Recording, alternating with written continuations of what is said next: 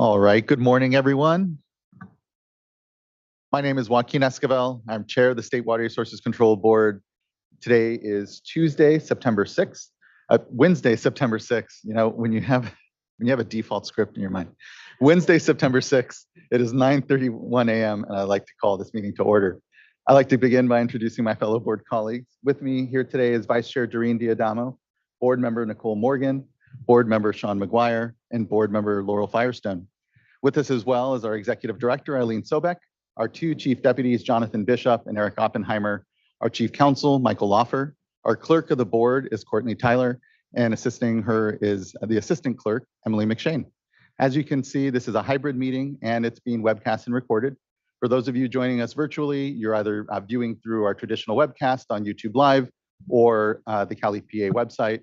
If you intend on commenting on any of today's items, though, on the agenda, you need to be on the Zoom platform. There are instructions on how to do so at the top of today's agenda, but if you're having any challenges getting onto the platform, please do email the clerk of the board at board.clerk@waterboards.ca.gov, and she will help you get onto the platform. Once you are on there, your camera will be off, you'll be on mute until it is your turn and opportunity to speak on the item you've indicated you wish to. For those of you here in the room, good morning, everyone. We're in the California Environment Protection Agency building here in Sacramento. A few announcements here for us as well. Please do observe the exits. If there happens to be an emergency, we'll calmly file out to Cesar Chavez Plaza and await any further instruction. If you intend on commenting on any item today, there's a tablet in the back and also a QR code to be able to sign up to speak. When you do come up, please do introduce yourself. Lastly, if you don't mind muting your phones, just so that this is a particularly small room, we don't have any distractions during today's discussion. And with that, we can now move to public forum. We have public forum at the start of every board meeting, an opportunity for anyone wishing to speak on an item not agendaed on the board and before the board. And I think our first commenter this morning is Sunny Wang, who will be followed by in person Tien Tran, and then remotely Natalie Escobedo Garcia and Todd Hickman. Good morning. Good to see you. Good morning. Good morning, board chair, vice chair, and board of directors. My name is Sunny Wang with the city of Santa Monica, and I lead the city's water and wastewater utility. And we really appreciate the opportunity to make a public comment this morning regarding the site cleanup program. We purposely timed our public comment with the DPR workshop that's being held tomorrow.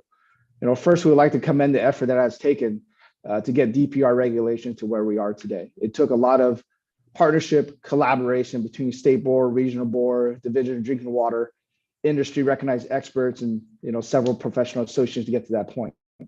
The reason why we wanted the time to comment on site cleanup regulation is we believe more collaborative efforts like these are needed to address our state water supply issues and our ability to have a resilient and sustainable water supply across the whole state to mitigate the impacts of climate change on our water supply. I'm sure you have heard the comments on DPR regulation. It may be too conservative, doesn't provide enough flexibility, or too cumbersome. But the goal of that is to protect public health. And the question that we ask is, why aren't we doing the same thing in other areas to protect our environment and water supply? Why are site cleanup requirements more lax on responsible parties than for municipalities trying to bring additional water supplies that are drought resilient to our water supply portfolio? And why are we letting off the responsible parties off the hook so easily?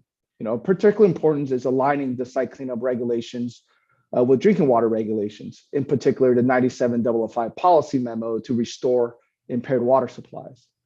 We recognize that discussions has already begun on this front between the state board, regional board, and DDW, but we're asking support to accelerate that work. And as currently there's a gap between site cleanup requirements and the storing that for us to either use the groundwater basin either for storage or for production. Right, currently that gap is left with the water utility to use ratepayer money. I repeat, ratepayer money to restore that. And as a reminder, these responsible parties, they used water supplies to make a profit off of that. And now they left the groundwater basin contaminated, and we're not holding them accountable like we are on some of these other regulations. The example I'd like to provide this morning is our Santa Monica Airport. It is scheduled to be closed at the end of 2028 and to be redeveloped into public space. Think the Central Park of New York is what is currently planned to be once closed.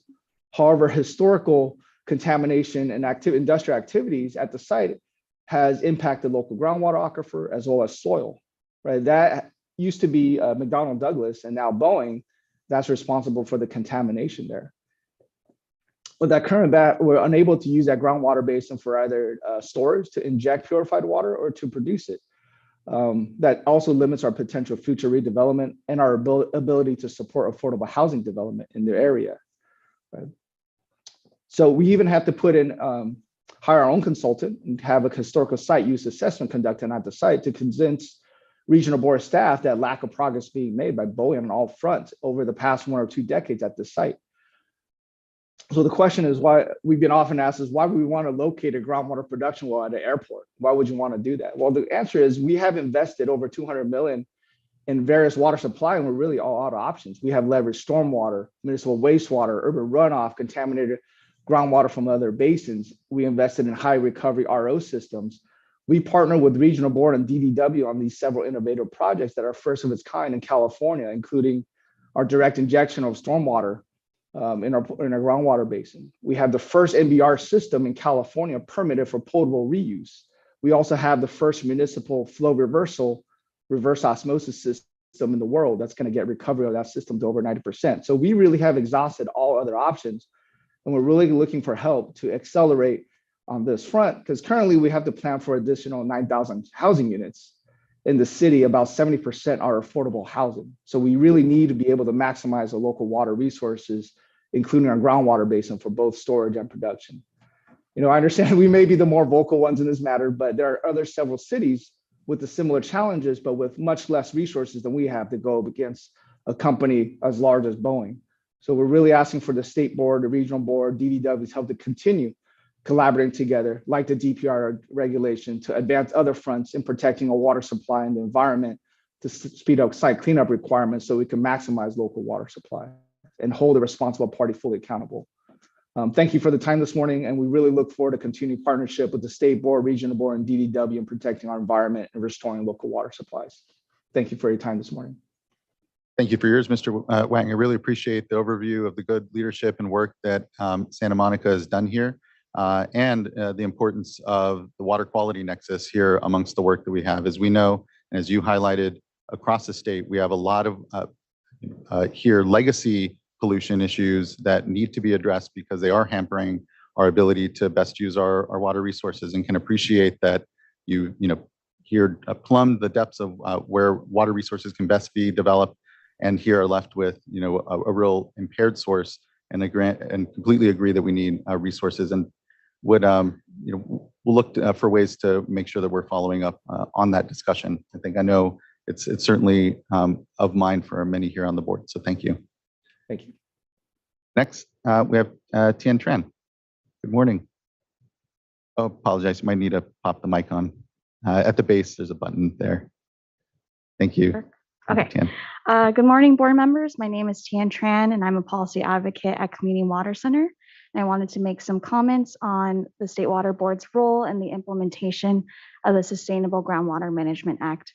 As you all know, 85% of Californians rely on groundwater for at least a portion of their water supply. And we work with low-income communities of color in the San Joaquin Valley and the Central Coast who rely entirely on groundwater. We're at a critical point in the implementation of SGMA. And last March, Department of Water Resources moved 6 basins to the State Water Board. And it's 5 months later, and the basins have been discussing updating their plans, such as their sustainable management criteria and creating drinking water mitigation programs.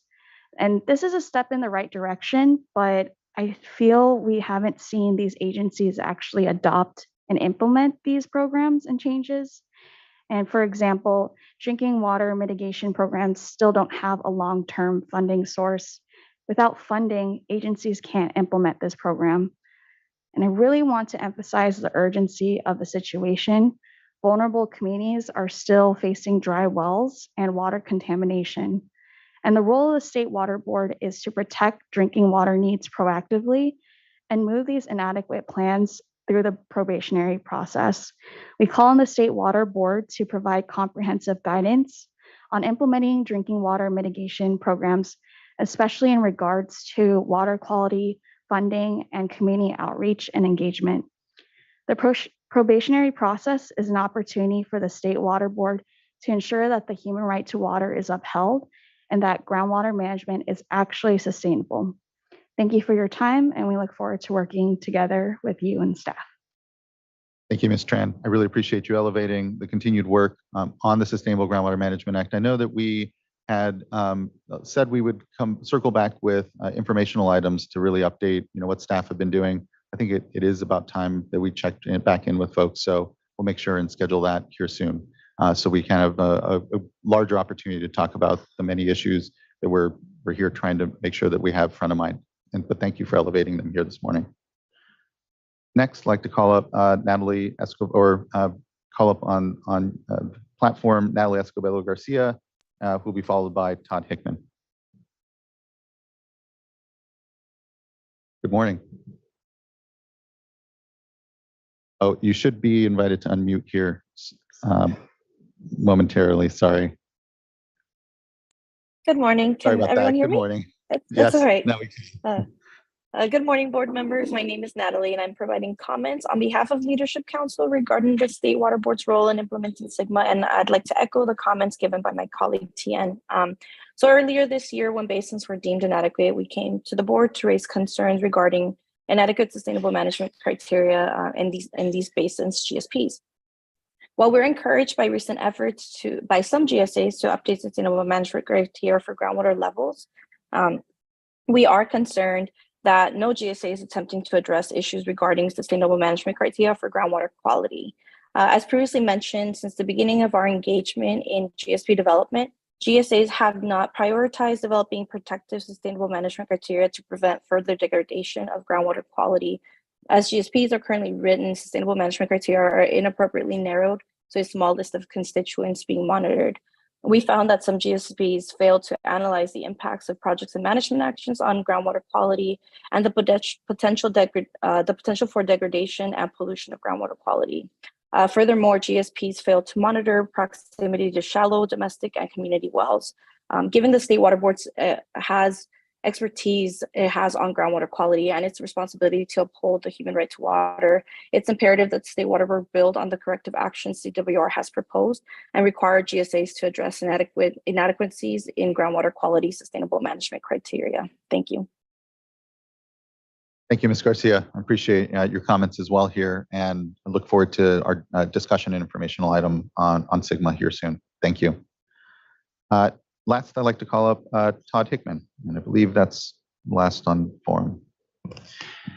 Chair Escobedo, at this point, we do not see Mr. Hickman on the Zoom platform. There are a couple speakers who came in without names that could be matched to speaker cards. So, Mr. Hickman, if you're on and you turn on your camera, we can make arrangements to unmute you. But at this point, I would proceed, Chair Escobedo. Okay. Thank you, Mr. Laffer. Appreciate that. And that concludes then public forum. I appreciate, again, everyone's time and comments this morning during it. Let's move on to board business. The first item this morning is consideration of adoption of the August 15th, 16th board meeting minutes. Any adjustments, discussion, and then otherwise entertain a motion. I'll move to adopt the minutes. I'll second. Thank you. Ms. Tyler, can you please call the roll call vote? Board Member McGuire. Aye. Board Member Morgan. Aye. Board Member Firestone. Aye. Vice Chair Diadamo. Aye. Chair Escobedo. Aye. Thank you. Thank you as well. And now that moves us to our uncontested item, which is proposed changes to the Administrator Policy Handbook under the Safe and Affordable Fund for Equity and Resilience Program. I just want to acknowledge and thank everyone for the good work on it. The fact that it's uncontested means that you've done your job very well. And any discussion, though, here amongst the board? If not, we'll entertain a motion. I'll move to adopt. Second. Thank you. Ms. Tyler, can you please call the roll call vote? Board Member Firestone. Aye. Board Member Morgan. Aye. Board Member McGuire. Aye. Vice Chair Diadamo. Aye. Chair Escobedo. Aye. Thank you. Thank you as well. And Wait, please. I was just going to point out, B43 has raised a hand. I'm not sure if this is Mr. Hickman coming in or if this is somebody, since this is a consent item. Yeah. Gladly, we can take public forum at this point too.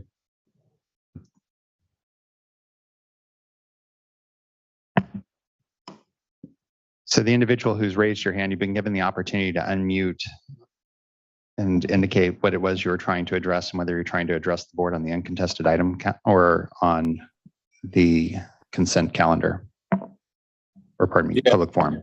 Can you?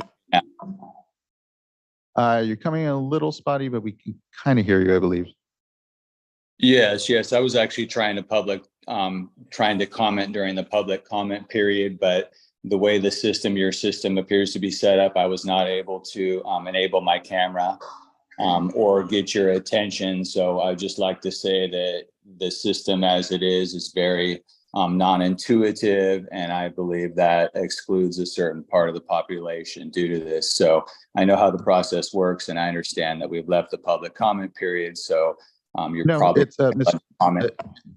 I apologize, I didn't mean to interrupt you, but we'll still take your I'll open public forum and gladly take your comment because we had some challenge getting to you. I think the issue was we didn't have you properly identified. So if this is Mr. Hickman, and if it isn't, feel free to introduce yourself as well. Yes, hello. Yes, I'm still sorry about my camera. I'm not able to apparently open it up, but I come here today. I'm Todd Hickman. I come here today as a former South Feather Water and Power Board Agency member, retired hazmat, underground storage tank inspector, emergency responder, a small business owner, and as a farmer. Water is very important to me, as well as the protection for agencies' water's rights and my right to service. This is very important for our community and to the voter owners of this district. We have a serious problem in Bangor, California, with wells going dry. And the irony is we do have a mechanism to correct this with the South Feather Water and Power Agency. However, due to the legal disputes between South Feather Water and Power and the North Yuba Water Agency, I have seen millions, actually tens of millions of dollars slip through our fingers. And instead of projects getting done, beneficial use, stuff that is going to help the community, I've seen this absolutely wasted on legal expenses and numerous other inappropriate expenses. As a board member, I saw $40 million leave South Feather to fix the problems of the past regime, $20 million extra dollars on one dam refacing project, plus a series of failures by the previous administration. We were lucky to fix that during my time on the board, and thanks to a very dynamic general manager and the help of all the board members. And I believe now that South Feather is very well ran. The problem comes into play with the North Yuba Water Agency. It's a common watershed, and these two agencies are sharing this right to the 2005 agreement. The 2005 agreement is very unbalanced and has basically given a small agency with 8 employees that has done zero beneficial use in the last 20 years. Zero beneficial use. They have been rifling through millions of dollars. Just last year alone, in the previous years, their legal bills were approaching or over $1 million per year. So in addition to that $40 million that I told you about that it took South Feather to clean up the past, this money South Feather has given to North Yuba over the last 10 years, and that equates to roughly $10 million to $20 million. That's actually closer to $20 million. And this is money through the Joint Facilities Operating Account that is shared by the agencies through the 2005 agreement. And what we have is a small agency, North Yuba, with only 8 employees. Again, they've done no beneficial use in 20 years. They actually had their irrigation customers cut off for 10 years from water. Their treated drinking water plant operates at 1/3 capacity. It's a complete disaster. They had water holding tanks with bullet holes in them. Just utter disgrace in a way to run an agency. And this behavior is still going on. It makes no sense to have 2 agencies sharing this one watershed. That $20 million, I wish the $40 million could have been captured, but it's gone. The $20 million is now gone. And we only need $2.5 million to get a pipe from the Bangor or from the Kelly Ridge treatment plant to the town of Bangor. It's only 5 miles away. We have an ultra modern state-of-the-art water treatment plant in the South Feather Water and Power Division that's only operating at a fraction of its capacity. On a typical day, it's producing 4 million gallons of water per day, and this is a 21 million gallon per day water treatment plant that could produce 28 million gallons a day with a $500,000 upgrade. On the hottest 3 days in July, this plant barely breaks 10 million gallons a day. And right there, 5 miles away, is the solution to the town of Bangor's problems. All my neighbors with dry wells, all the chaos, the property disasters, the loss of value, the insurance issues due to no hydrants, all these problems could be alleviated if we could get hooked up to that. I believe South Feather has good intentions of doing that, but lo and behold, they're short of money because they've been in a perpetual lawsuit with North Yuba Water Agency, not to mention the $709,000 a year given to North Yuba Water Agency to maintain a ditch system that they do not maintain. And then every time there's a distribution from the Joint Facilities Operating Fund, North Yuba gets half of that. So South Feather, 60 employees, all the risk, all the operations, all the expense, has to split all the profit with North Yuba, 8 employees, no real operations, no increase in beneficial use, nothing. So again, as a now concerned voter owner, I get to speak my mind and say what is really going on. It's very liberating, and I'm very glad to be in this situation now because what is happening is wrong. And what I'm here doing today is I am begging the State Water Resources Control Board to not renew the permit for North Yuba Water Agency, to get involved, take over that agency, put it in conservatorship, merge it with South Feather, not merge it, excuse me, dissolve it into South Feather. Do whatever you need to do to remove this obstacle to progress, to the alleviation of pain, financial misery, and all these failed wells and this lack of water for the town of Bangor. This is our solution. It's only a mere $2.5 million away at 5 miles. And South Feather, even though it's being well run with inflation, the power contract, employee benefits always escalating in expenses, South Feather is in a situation where this well-run agency has no extra money to spread the water. We have more water than anybody per square foot, and this water is not being spread. We have 885,000 acre feet of primary water rights leaving through Lake Oroville. We have 160,000 acre feet of water in storage with only 30,000 acre feet being delivered to the customer. Here's an agency with resources of almost a million acre feet, and it is only delivering 30,000 acre feet to its customers per year. This needs to change. And again, I believe at this point, I've lost faith in the local agencies making this happen and controlling their own destiny. And we need the State Water Resource Control Board to get involved. I believe you're very aware that they've violated the provisions of their permits. This is the North Yuba Water Agency, and I believe you're already looking at them with a close eye. I just urge you to expedite this. The drought's not over. Another one's just around the corner. Just because it rained last year, it doesn't mean anything. So again, please help. Thank you for your time this morning. Thank you for yours, Mr. Hickman. Apologies for the challenges getting you at the top here during public forum. Glad we took your comment, and we'll follow up with you. I believe we have contact information here. So Mr. Loffer and others, I'll direct to follow up with you. So thank you for elevating this and your time this morning. Thank you. Thank you. Okay. And Chair Escobar, I'm glad we took that opportunity to get Mr. Hickman, and you were in the process of completing and analyzing the actual roll call vote on the consent item. So it might be good to close that off before we move to item 3. Thank you. Thank you.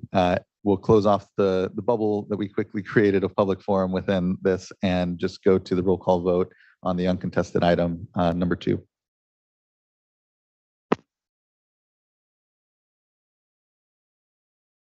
Oh, we did. Okay, sorry. Oh, and the result, sorry, it was just my announcement component. Thank you. And the item number 2 is adopted. Thank you, everyone. And we will now move on to our informational items. And the first informational item will be our current hydrologic condition, which is here, James Knockbauer. Mr. Knockbauer.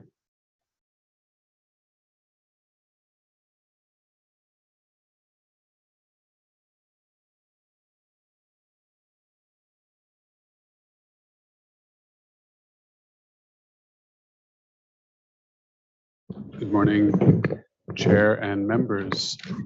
Actually, so this Okay, there's your mic. Yeah. morning, Chair and members. We've got an update both from the Division of Water Rights and from the Office of Research, Planning and Performance this morning. I'll hand it over to Water Rights. Next slide, please. Thank you, James. And I'll go with good morning, board members and Chair Esquivel. I'm Erin Ragazzi with the Division of Water Rights. This morning, I'm going to focus on providing some updates on the Scott River and Shasta River watersheds. Next slide, please. Flows as of yesterday in both watersheds were greater than the drought emergency flows, with 38.2 CFS or cubic feet per second in the Scott River watershed at the Fort Jones gauge and 62.9 CFS in the Shasta River at the Wairika gauge. These flows are better than in recent years due to improved hydrologic conditions and recent precipitation in the watersheds.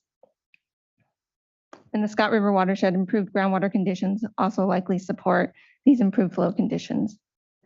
Storage in Dwinelle Reservoir is greater than 11,000 acre feet when compared to last year, 2,000 acre feet. We're in a much better position than last year.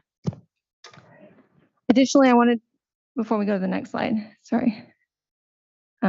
Additionally, I wanted to provide a brief update on the status of where the fish are in the Klamath system. I spoke with CDFW staff yesterday and wanted to just provide a brief overview. Over the weekend, fish were surveyed by CDFW staff, specifically Chinook salmon. They're currently at Beaver Creek, which is approximately 15 miles south of the Shasta River. Yesterday, CDFW staff installed the video weir on the Shasta, and it will begin collecting data today. CDFW staff noted that fish could potentially be at the Shasta at this point in time as the first run comes up and they hit the Shasta before going to the Scott.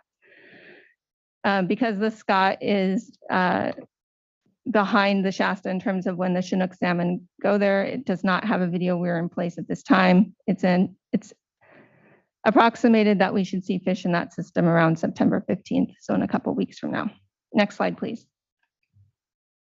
So there's quite a bit going on this slide. So I'm going to start with the top graph that shows flows from May through September 5th in the Scott River watershed at the Fort Jones gauge.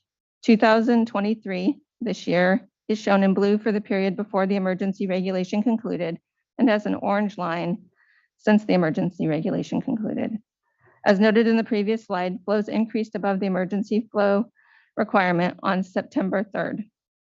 You can see precipitation in the lower graph, and it should be noted that there has been measurable precipitation in recent weeks. Flows in 2021 are shown in green, and in 2022 is the aqua line with triangles. In both these dry or drought years, flows dropped below the emergency regulation minimum flow requirement earlier in the summer and did not increase until significant precipitation and groundwater levels rebounded. The blue line, which has squares on it, represents 2019. And this is the closest analog to this year, 2023. As you can see, flows rebounded with the early August rain, but did not increase significantly with the early September rainfall, likely because groundwater levels had declined. This year, groundwater levels appear to be higher, such that the river is responding to precipitation events in early September. Next slide, please. So here's the same slide for the Shasta River at the Wairika gauge. The green line at the top graph shows flows in 2021 when the emergency regulation was not in effect. As you can see, flows remain below the emergency regulation flow throughout the summer. The blue line with triangles that largely hovers around the minimum flow of 50 CFS, except for a brief period in August when we had a compliance problem, is the 2020 water year, or last year when the emergency regulation was in effect.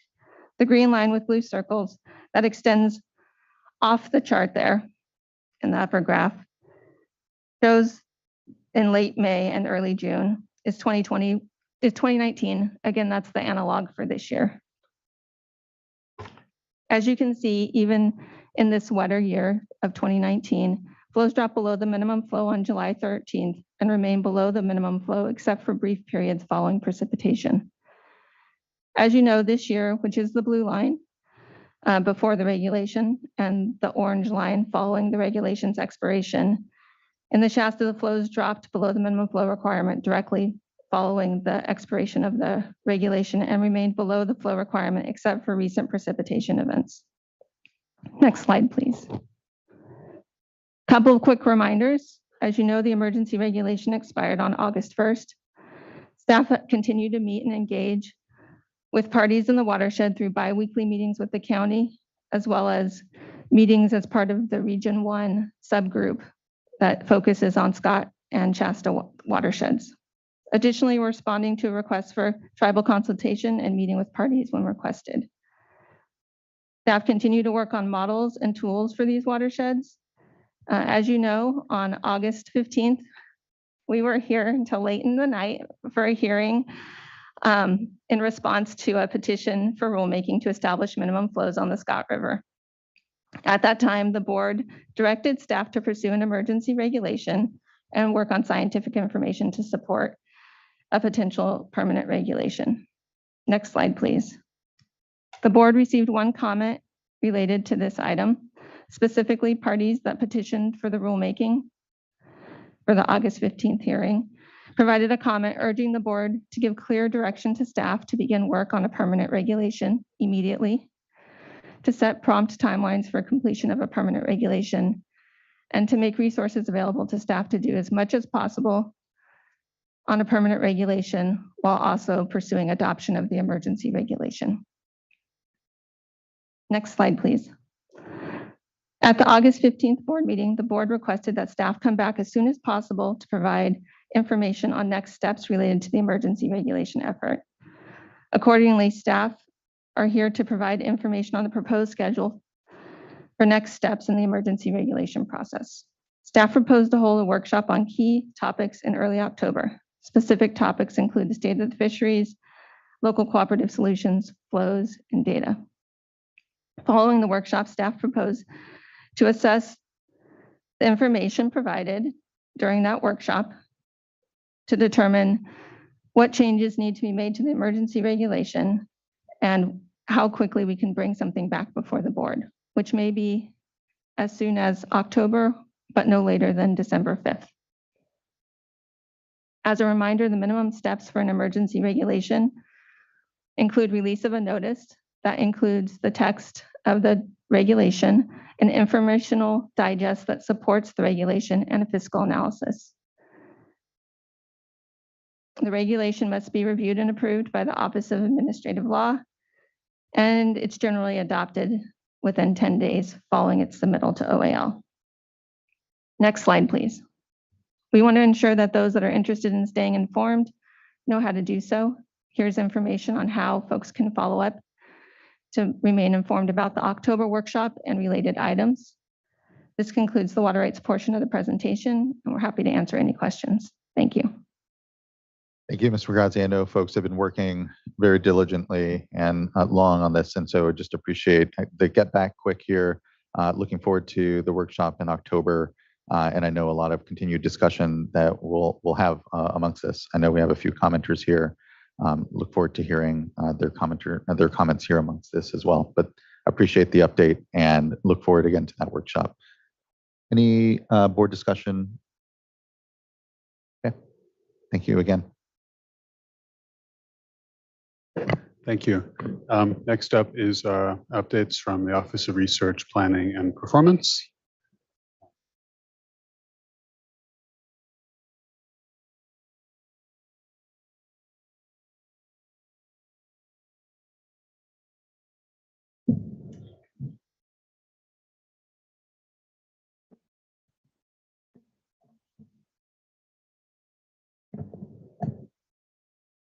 Morning, Dr. Rodero. Good to see you.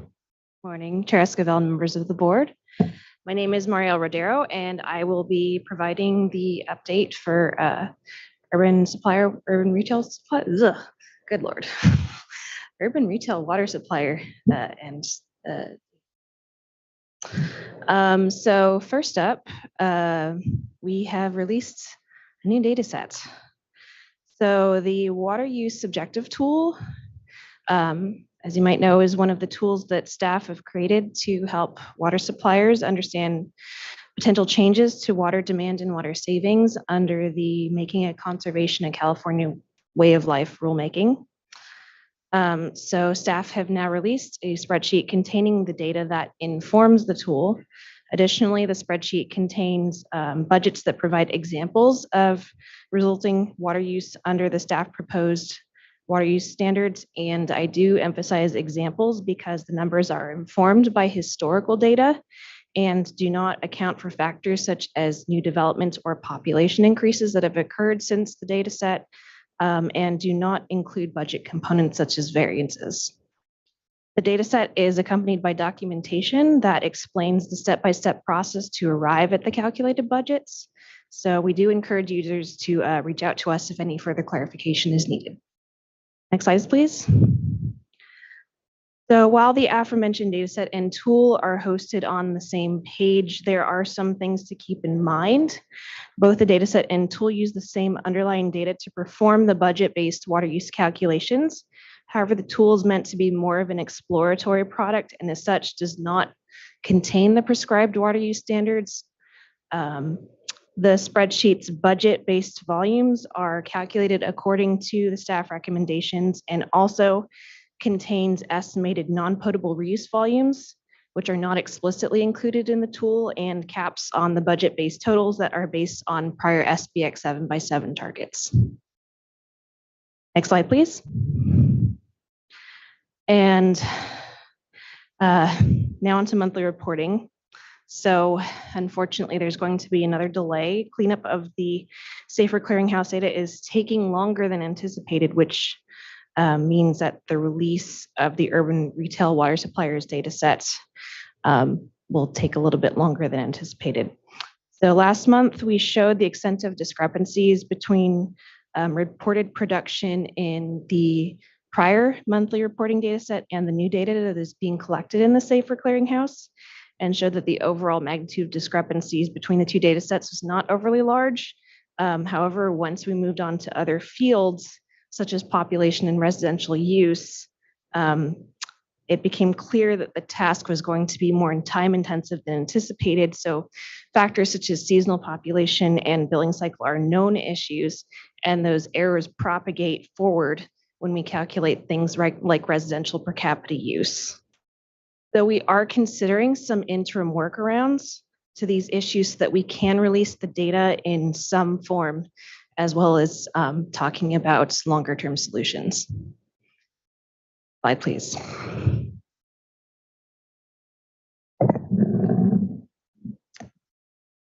And now I'll give our monthly conservation tip. Hi, I'm Karina Herrera, supervisor for the conservation team.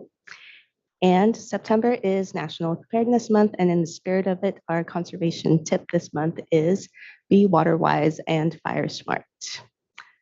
CAL FIRE and the readyforwildfire.org website provide fire safety tips for how California residents and local agencies can prepare for wildfires. Water agencies like California Water Service are teaming up with local fire districts to provide tips on how to be water wise and fire smart. Here are some examples. Plan a fire resistant landscape. This includes using fire resistant and drought tolerant plants, using non-combustible materials, applying the right mulch, and using designs to prevent the spread of fire to your home. Prepare a defensible space. Clear out flammable and dead vegetation at least 30 feet from your structures or according to the distance required by your local fire agency, and maintain your yard. Perform regular maintenance of your yard, remove dead branches, fallen leaves and weeds, and clear out thick growth. Making conservation a California way of life is not just about saving water, but about navigating the challenges posed by climate change, including increased fire risk. So we wanted to give a shout out to those agencies that are helping their customers adapt to our new normal. Thanks especially to Cal Water Service and Fire Safe Marin for developing the materials. Tool to have some data information out there, and also appreciate the data cleanup work that's going on to try to move us into the Safer Clearinghouse in a way that makes sense I think, the reality is the more granular you get with data, the more then you find challenges like seasonal residents and all sorts of factors that, it becomes hard to completely capture. So I appreciate the good work around all that, truly. Thank you. Board Member Dwyer, please. Yeah, I just wanted to plus that up and say I really appreciate the conservation team stepping up and pulling that the water use objective spreadsheet together quickly and getting it out to the public so everyone can have a chance to look at it. I also use the water use objective tool quite a bit, but I think having that spreadsheet with all the water systems in one place, with all the caveats that it's a current calculation, it's based on historical data, everything that you just shared, doesn't include variances. But I think it's really important for a lot of systems that haven't maybe been as aware of what's coming with the recent release of the draft regulations. It's going to be really helpful to explain what systems around the state might be experiencing, whether it's a new objective or maybe not really having to do a whole lot. So I thank you for compiling that and posting it so quickly. Really appreciate the transparency plus setup. Thank you, Board Member. Yes, Vice Chair, and please. I'll just add my thanks as well. I know I made a request that this be done, so thank you. I haven't had a chance to look at it yet, so I just do have a clarifying question that the spreadsheet shows the resulting budget-based total volumes. So if suppliers wanted to look at the impact of just the proposed reg, would they be able to glean information from the spreadsheet? Not including variances and the other items. Are you asking if it has just the volume for the objective? Yes. Yes, it does include that. I neglected to mention that. Yes. Okay. All right. Thank you. And then I did just have a question on Scott and Shasta. I know that there are challenges with reporting on enforcement items. But in future updates, I think that it would be helpful to report to the extent that you're able to on any enforcement related items, just general efforts regarding enforcement. Or I don't know if we'll be able to do it by the next board meeting, but maybe early October, we can have Julie Rosardo and Roberto Cervantes come in and give an overview of the work they've done in the two watersheds. At a high level, they can give some high level numbers and talk a little bit about that workload, if that would work. Great, thank you. And without getting too specific, just want to make sure that the focus is not, it is on big picture, including cannabis and water use, agricultural use. Thank you. Thank you, Vice Chair. We have a few commenters and we can go to them if there aren't any other comments from the dais. We have, first I'd like to call up Nathaniel Kane, followed by Nick Jocelyn, and then Conrad Fisher. Some additional ones as well. We'll start there. Good morning, Chair Esquivel and members of the board. My name is Nat Kane. I'm the Executive Director of Environmental Law Foundation. I'm here today on behalf of the Karuk Tribe, ELF, and PCFFA IFR. I want to thank you for the opportunity to comment, and I want to thank staff, especially for the presentation earlier. The board gave 3 directions to staff on August 15th. One is to readopt the emergency regs on the Scott and the Shasta. 2 is to move forward towards developing a permanent regulation for the Scott and the Shasta. And well, the 3rd one is to expand the scope to include the Shasta from just the Scott. We need to move quickly on all of these items. We're grateful for the recent precipitation and the hydrologic conditions that have brought flows up above the emergency minimum levels of both rivers. But these flows are still well below the 2017 CDFW flow recommendations in the Scott. This past water year was an above average water year in the Klamath Basin. But we still experienced sub-drought minimum flows on both rivers until this recent round of anomalous summer rainfall. And this is emblematic of conditions in these rivers in the last few decades, these low summer flows. It happens in normal years, it happens in wet years, it happens in dry years. Chinook salmon are going to show up pretty soon, 10 days, couple weeks. And there is no current flow protection in either the Scott or the Shasta. And we just don't know if the rain we got is going to be it or if we're going to have a wet fall. There's no way to know. So these rivers, they need protection. They need it this year, they need it next year, and they need it in the long term going forward. The sooner we get these emergency regs in place, the better. That means the sooner we can turn all of our attention towards working on the permanent long-term flow protection for these rivers. I'm somewhat encouraged by the commitment that staff just made with the presentation just now to move relatively quickly to reenact the emergency regulation. I would like to see readoption sooner than early December. Early December is after the Chinook migration. It's maybe halfway through coho. If we have a really dry fall, then getting those inefficient stock watering diversion protections in place could be really crucial to keep water in some of those tributaries in a dry December like we had last year. And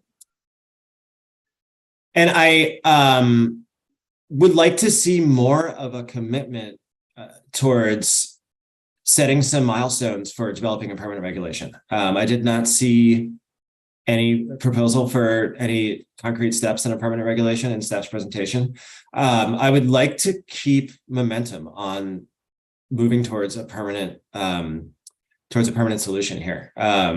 It's what we need for long-term planning. It's what we need for long-term certainty, and it's what we need for long-term protection in these rivers. I think that the board actually requested an update on both scheduling for a permanent regulation and the emergency regulation on the 15th. And so I would like to see, whatever we can do to get that moving. Emergency regs, they're a great Band-Aid and they're absolutely necessary, but it's not the long-term solution that we need. So we are ready to do anything we can to work with staff, to help the board, to keep staying engaged. We'll go to the legislature if we have to. But we want to keep up momentum on this, and we want to keep moving. I would thank you for your time and the opportunity to comment, and I'm happy to answer any questions. Thank you as well, and completely agree that we need to keep the momentum amongst us. So appreciate the work and hear what I know will be a lot more discussion here soon, and appreciate the request here for something more of a definitive milestones as we walk through what we know will be a process for sure. So thank you so much. I'm looking forward to continued discussion, Mr. Kane. Thank you. Next, I'd like to call up Nick Jocelyn, followed by Conrad Fisher, David Webb, and then Jeff Eisenberg, and Cody Phillips will be our last commenter. Jocelyn. Thank you. My name is Nick Jocelyn with Mount Shasta Bioregional Ecology Center. I've spoken here many times in the past regarding the need to save the Shasta River and the aquatic ecosystem from the annual dewatering events that occur every year that there is not a regulation in place to set an in-stream flow. My family caught salmon in the Little Shasta River, one of the largest tributaries of the Shasta River. When my grandfather was a child, he watched tribal members come to that river every fall to catch salmon. That river is now dry every summer and fall. Yet there's a narrative going on, even at the last Wildlife Conservation Board meeting, about fixing the Little Shasta River. And millions of dollars have been spent on projects on that small portion of the watershed, and they happen on a dry river. So I'm here to tell you how important it is for the board to fulfill its duty to allow these taxpayer-funded fish restoration projects to actually have water around them. It's been decades since the Shasta was placed on a short list for an in-stream flow recommendation. As of today, including the last $20+ million from Chuck Bonham, over $100 million has been spent on projects for a river that is essentially sucked dry. Klamath dams are on the way out, and we know that the impounded sediment is going to have an extremely detrimental effect on salmon coming up the Klamath. Wildfire and debris flows have put natural downward pressure on Klamath River salmon. The Shasta has to be able to support the salmon, and it has the historic capacity that we need to ensure that the Klamath bounces back after dam removal. Please do not delay us protecting this river so that everyone has an opportunity to witness the salmon return. The fish are barely hanging on. Any gap years in protections can potentially wipe out an entire cohort of coho. We need a commitment to fast track in-stream flow protections for the Shasta River. Thank you. Thank you, Mr. Jocelyn. Appreciate your time and comments today on this item. Thank you. Next, I'd like to call up David Webb, followed by Jeff Eisenberg. Good morning. This is David Webb speaking for Friends of the Shasta River. You've heard me numerous times. In the interest of time, I'd like to say we completely endorse the statements made by Nat King, which fully covered the topic, and ask you to proceed as expeditiously as possible on both permanent and temporary in-stream flow protections for all the reasons that you've heard and know already. Thank you very much. Thank you, Mr. Webb. Appreciate your comments and engagement, long engagement, I know, on the issue and the work. Thank you. Next, I'd like to call up Jeff Eisenberg and Cody Phillips.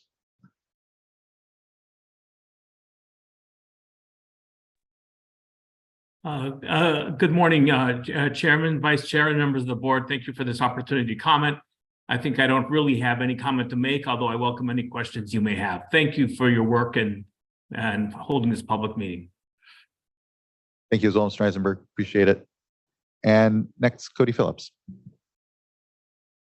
Hi, good morning. My name is Cody Phillips. I'm the policy analyst for California Coastkeeper Alliance. Thank you for holding this update, and we appreciate that these emergency regulations are moving forward. And just to reiterate what Nat and everyone was saying, we think this should happen as soon as feasible, but just looking forward to next year when there is potentially no emergency on the books and these emergency regulations expire and everything is pulled out from under these fish again, it just reiterates the need for these permanent long-term regulations. We keep saying that issues like the public trust require a balance between the water rights system and what we need for natural resources. And when that balance doesn't happen, we get to situations where we need these emergency regulations year after year after year, and everything needs to be rushed. And it's going to take years until these permanent regulations can happen. And we wish they were here today. It kind of goes back to the old saying of best time to plant a tree was 20 years ago. The next best time is right now. And I'm just seeing this history repeat itself over and over again. And I just want to urge the board to act expeditiously and to really listen to that Scott petition and apply it as well to the Shasta for permanent regulations, not just these emergency regulations. Thank you.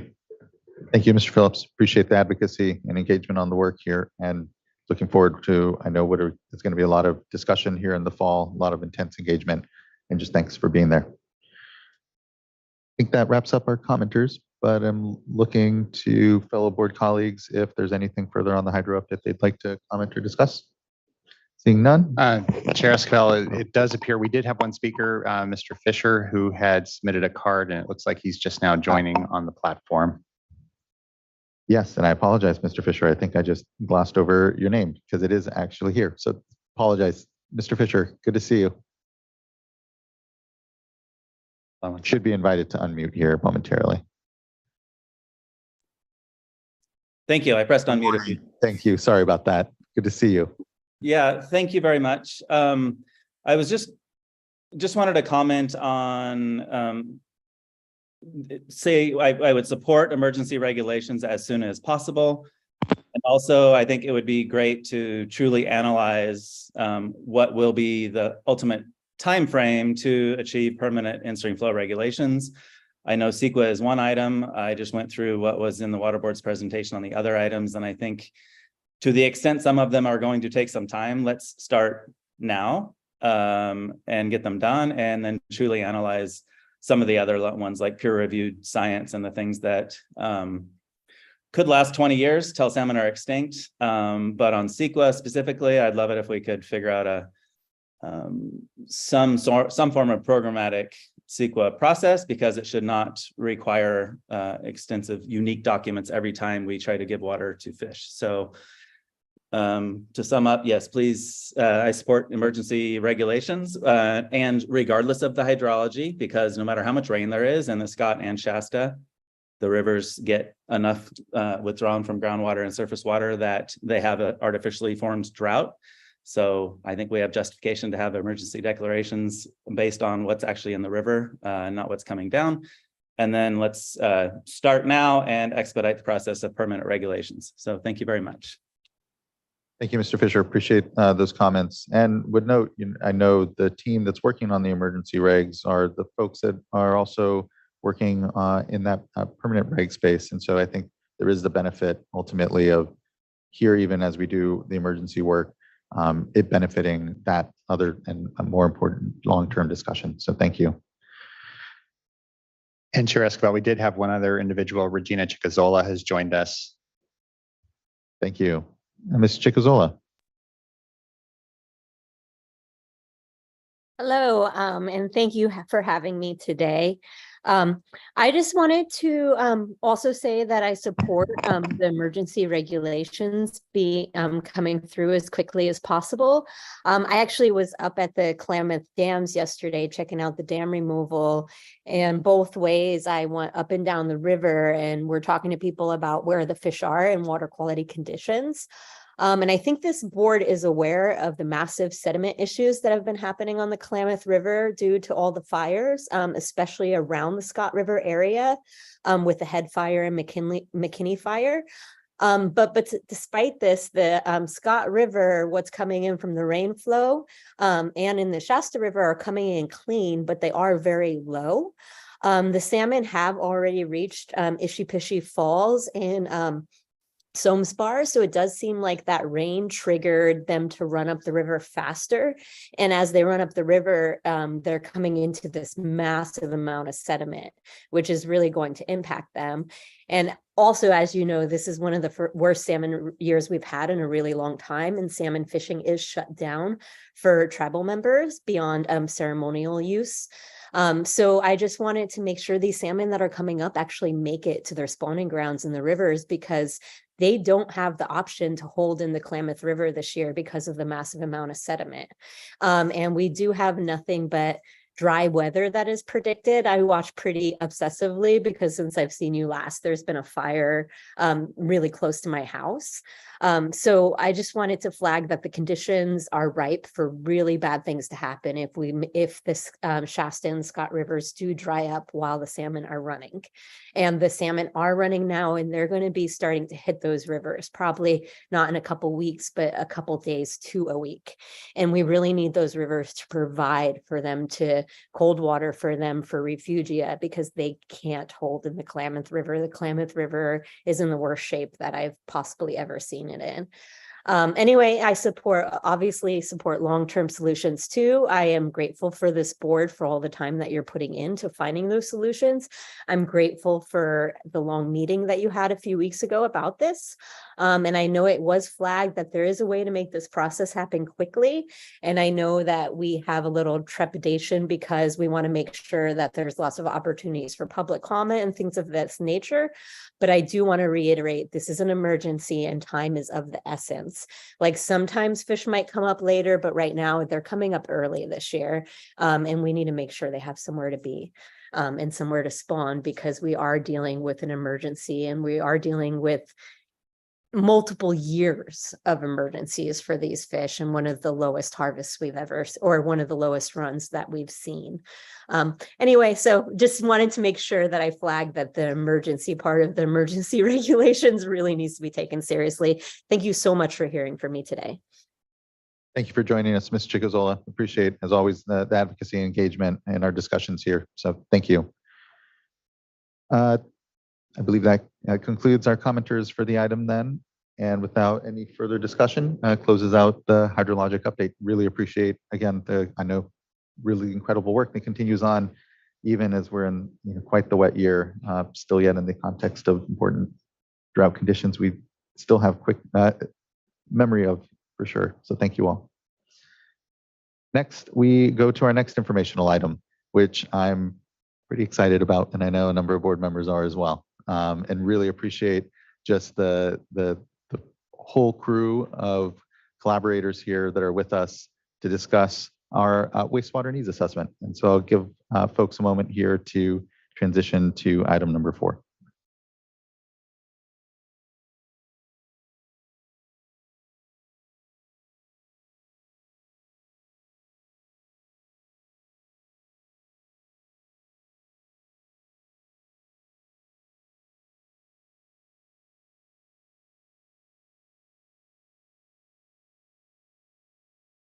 This is really when, that larger room came in handy. Appreciate everyone's patience.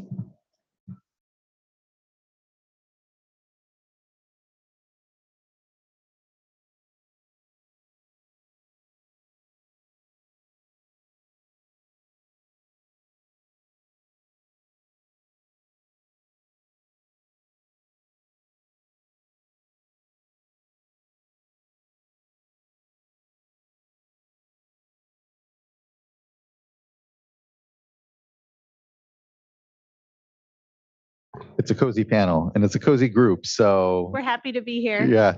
Good morning. Good to see you, Ms. Wadrip. Go for it. I think it would be appropriate. It's good to see you this morning, Mr. Pierce. Would you like to lead us off on what all are you all up to?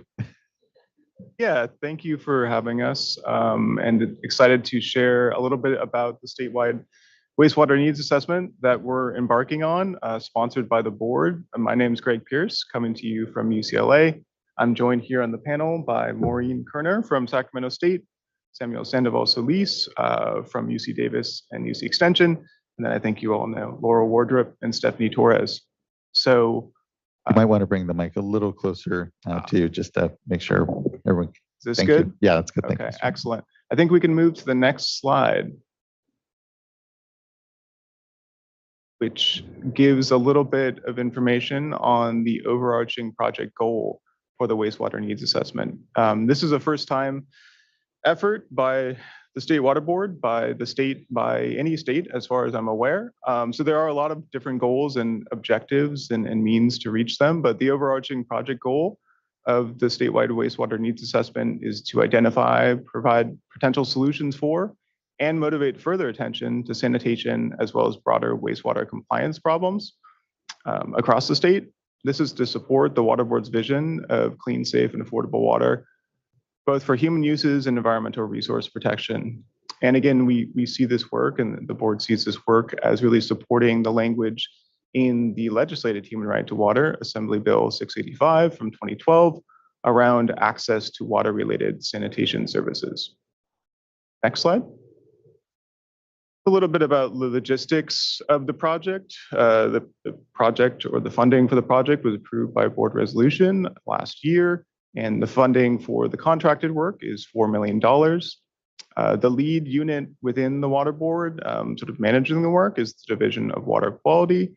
But there are a number of other units intimately involved, including the Division of Financial Assistance, the Office of Information Management, the Office of Research Planning and Performance, and others. So it's really a team effort on the Water Board side, as well as on the contractor team side, as you'll see in a second. The length of the project is 4 years exactly. So we've kicked off in July, and the project has 2 phases, as you'll see, and we're obviously in phase 1 now. UCLA Luskin Center for Innovation is the lead on the contractor team and managing the overall project from the contract side. But again, as you'll see in a second, it's a much larger effort. We want to direct you now, and we'll show this again later, that there is a web page up on the Water Board's website for the wastewater needs assessment, which we're shortening to WWNA to distinguish it from the drinking water needs assessment as DWNA. And there's also a QR code you can use if you have your phone to go directly to the website. Next slide. Again, the contractor project team is large. I think last count, we have 19 folks on the team, and we'll have more. And I think there are 9 or 10 in the room. So thank you to all of you for joining. Of course, again, the Water Board is the lead. This is your work, and you're leading the effort. But UCLA is leading on the contractor side, providing overall project management, as well as really leading a lot of the risk assessment and some of the affordability assessment work. Sacramento State University Office of Water Programs is really leading on the solution side of things, as well as the cost of solutions and a lot of the engineering technical assessment. Then we have the delightful combination of UC Davis, UC Agricultural and Natural Resources Extension, and California Institute for Water Resources coming together, as they uniquely do with the UC Extension system, to really lead on some of the baseline assessment work we have, as well as definitional work around what we mean by water-related sanitation equity. And last but not least, University of Massachusetts Amherst is providing some specialized modeling of on-site wastewater treatment, or OTS, location and risk, building on work they've done in other states, given the unique challenges with assessment in that realm. Next slide. And how can we summarize what the needs assessment is? One way to do that, or to start thinking about it, is to think about the drinking water needs assessment. And this graphic is borrowed from the drinking water needs assessment. And there are a lot of similarities at a high level, certainly in so much as the three main goals of the assessment are, first of all, to assess risk of various wastewater systems of concern, to find solutions for those systems that are failing or at risk of failing, and cost out those solutions from a technical perspective, and then to address affordability and basically means to pay for those solutions, both state and federal funds that are available, community contributions through rates and other means for upgrades, as well as potentially identify a gap in existing funding to address all the needs that are out there. Next slide. But of course, we do want to note that there are limitations to the comparison to the drinking water needs assessment, and the wastewater needs assessment has at least a few key distinctions, and these are just, again, some of them that it's important to be aware of. The first is that there's quite a bit more folks who are reliant on on-site wastewater treatment systems compared to folks who are reliant on drinking water wells or domestic wells for their water source. So there's a larger number, and it's also less well known exactly where those folks are and the condition of their on-site private systems. Good news is on the wastewater side, we have fewer and also generally larger regulated utilities, as well as wastewater treatment plants compared to the plethora of community water systems and public water system universe. It's just a smaller number to deal with on the wastewater side. Of course, there's a key difference in that at the federal level, the wastewater and sanitation is generally covered under the Clean Water Act, whereas on the drinking water side, we're really dealing with, at the federal level, Safe Drinking Water Act issues and then associated state codes and laws. I do want to note that the wastewater needs assessment is behind compared to where the drinking water needs assessment started, just in terms of statewide information. And really, it's a state attention, both from an agency and from an advocacy, and even from an academic perspective. We just don't have as much information as we did when we started assisting with the drinking water needs assessment effort in 2019.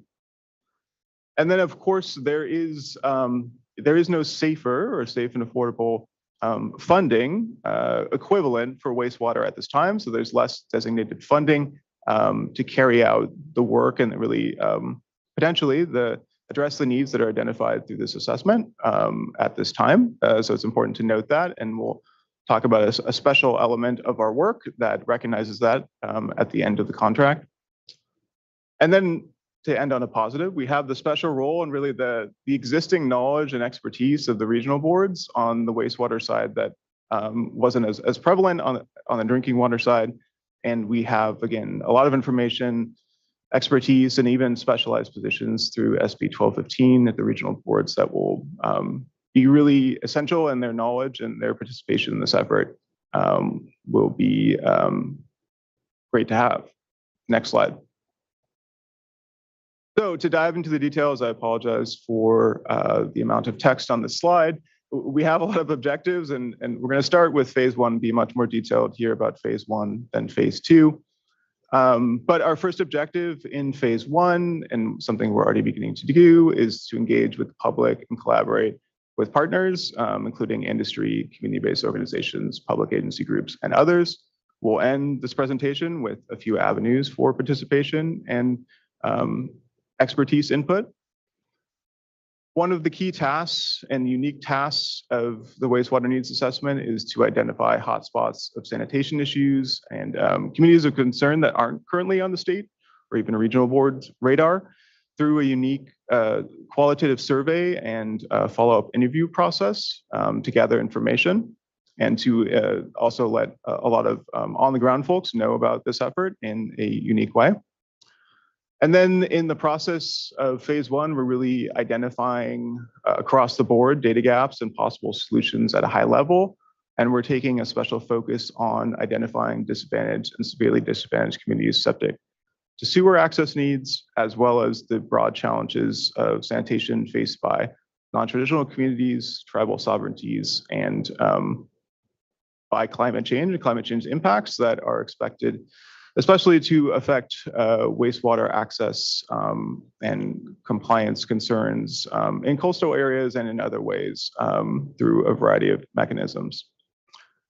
But then the two other sort of core tasks of phase one are first to define and develop criteria for what is meant by failing, potentially, we're not committed to these terms, but as placeholders and as similar to the drinking water needs assessment, to failing inadequate and at-risk systems, including but potentially not limited to sanitary sewer systems, wastewater treatment plants, and OTS.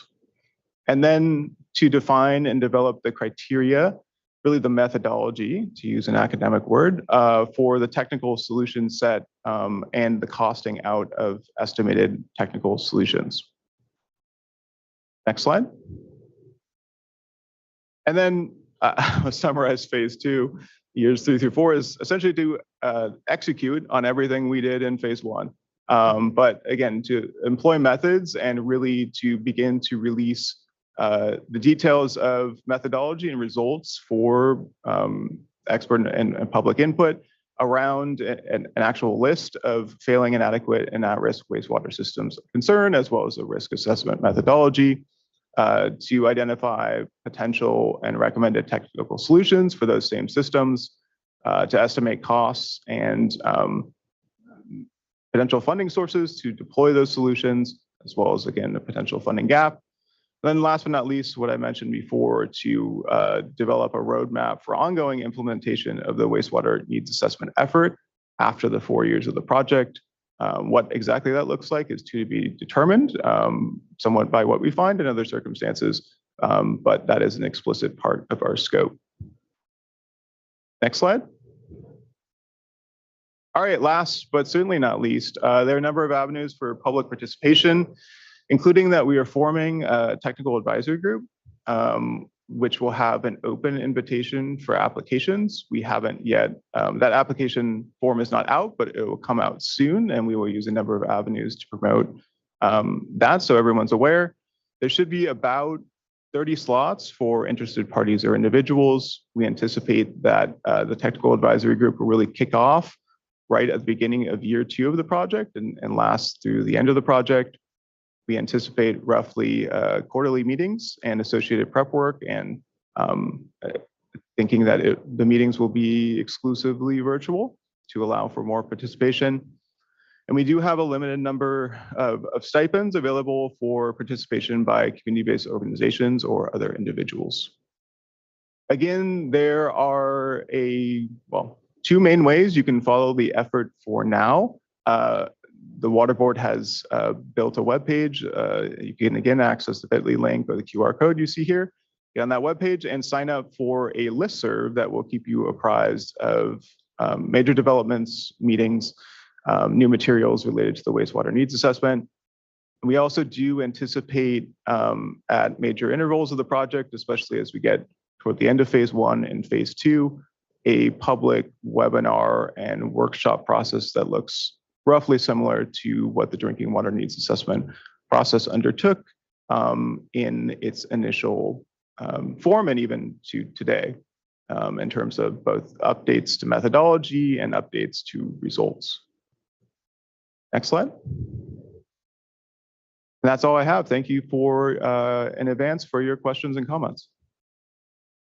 Thank you all. I just have to acknowledge and thank everyone for the collective leadership. I know that's brought us to this moment where, as you've noted, we don't have the amount of data, the authorities, the dollars that we really have accrued on the drinking water side, let alone the real discussion nationally, state level or otherwise. And it's just really, exciting truly, and acknowledge the leadership here amongst everyone to be contributing to something like this, the 19 organizations that are already officially part of this, and those out there that maybe haven't heard about the wastewater needs assessment yet or first hearing about it now.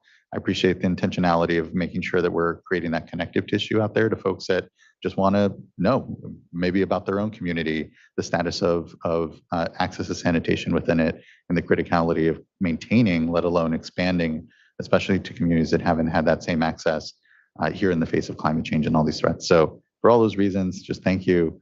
And would look to maybe Board Member Morgan if she has a comment. And also, I'd like to hear a little from each of the partners here, Mr. Solis, Ms. Kerner, about your roles as well. But go to Board Member Morgan. Thank you. I am really excited about this project. I'm really excited to get it started. I believe that it's important for us to understand the true needs within the true wastewater needs within the state, and so that we can align the necessary resources with the needs. Over the years, I've seen projects to improve, septic systems where, there's high groundwater, and during the rainy season, we have children walking through basically wastewater to get to school, which is just not okay. I know there's other projects that are out there, septic systems that need improvements in areas that also have a high groundwater. There's also land discharge systems that I've seen that just they don't have proper O&M over the years, and they just basically fall apart. They get improvements and then they fall apart. And it's not that they fall apart one time or two times, it's like 3 and more times. So this is just a really critical area that we really do need to get a handle on and really understand what the needs are, because it's impacting public health, it's impacting our groundwater quality, it's impacting also when you have that high groundwater, sometimes it's also under the influence of surface water, it's impacting that surface water, and also impacting drinking water sources. And so this is, it's multiple areas impacting water quality and public health. And so we really do need to, really understand. I encourage you to tap into the wastewater community. Being a former part of that community, there's a lot of knowledge that's out there. There's a lot of data. There's a lot of information.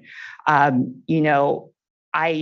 really encourage, get out, tap into the community. The community is a great community. They're willing to share information and really sit down and talk to you.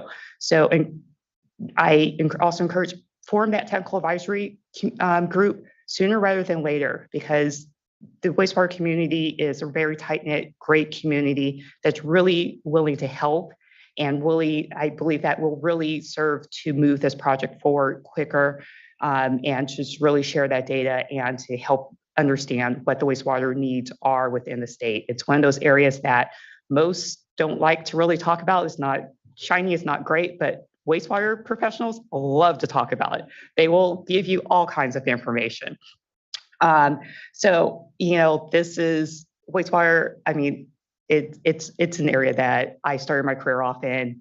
I really believe, that we really do have to keep an eye on this area. It's really an area that I see that it's critical for us to move forward on this project, to really to understand the true wastewater needs within our state. And so I definitely plan on following this project closely, and just thank you all for being a part of it.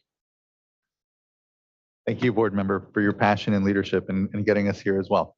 This is, again, looking out, we know it's a kind of year's worth of work, but it's going to be an exciting year's worth of work, and certainly is going to take that time on this space. So thank you.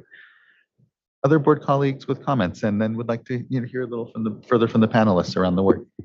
Board Member. Sure, I'll add on, and thanks for the leadership of fellow board members and of staff and pulling together resources and this process, and then for the team for stepping up and pulling together a really great scope and team collectively. It's really challenging. I appreciate all the points that you went over on the challenges that are specific to wastewater that are different than drinking water, particularly just on information starting points. I can't help but note one that I think I've become more aware of just in the past few years while I've been on the board, which really is around governance and the distribution system, the sanitary sewer collection systems, and that difference with entities in terms of treatment plants, often different entities. I don't know, we just updated the sanitary sewer permit, and one of the expansions, but sort of expansions, but challenges is around privately owned. And, when we look at where we see, at least where I've heard a lot of hotspots and complaints around public health, it's often like on mobile home parks or these areas where we don't have a lot of data. And so, and there's not the same level of oversight or reporting or any of it. And so, I think that's just given, so there's a lot of complexities. I appreciate that you're wrestling with all of that. And I think just want to elevate as you're in this early stage of getting feedback from folks and identifying hotspots and sort of scope is digging into that particular challenge around governance and sanitary sewer systems, in addition to all of the ones that you already outlined.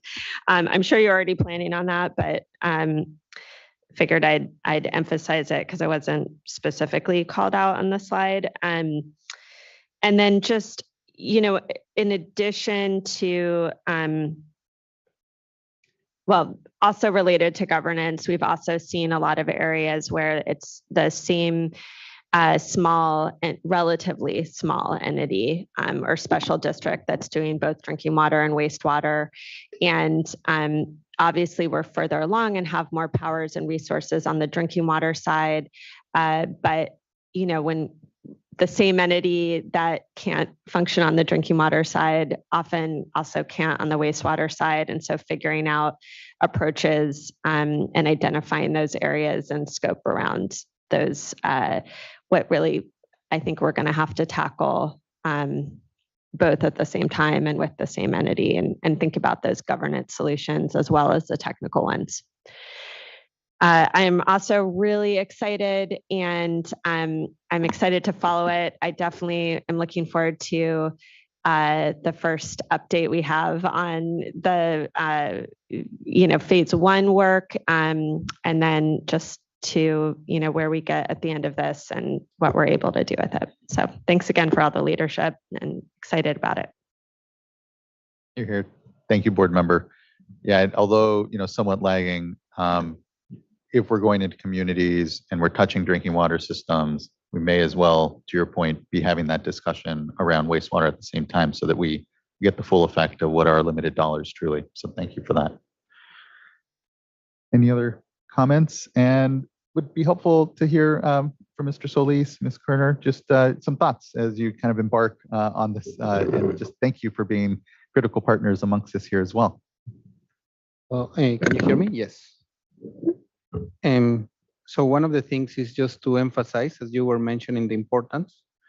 As I was thinking, this is, if we have problems with the access to drinking water, then it is just goes in the other end. We don't have sanitation services. Similarly, I was thinking like perhaps we might be able to buy drinking water, or where do you buy sanitation?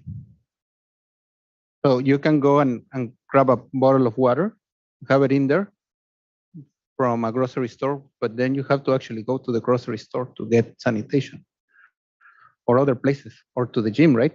So it becomes a very difficult problem and a problem that we have to fix. Now, going to some of the mechanics as we're embarking into this. So thinking about the concepts of water sanitation, access, safe functioning water sanitation. Also thinking about water sanitation equity that has brought to the attention to us. So what are the cases where we have no or limited access to sanitation, no indoor sanitation plumbing, that we have indoor sanitation, but there are certain problems, reliance on mobile toilets, reliance on septic tanks, lack or intermittent water supplies, and then try to characterize the risk assessment by if we have a problem, how much we have, for how long we have the problem, the amount of population exposed, location, if we are aware, what is the community ethnicity, what are the building characteristics we have thinking about the governance, if they are severely or disadvantaged communities, if the community is addressing the problem or is raising their hand, right? and so on. So anyway, so as you're saying, we are just scratching the surface. We're very excited, and the team that it has come is very it's an exciting team, and we are also, as you're mentioning, that you're looking forward for the first update.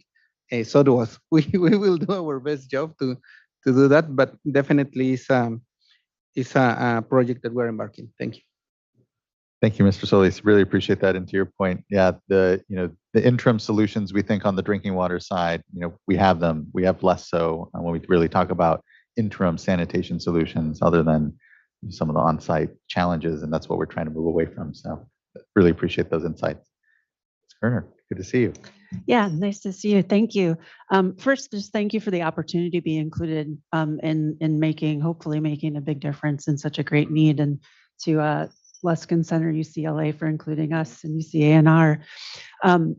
To board member Firestone, to your comment of including drinking water and wastewater and thinking of the needs of the community. We're just coming off as a water programs, environmental finance centers, coming out of a pilot funded by EPA of doing community solution teams, we call it, where we've been in charge of throughout Western states of going out with a handful of different communities and trying to look at not just the drinking water, not just the wastewater, but all those things that they need and how can we get them where they need to be.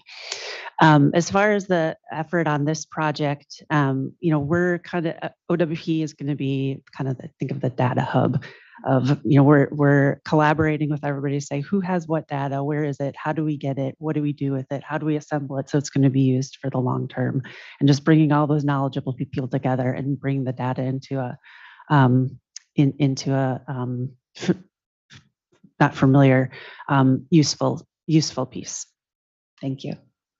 Really appreciate that. I know from guys here, we often talk about the data work and the needs of drinking water needs assessment to begin with, such a huge data project all here amongst us. So I appreciate that care. And as you mentioned, the reality is there is a lot of data out there. It's just so disparate on the wastewater side because it's in permits, it's in different spaces as opposed to some more of the combined space that the drinking water reporting has had. So, and the time, because I think that's what, as we all know here amongst it too, it's really being able to assess over time and be able to say, okay, are we reducing this lack of access to sanitation or not? So thank you so much for being that critical hub amongst it, and looking forward to hearing how it goes and all the trials and tribulations I know that everyone will be going through amongst the work. So thank you. We have a few commenters as well. So let's get to our commenters here amongst us. And we have Jared Voskuhl, who will be followed by Eric Oriana, Demi Mackey, and Craig Johns.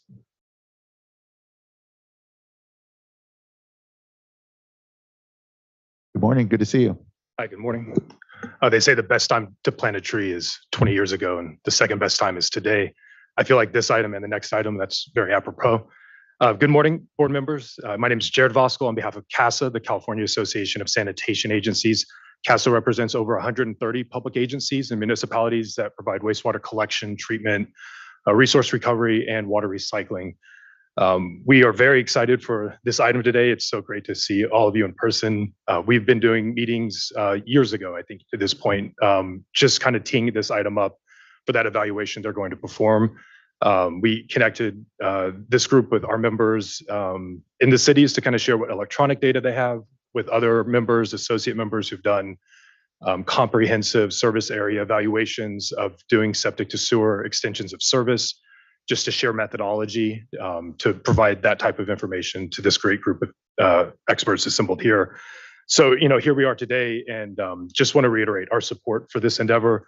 We did a meeting last week, actually, with Adam Link, our executive director, Jessica Gauger, our director of legislative advocacy, because we see this as a holistic project that's going to, here really set the foundation for work that's going to come in after 4 years, much like the drinking water needs assessment. In terms of that meeting, we're going to be helping out with having agencies pilot some of the surveys that go out.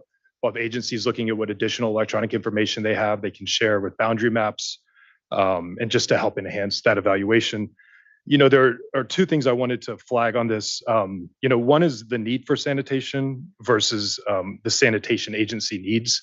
And so to board member Firestone, would imagine you have to be so proud with the work you did with Human Right to Water before you're on the board to see it here translating into this evaluation. And I know we did the drinking water first, but here we are at wastewater and that human right to sanitation. This evaluation, in a lot of ways, is looking at septic to sewer, extensions of service. Those are very different projects than when you're doing a consolidation of drinking water, the least of which is having to, rip up ground and install pipes to lead to these places. You encounter a bevy of administrative and legal issues, like encounters with LAFCOs, encounters with county land use ordinances, plus voting and kind of agreement with the community to have a new fee or to consent to go into this. Those types of issues aren't encountered, but they invariably create a lot of tape, maybe green tape or red tape. But it needs to be considered, as we're looking at the possibility there. And that's that need for sanitation agency side. But for our members at CASA, at our annual conference just earlier in August, we brought this item to our members and shared it was happening, a lot of enthusiasm for it. But they said they want to make sure that this evaluation doesn't miss the needs for those agencies, just infrastructure in general, which they know. And the thought being you could really create a global composite of what is that need, because the agencies that essentially are going to be extending their service to reach these communities to get them off septic are going to have their own long-term needs. It's probably as simple as some survey questions, which could collect that information. A lot of these agencies have master plans, but there are all sorts of planning that they're already doing. SSSWDR for a collection system, nutrient regulations going forward. Agencies are being proactive in thinking about that, but they might have their own estimates, which they could easily provide. And then it'll create a larger number, which is kind of the second point I wanted to note. That financial need's critical to understand. The fundings, when the Clean Water Act was passed in 1972, the federal government gave the equivalent of $125 billion, of which 75% was not, was a grant. And for something comparable in California to occur, we're going to need a large investment. And if it's coming at the local level, then you're going to induce a lot of affordability issues. And so a project like this is a fantastic time to really get that full spectrum of what the needs will be. And then, like I mentioned earlier, we're taking a holistic approach as an organization to rely and use that to have our needs met as a sector for clean water for all of California. So with that, again, just thank you, this team. Great to see you all in person and be back here with the board. And thank you. Thank you for the engagement and the leadership at CASA amongst us. Appreciate. I was just remarking with someone how mature really the relationship is in the wastewater side, and tomorrow's direct potable reuse regs as an extension of it, and just appreciate the work that I know we'll continue to do in the space. Thank you. Next, I'd like to call up Eric Oriana, who will be followed by Debbie Mackey and then Craig Johns.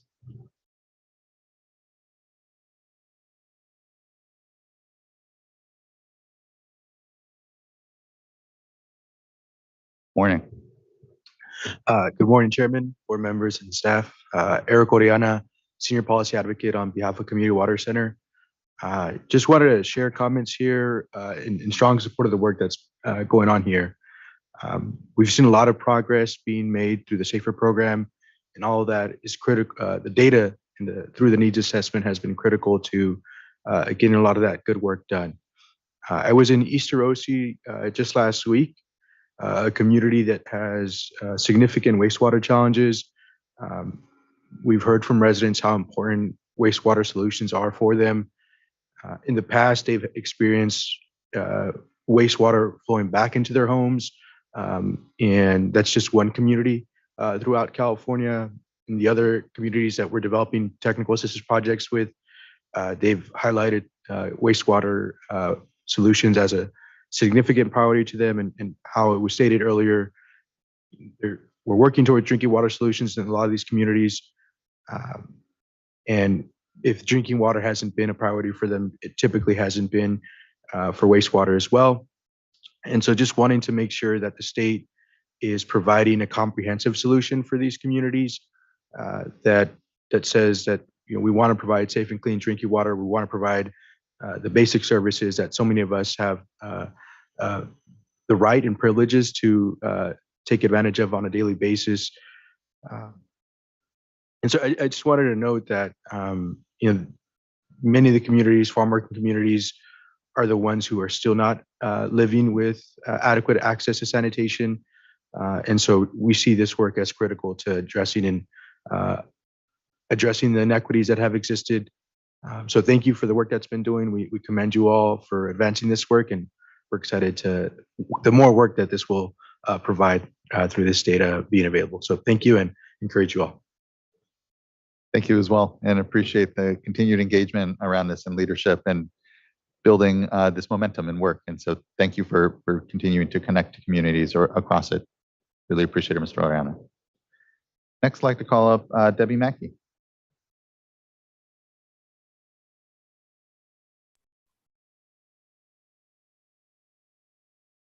Hello, good to see you. Good morning. Good morning. Welcome. Hello, board members. My name is Debbie Mackey. I'm the executive officer of the Central Valley Clean Water Association, and just really want to say thank you for this effort. I very much appreciate board members Morgan and Firestone's comments on this. I have worked with them for years on issues for especially those small wastewater agencies within the Central Valley. And I'm really looking forward to engaging with the panel and with other stakeholders.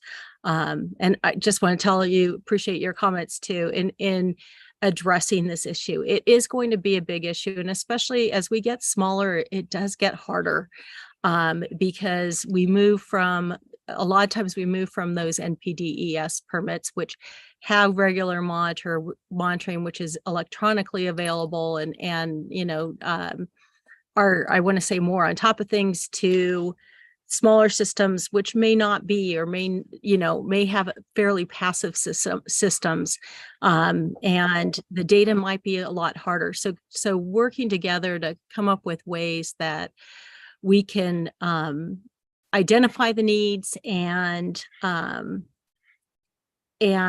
get the information but without providing or without causing any significant burden on these agencies that are currently already stressed is just really important. So anyways, just want to say thank you. I'm really looking forward to this. It's something that I know that we need, and I think it just will be very enlightening even as we touch the surface. So appreciate this. And appreciate your comments and engagement across this and the leadership. Truly, I know the challenges in the Central Valley around sanitation are significant. They are significant across the state, but particularly rural settings. Again, we know what a challenge it can be to maintain current access, and let alone what we need to do to expand it. So thanks for being an advocate amongst it, and looking forward to the product for sure. So thank you. Thank you. Next, I think this is our last commenter. I'd like to call up Craig Johns. Thank you, Mr. Chair, and good morning to you and the board members. My name is Craig Johns. I'm here today on behalf of Sacramento Regional County Sanitation District and Sacramento Area Sewer District. We would like to add our comments to Mr. Vasquez and to Ms. Masses as well in support of this effort, and feel that it is not just long overdue, but very, very welcome.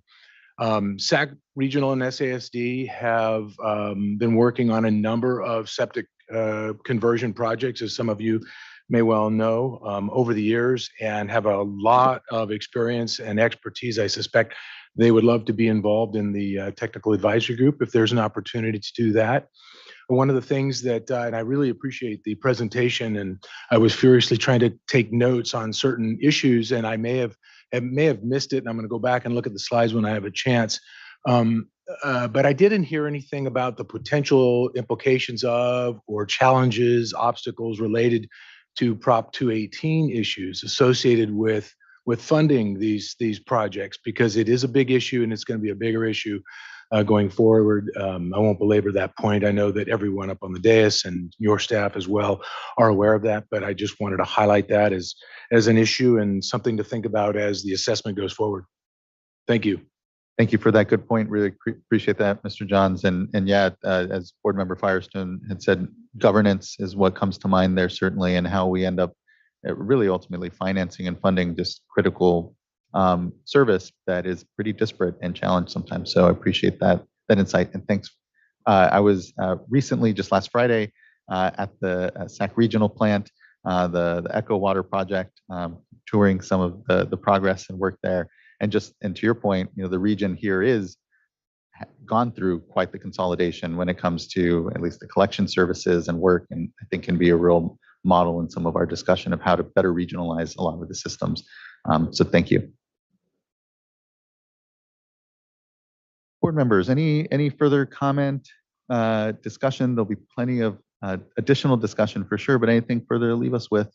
Board Member McGuire, please. I just also have to say thank you and express how excited I am too about this project and how important it is.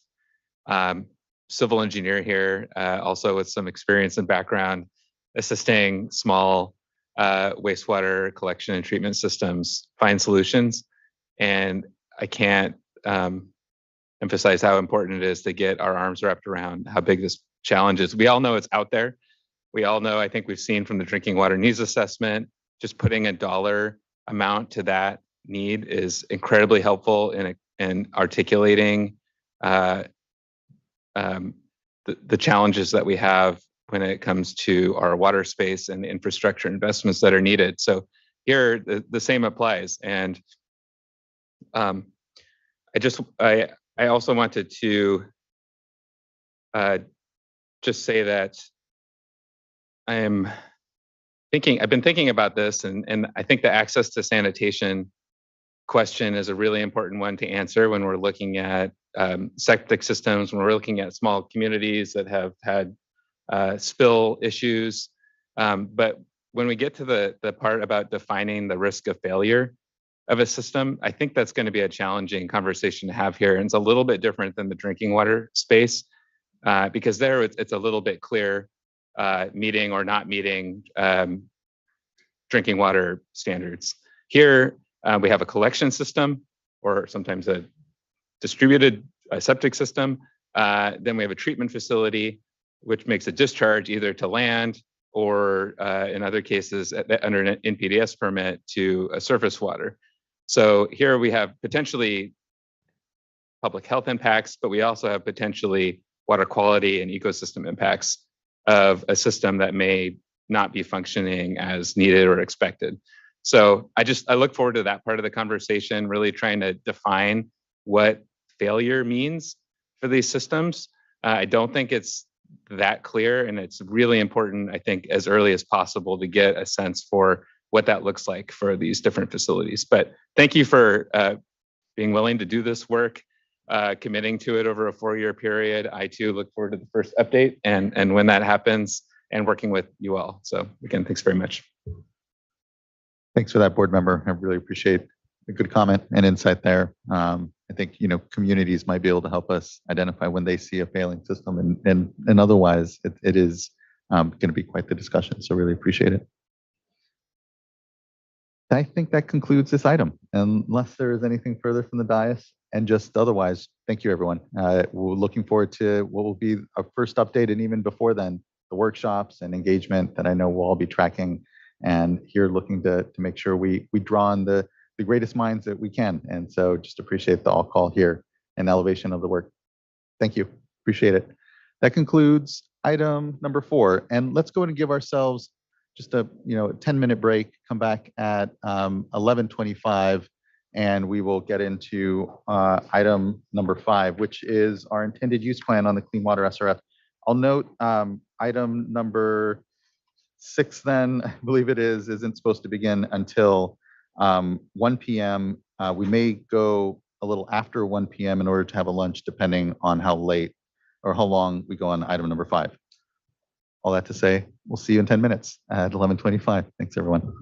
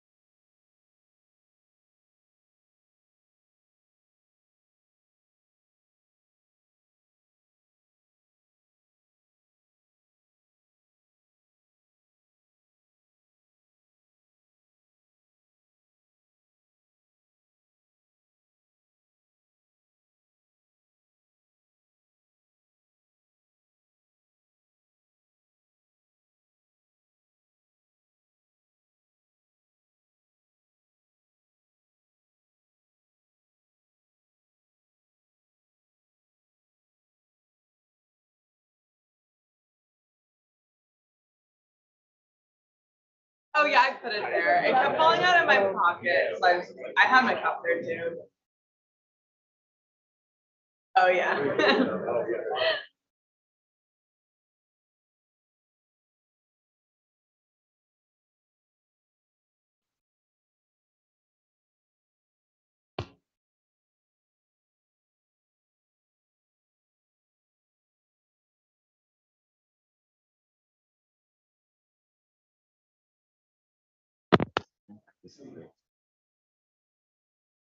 Test, Mike.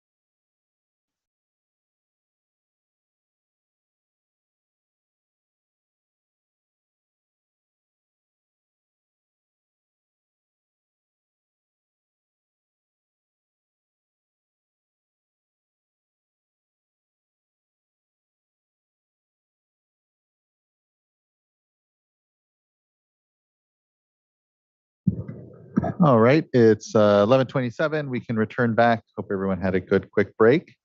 And now we can get into item number 5, which is our intended use plan. Mr. Downey, would you like to kick us off? Or Mr. Stevens? It was a pleasure. Good morning. Thank you. Good morning, Chair Esquivel and board members. Mike Downey, I'm the program manager for the Clean Water SRF program in Division of Financial Assistance, and I bring before you the 23-24 state fiscal year intended use plan, and we've had a couple meetings about it, so I'll try to keep it focused on the latest and greatest and changes since we last spoke. Next slide, please.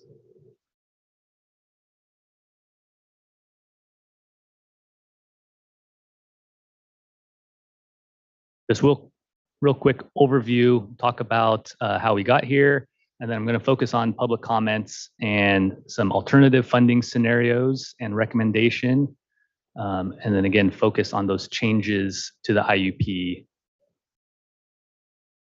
And there might be one change I need to read into the record, and so I have a note for myself, but if I forget, everyone remind me. Next slide. So we posted the draft IUP for public comment back in May, and then we had a board workshop here in this room, I believe, on June 20th.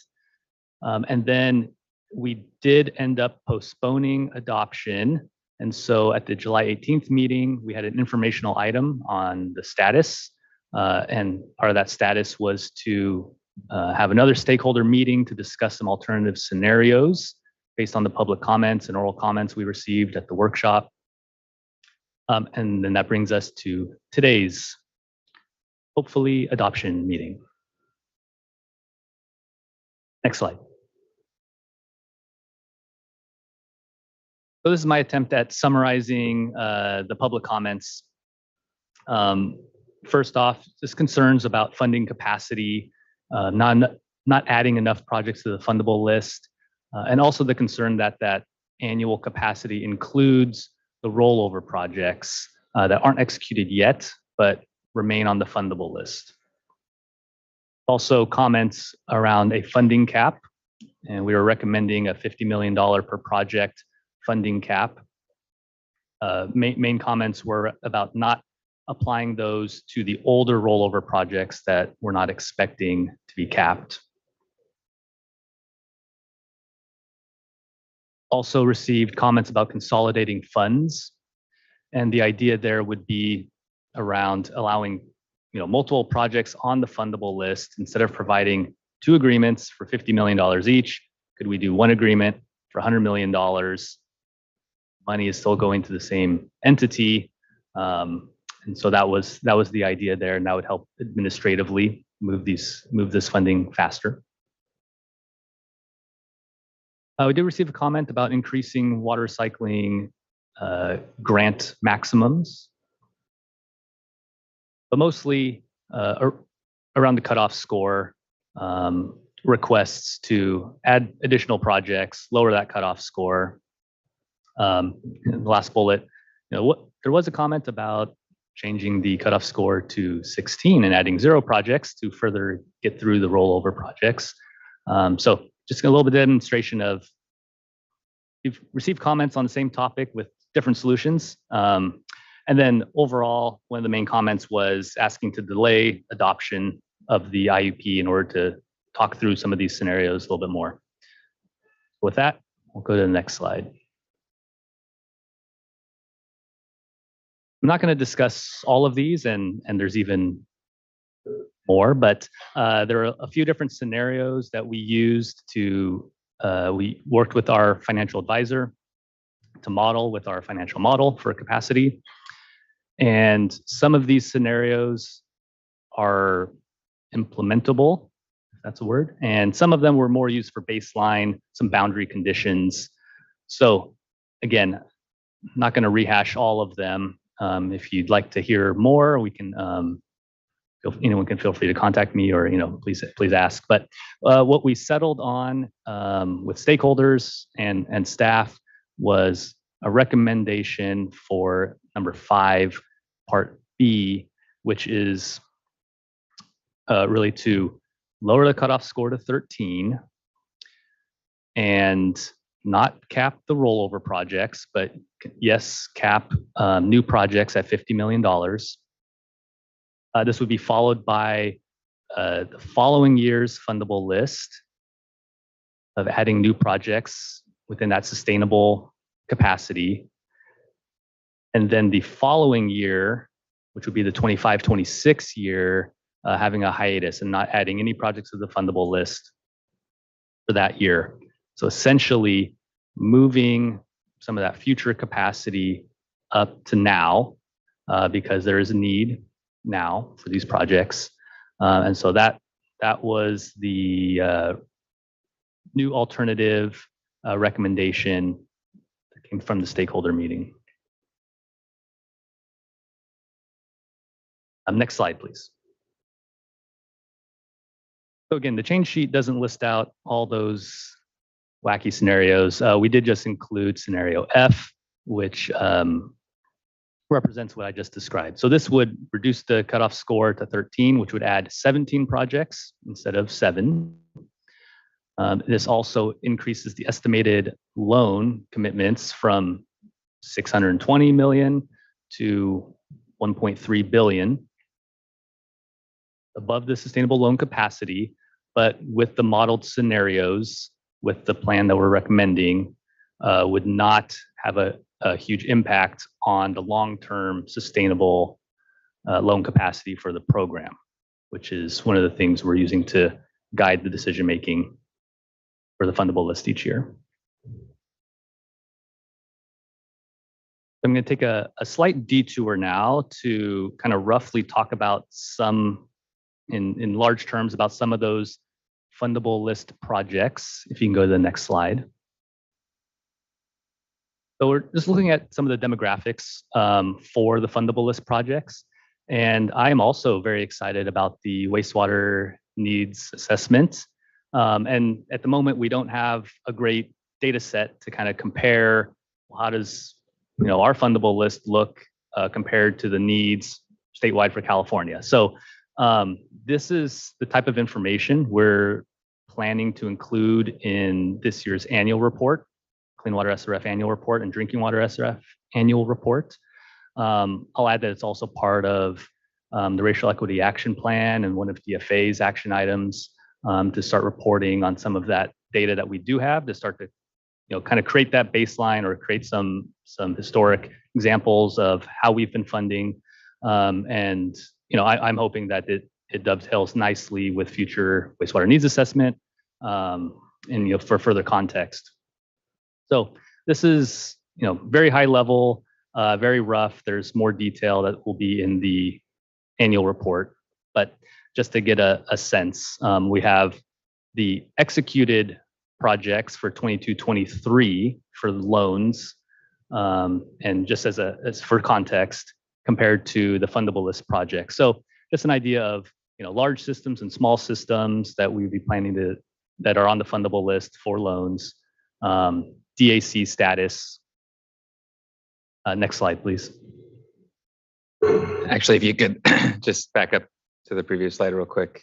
I just want to clarify. So, and I realize you're being very clear that this is just loans, but will the report, as you continue to build on these metrics going forward, will you have similar presentation of principal forgiveness, other projects that are being funded by the SRF program? Because that's where most of the funds are going for the disadvantaged communities that aren't showing up on this pie chart. So I just want to make sure that we're in a position to be able to tell the full story about where our investments are being made. Yes, thanks for that clarification. And that is true. So the annual report covers SRF funds, which a large part is the principal forgiveness, and that, like you say, is the piece that goes to those small and or disadvantaged communities. So that is an important piece of the story. At this point, for the fundable list, So the small DACs that are on the fundable list are those with complete applications, and that's kind of evolving as we work with those communities. So that's a little bit harder to do in the intended use plan at this moment, but is captured in the annual report when we get to see which communities we funded and their projects. So thanks for asking that. Thank you. Some of the other metrics that we're going to include, and just kind of a early look, is Cal EnviroScreen score percentile. And again, these are the metrics that the fund expenditure plan currently reports on. One of the challenges is definitely that the drinking water needs assessment captured a lot of this information in a great way.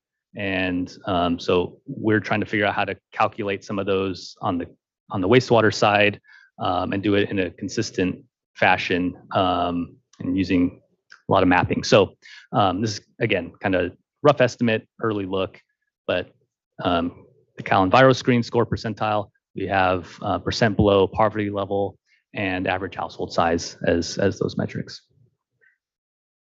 Next slide.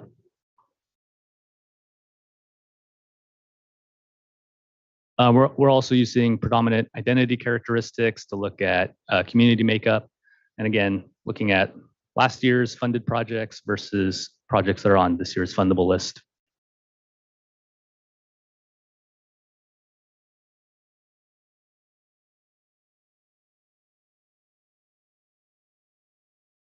Next slide, please. I'm going to go through some of the major changes, and these should all be reflected on the change sheet that was posted and linked as part of the agenda. So again, the main change being that we've added scenario F as the recommended scenario. And just to reiterate, that reduces the cutoff score to 13. That adds 17 new scored loan projects to the fundable list. The expectation would be to fund in the $750 million range for 24-25, and then add no new projects to the fundable list in 25-26. And we would resume adding projects to the fundable list in 26-27 within the sustainable funding target. But one other change is we did add a footnote to allow consolidation of loan funds for projects on the fundable list. I believe this impacts 2 agencies. And again, one loan agreement for $100 million instead of 2 loan agreements for $50 million each, right? That should be half of the environmental review, half of the financial review, technical review. One other change, which is already reflected by board action earlier, was reducing the small community wastewater program funding by $150 million. And that was a reversion of funds in the 2023 budget, which reduced $200 million. And so 150 from wastewater and 50 million from drinking water was the recommendation. And so the way that's reflected too is that reducing the amount reserved for septic to sewer projects from 350 down to 250 million. Next slide. We've also added language that rollover projects on the fundable list since the 21-22 fiscal year IUP will be removed from the fundable list if the applicant is not consented to loan provisions or provided all necessary documents by November 30th of this year. And we included a provision that applicants may request a 90-day extension from the deputy director. And this would impact a number of the older projects. And I'd just like to add that our goal here is to execute agreements for all of these, not to remove them from the fundable list. And we're hoping that this deadline will help both State Water Board staff and applicants get to an agreement in a timely fashion. We've also added disbursement limitations and prioritization based on the timing of revenue bond sales. And I did want to, it sounds a little vague, so I just wanted to go into a tiny bit more detail that the program does not have the cash on hand for all of the projects being added to the fundable list. And through the debt management policy, the program sells revenue bonds in order to have cash at the appropriate time. And the revenue bond proceeds have certain requirements, and timing is a lot of that. So we're incurring additional debt and we're pledging projects to repay that debt, but also we need to spend those revenue bond proceeds expediently. And so this would be a tool to ensure that we can know what the disbursements needs are and size the bond sale correctly so that we can make sure we're in compliance with all bond proceed requirements.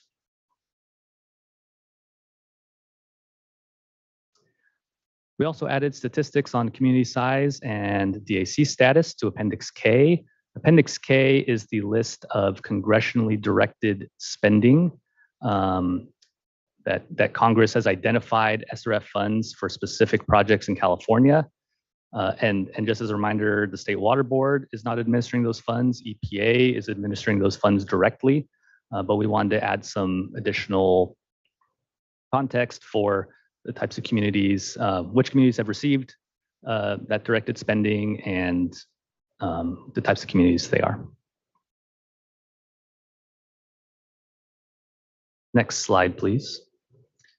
So before questions, I did want to correct that the change sheet does include that we're not capping the older rollover projects. And so because of that, there was an error in the fundable list. So I wanted to read the correct amount for both Daly City and San Francisco PUC. And I'm not sure if now is a good time to do that. Okay, yeah, I'll just read that real quickly. So on page 16 of the change sheet, the Daly City Joint Powers Financing Authority, the estimated Clean Water SRF loan funds number should be revised to $62 million, $889,860. It's currently shown as 50 million. And the estimated total State Water Board financing also needs to be revised to $62,889,860. And then on page 17 of the change sheet, that's again the fundable list. The City of Los Angeles line for estimated Clean Water SRF loan funds should be revised to 251 million, currently shown as 50 million. And the estimated total State Water Board financing number would be revised to 266 million. And the Green Project Reserve number would be revised to 251 million. So with that, I will open to questions. Thank you for that. I appreciate that there's been a lot of discussion on what the right balance is here in this year and how we should be all collectively looking at the health of the fund and the program out into the years. So I appreciate all the work that's gone in. I think for me, definitely it seems to make that right balance amongst it all. So I'm supportive. I don't have any further question amongst it, but looking to my fellow board colleagues if they have question or comment. Board Member Morgan. And thank you. Just wanted to thank you all for working with stakeholders to identify additional funding scenarios. I just in the end, I think that we've hit a good balance, and just collaboration. It's really helpful. And want to thank you for taking that pause to really just work through the different scenarios, answer questions, and work with stakeholders. I also just wanted to again express my concern with the reduced funding for septic to sewer projects. I know there's some really great projects in the queue that have different concerns on water quality, health concerns. Want to just really encourage staff to continue to work with those. Work on those projects, look for ways to keep those moving forward. So again, thank you. Thank you, Board Member. Board Member Firestone. Yeah, thank you. And thanks for also including in the presentation some of that breakdown that I know you'll report on more in the annual report, but I think it's really helpful, consistent with all of our racial equity efforts, just to have that in front of us as we're making our decision. So appreciate that. I feel comfortable supporting this, but I need to sort of share my discomfort actually in where we landed. And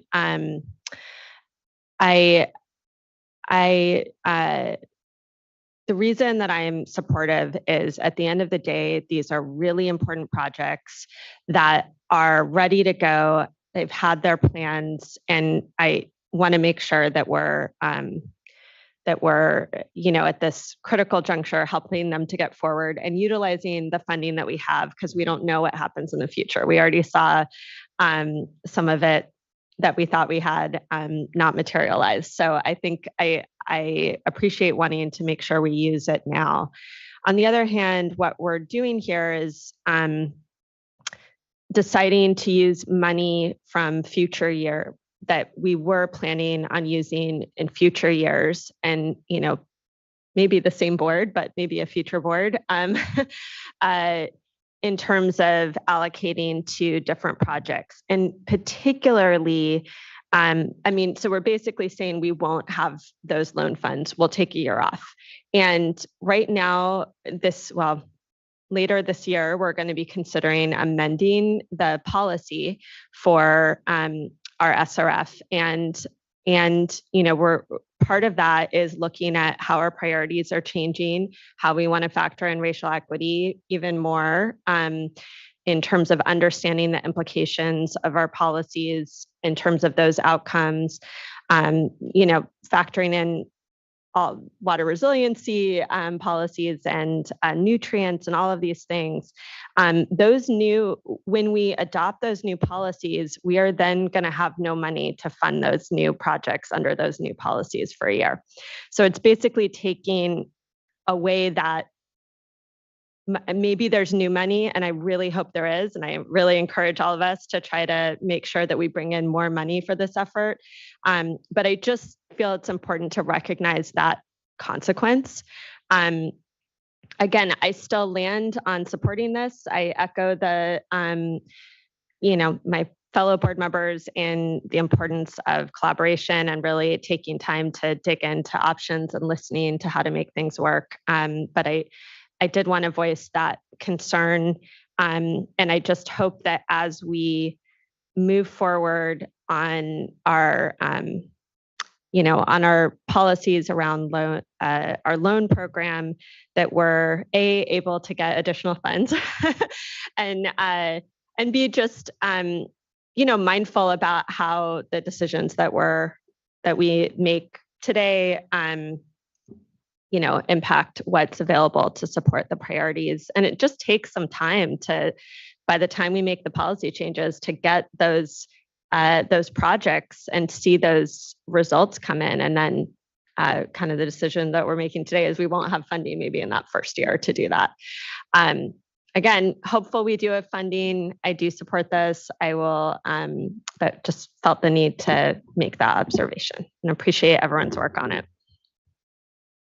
Thank you, board member. Seeing no further comment on the dais, let's get to our commenters here on the item. I'd like to call up first Andrew Hall, be followed by Aaron Sace and Rosario Cortez. Well, first of all, I want to thank you, Chair Esquivel, and members of the board for hearing this matter today. My name is Andrew Hall. I represent the Los Angeles County Sanitation Districts. I've spoken a number of times in the past on the IUP and appreciate the effort of staff, as well as the board in considering public comments and making revisions to IUP. We really appreciate, even though we're not being funded this year, that there will not be a retroactive cap on rollover projects. That was a significant concern that we had in the original IUP, that through a not real clear presentation resulted in a lot of people not being aware that they were being capped retroactively on projects. I think our main concerns is just some we've noted over the past that we think is good to keep in mind. First of all, regarding transparency, there's been a number of changes in the clean water SRF over the years. Originally, there was an annual $1 billion cap of funds that were available.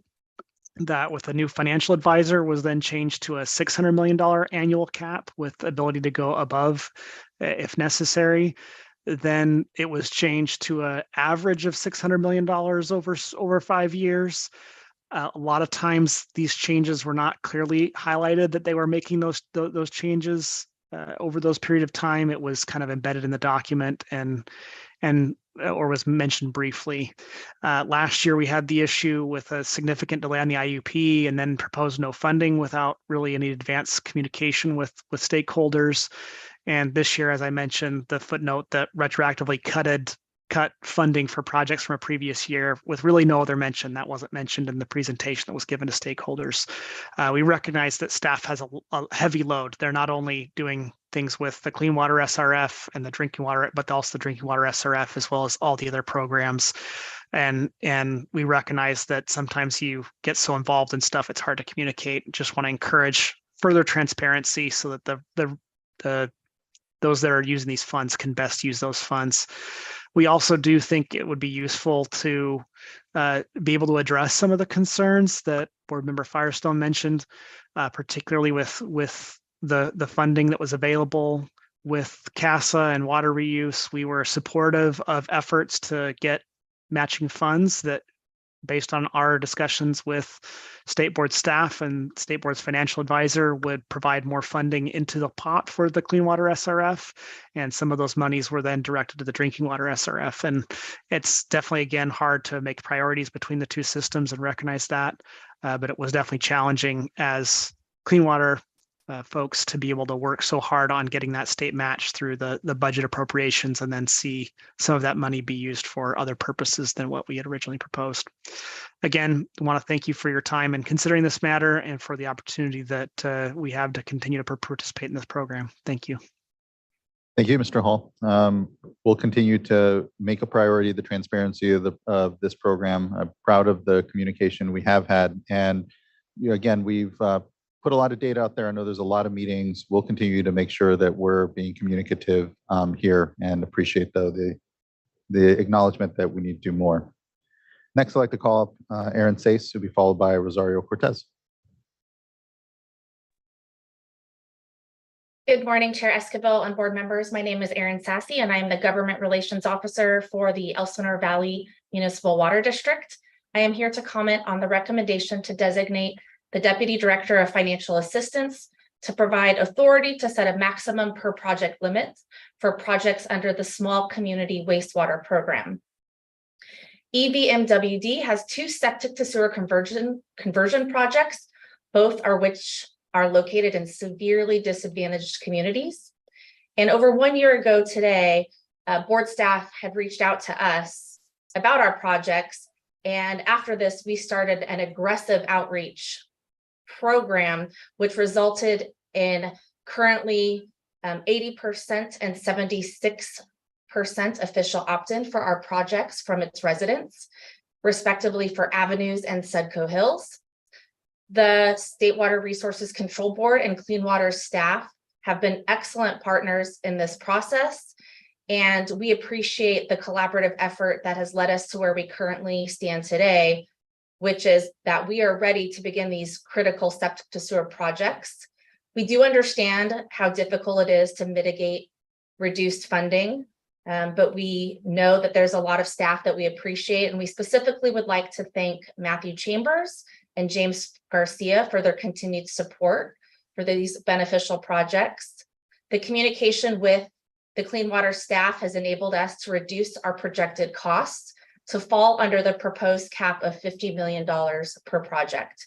We have been working diligently to meet all of the criteria and deadlines and look forward to continuing this collaborative effort to complete these vital projects to our severely disadvantaged communities and to reduce water contamination in the impaired body of Lake Elsinore. So with that, I just want to thank you again. We appreciate all of the efforts and look forward to moving forward with these projects. Thank you. Thank you, Ms. Sassy. I appreciate the leadership. Elsinore Valley Municipal Water District, and here I know there's a lot of excitement around septic to sewer And although there was here a delay in that 200 million, we're all going to continue to push and advocate because we know the need is so great. So thank you for the work on your end of that. Next, I'd like to call up Rosario Cortez, to be followed by Joshua Cosgrove.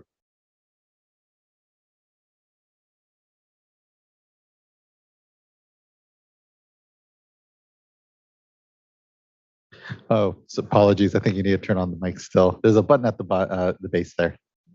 Thank you, Ms. Cortez. I was going to start by saying good morning because we have about one more minute left in that. So good morning, Mr. Chair, members of the State Water Resources Control Board. Rosario Cortez, Manager of Regulatory Affairs for Water Reuse California.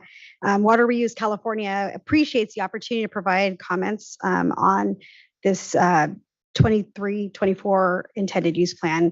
We want to acknowledge you and the Division of Financial Assistance staff's responsiveness to our feedback from June.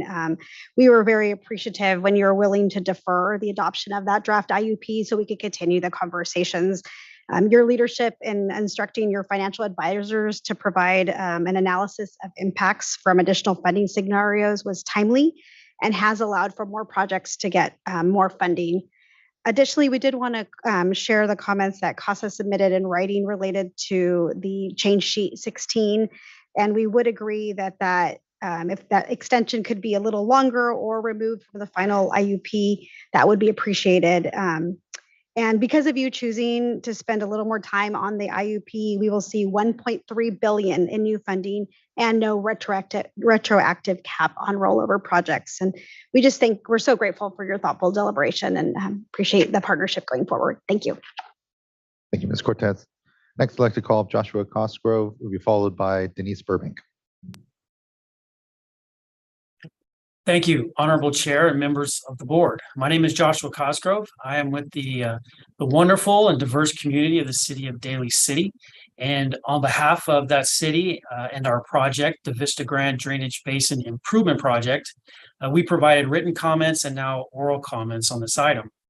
First, thank you and your staff for working with us through this project and with our application.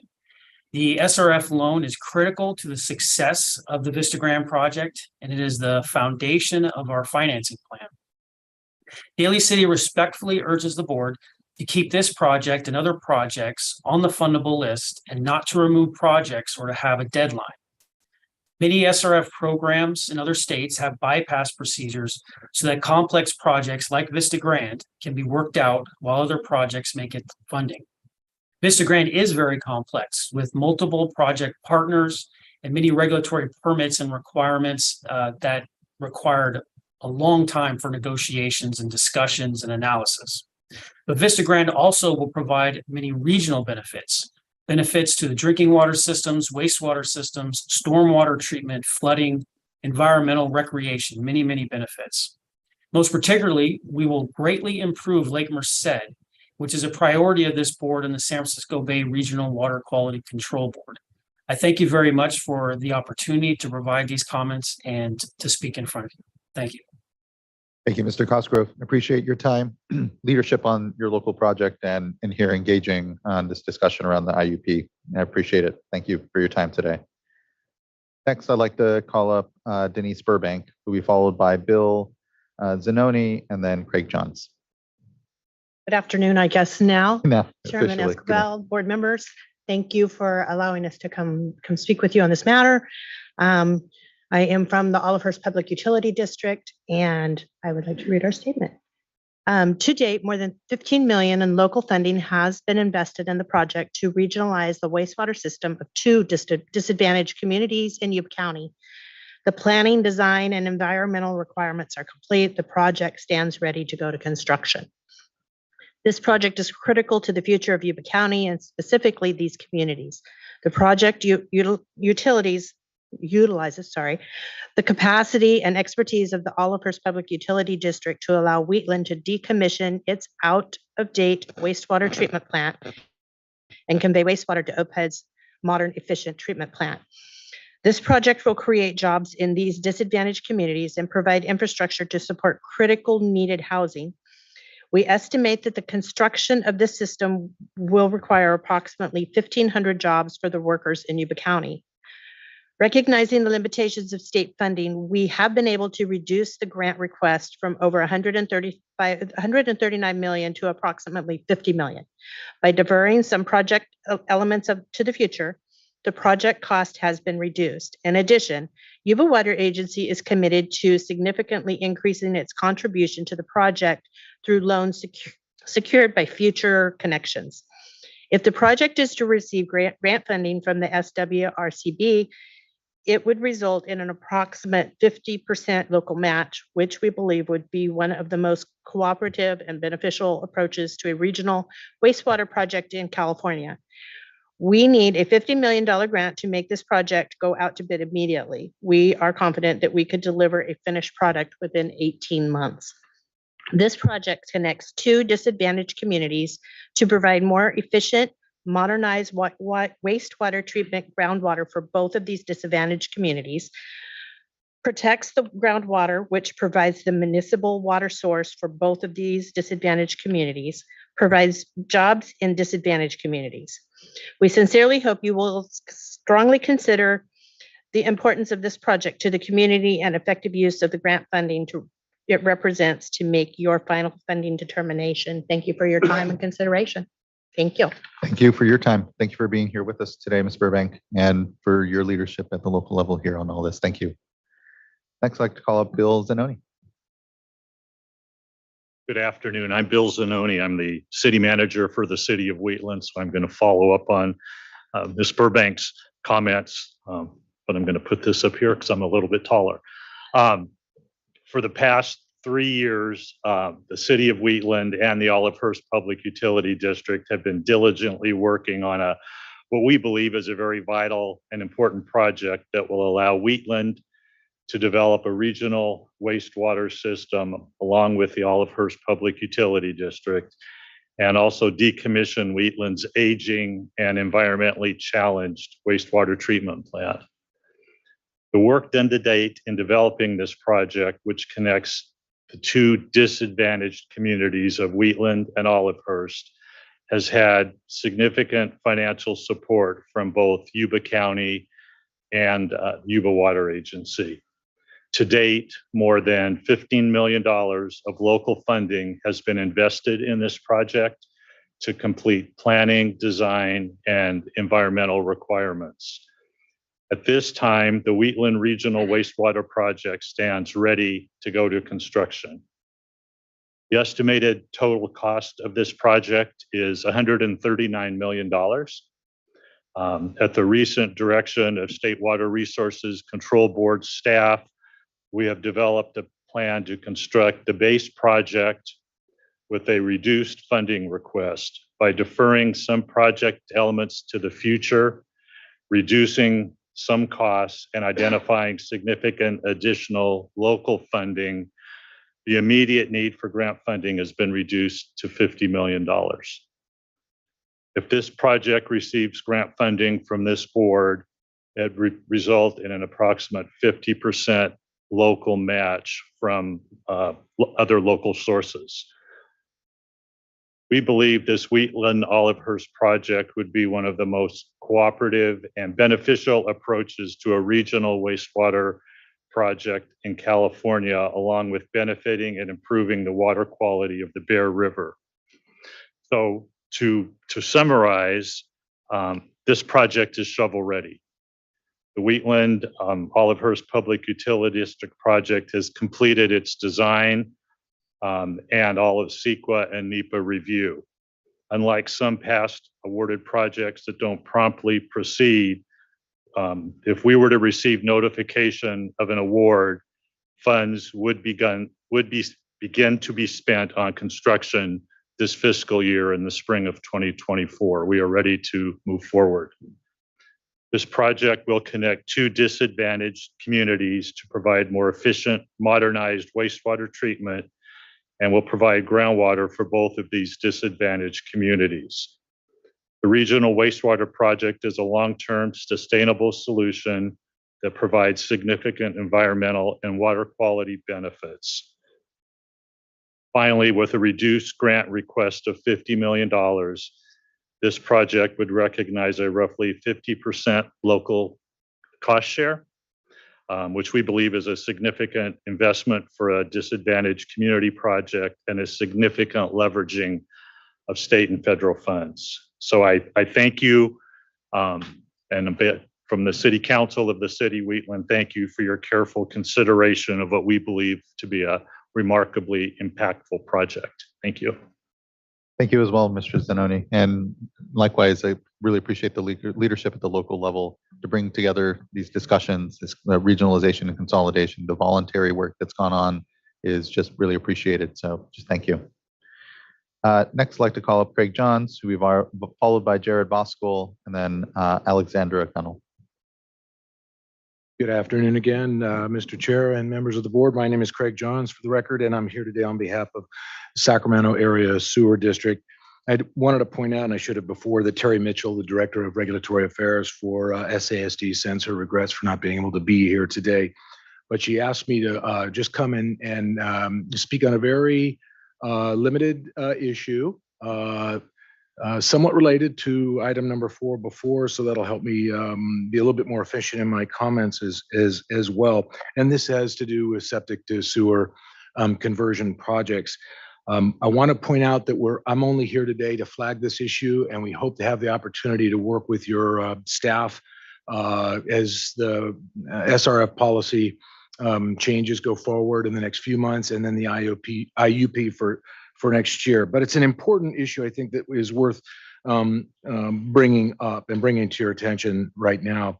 Obviously, as you're well aware, this board adopted the on-site wastewater treatment system policy in 2012. And as a result of that, Sac Regional, as many other public agencies in the state, have gone through and developed plans for how to address that for those failing on-site systems. And Sac Sewer and Sacramento County have identified a number of communities within its service area that present a lot of opportunities to convert existing and potentially failing systems to sewer service. Sac Regional, as you know, has been working for the last 8 years to come up with a variety of funding sources for some of these projects. And your staff at DFA has been fantastic to work with, and we appreciate that continued relationship. What we find is in a lot of these projects that there are components that have commercial or industrial parcels within them.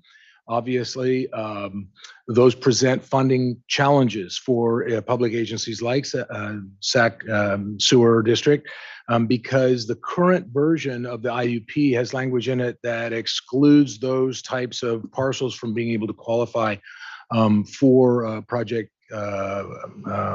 principal forgiveness or grant funding. And so we think that it would be appropriate, and I should just add quickly, that when you have a larger portion of a particular project area that might be in those categories, that is non-residential, it can put the overall funding opportunities or the viability of that project somewhat at risk. We would like to explore the possibility of talking with your staff and management to work on the language that's in the IUP currently that excludes funding for those commercial, or I should just say non-residential parcels, because what we're talking about is trying to move these severely disadvantaged and disadvantaged communities away from those on-site and sometimes failing on-site sewer systems into a sewered community. And because of the issue that I raised previously with Prop 218, that becomes extremely challenging. So I'll leave it at that. Thank you very much for the opportunity to present the comments.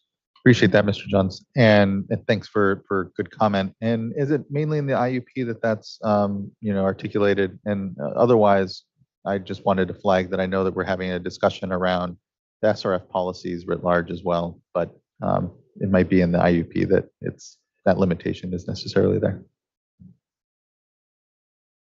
Yes, I mean, the goal would be to have it in the policy if it's repeated every year in the intended use plan. But I do believe that is in the intended use plan only at the moment, as those two documents married together make up the policy. I appreciate that. Thank you, Mr. Downey. Thank you, Mr. Johns. Of course, yeah, Board Member Morgan, please. I just want to just ask a clarifying question on that. And so for this here, Ms. Jones, are we talking about small business owners, like small businesses, or are we talking about large, commercial businesses? Yeah. If you could just repeat that, just so I can So make sure. are I we understand. talking, so are you referencing like small businesses that are in these, in the disadvantaged community? So small, privately owned businesses? I should say, first off, I don't have specific information about individual parcel owners within these projects. SASD is pursuing 4 or 5 of them now, and there are a few in the future that we foresee coming. The issue is that just when that there cannot be PFG funding for non-residential projects, and that is only in the IUP as it currently stands. I don't think there's any differentiation as between small, large, corporate, or any of the others.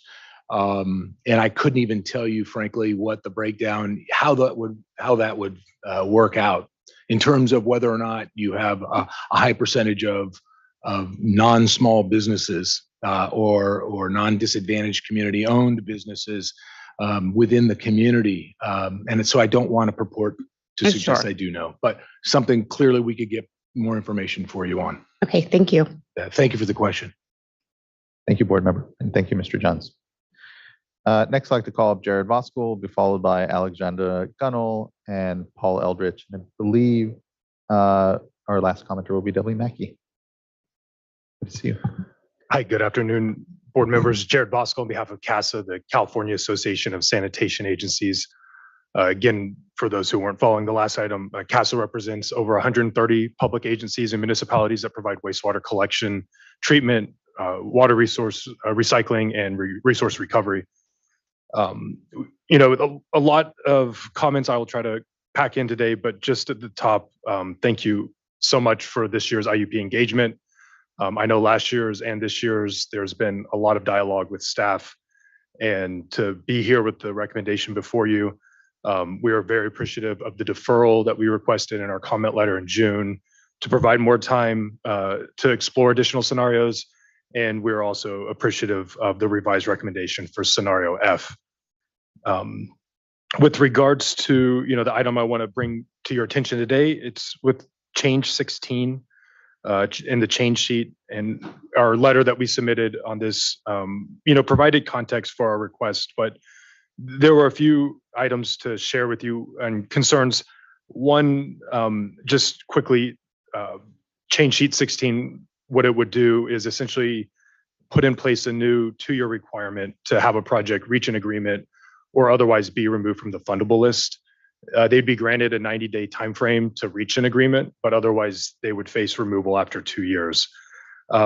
So, for one, this is a new requirement that's being added. The language says the deputy director will remove.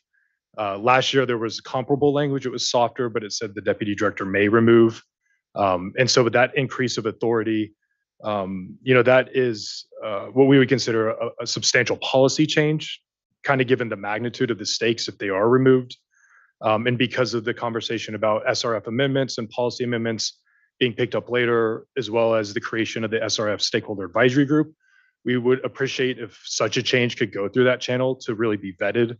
But the reason why we would request that process for such a change to really be developed is because of the significance this impact would have on an awardee.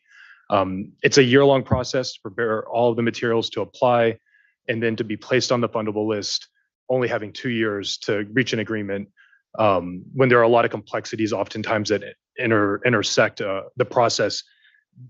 It's a really high stake. It's a requirement. It's mandatory. To be sure, and that I'm not speaking out of both sides of my mouth, we value expediency. And it's something you've heard us say for the last few years. We want agreements to be reached very quickly.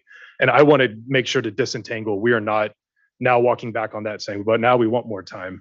What we're talking about here is a time frame of 2 years that's kind of being proposed. The Clean Water SRF report that came out said 80% of agreements are reached in 21 months. So, according to that report's metrics, this is really only going to impact a small amount of agencies. Those 20% that are more complex by nature. But at the same time, we wouldn't want them to, suffer under that. And so, we want to kind of bring that question into light for you. Is this something we're ready to move forward with today? And then there's the question of, do we need this? And so in working with staff, we had multiple conversations. We looked at the list of rollover projects. I reached out to every single one of those projects that were a wastewater project. And I said, here's the proposal from staff. 2 years, you'd essentially have till March to reach an agreement. Will this impact you? All of them, except for 2 said, no, we think we can do that. We're working with them, staff's reaching out to us, they're communicating, we can get it done. But 2 of them said they couldn't. So then we said, well, what would it take? Maybe 6 more months. We can't probably do March for reasons. We think we could get it done by end of summer, So then it kind of becomes a question, what does that look like, that 2 years? Are those 6 additional months to the proposal? When you look into these 2 projects, it's worth noting, one's drinking water supply. They had a 21-month permit process that intervened in their ability to advance in the DFA loan process. And that was encouraged by DFA staff to go do a consultation with a different regulatory agency. So their time period was cut because of that consultation. A lot of times agencies or other states, SRFs, have bypassed procedures, mechanisms, detailed recourse options, so that if you are removed from a list, there's a way to get back in. But this one doesn't really provide a lot of that. And so that's where, again, I think that stakeholder involvement could be beneficial to provide an informed mechanism going forward, because we do share that value of expediency. Most projects can make that 2-year timeline, but we want to be mindful of the ones who couldn't. The other project, you heard from one of the speakers today who shared about it, but to be sure, it's pertaining to an impaired water body. So it's a pretty critical project. There are multiple jurisdictions involved, a lot of parties, so reaching agreement's hard. And then there's also different environmental matrices. So you got stormwater, drinking water, wastewater. It's a complex process. But again, they said March would be hard. Late summer, we think we could do that. So there really becomes this question of, do we need the authority to this year? Do we need to put this in the change sheet this year? We don't disagree. We want the expediency. And I think going forward in 26 and 27 and beyond, it's clearly communicated and folks understand, then I think there's more of a willingness to work within the framework, knowing it's a 2-way street. We have to reach agreements quickly. But right now for this year, we really do request for change 16 not to be in there. And so, our need and our question is, can we have this removed? Can we work on it more with stakeholders and bring it back, acknowledging that it's something that's desired to be in there?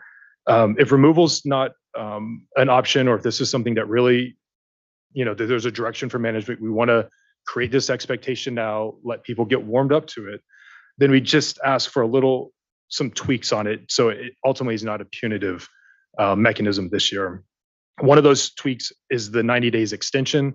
And talking to all of my members, 90 days for them is like maybe 2 weeks or a month in a legal bureaucracy or a public agency bureaucracy. It takes a lot of time to do stuff. So 90 days isn't as much time as they thought. They kind of thought, well, how much time do you want? You want 180 days, 270 days, a whole year? And then we kind of thought, just a reasonable amount of time. Could you use the term a reasonable amount of time? But so as to say, if you're going forward with this, having more than 90 days would be appreciated. The other thing is I mentioned it's a 2-year window they're creating. That's achieved by the term starting in 2021 or 2022 or earlier. If you move that start date back on the year to 2020, 2021, then you would create a 3-year window. So you're saying to an agency, if you can't reach an agreement in 3 years, you'd be given notice and a chance to file an extension, and then you'd have to reach an agreement or be removed. That would be another way to provide some relief. But notably, and in fairness here, those 2 agencies that are at the risk of falling off would still fall under this provision if it went in with that 2020, 2021. They still would have to reach an agreement in March. But I think what it does is it creates more the expectation of what a realistic process is for some of these more complex projects to reach an agreement. And the third thing is the bypass. I mentioned it in our comment letter. New York, Illinois, Nevada, Texas, they all have a variety of ways to work with an agency that has a complex arrangement that needs to be removed off the list so you can clear the way for others, but allow them to get back in the queue and not have to go through that entire local process of reapplying to get on the fundable list. And so, presented a few different ways some relief could be provided. A last way it occurred to me was that language the deputy director will remove, just keeping it as may remove. And then if there really is, things that, if they can't reach an agreement for valid reasons, that would be accommodated. But if there were other issues, that could also be respected with that change of reverting it to may. And then I'll note finally, just insofar as it takes staff to develop loan agreements and the resources required, when I've spoken to my members, they've all said again, and you'll hear us here in 2 weeks talking about water quality fees. And some years we're opposed, other years we're in support. When we talk about water quality fees for this program, across the board, everybody says, yeah, increase our fees, hire more staff, get this done quickly within that value of expediency. And so we really want to dignify, if we can get this done in 2 years, that's fantastic. But sometimes you might have complex projects that draconian 2-year imposition would cut people off and make them have to go back to do work again. And in this case, for this year, there's 2 projects. They think they can get to the finish line, probably not by March, just a few more months. So respectfully, we would request consideration and some dialogue on whether we can remove that this year or soften it a little bit, knowing that the long-term goal is to have such an expectation in place for all parties. Thank you. Thank you, Mr. Voskuil. I think we'll have certainly discussion as we further consider the item. So I appreciate the request and the comments. Next, I'd like to call up Alexandra Gunnell, be followed by Paul Eldridge, and then Debbie Mackey. Hi, Chair Esquivel and members of the board. I'm Alexandra Gunnell, and on behalf of the San Francisco Public Utilities Commission, thank you for your time today.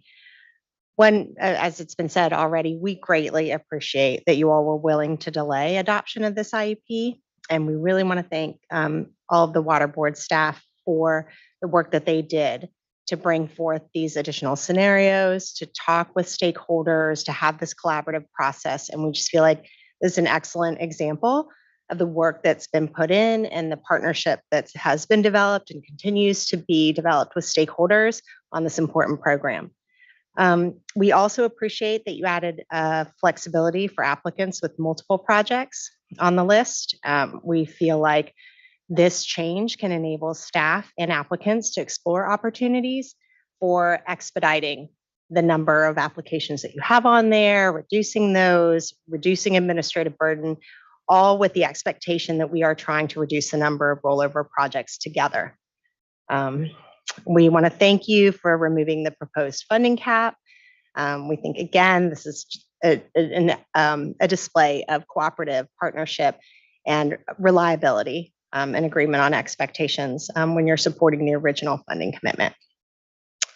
We are discouraged about the idea of a gap year where no new projects will be added to the fundable list. We understand the challenges that you're facing. We've just been so hopeful when we saw the bipartisan infrastructure legislation, as all of us were, right? Very hopeful and really wanted to see that grow the program. So, we're just asking that over the next couple years that we all continue to collaborate and look at ways and opportunities for growth and expansion and increasing the lending capacity in future years. And finally, we do not support the removal process that is being proposed. We think that, again, as Jared mentioned, we could work on this together. We have a venue, we have the stakeholder advisory group. We understand, again, this is a challenge for everyone. We want to move projects quickly, but we think that we have an opportunity to discuss what that shared responsibility is for both parties to make sure that we're all moving through the process quickly, look at what a removal process might look like, or bypass, or whatever you want to call it, and perhaps come back to the board with next year's IUP and look at what can be done on both sides to ensure that everyone's moving quickly through the process. Thank you for your consideration. Thank you. Appreciate the comments and engagement on this, and look forward to, I know we'll have more discussion here in a moment. I'd like to call Paul Eldridge, be followed by Debbie Mackey.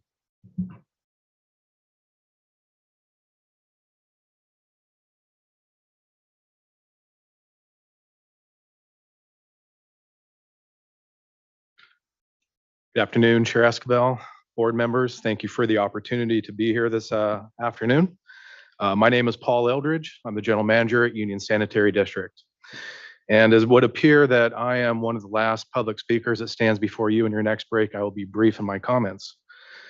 Just wanted to thank you for the opportunity to address you today, and then also to lend our support to staff's recommendations for the changes to the updated recommendations to the intended use plan. There was a lot of thank yous going around this afternoon, very well deserved.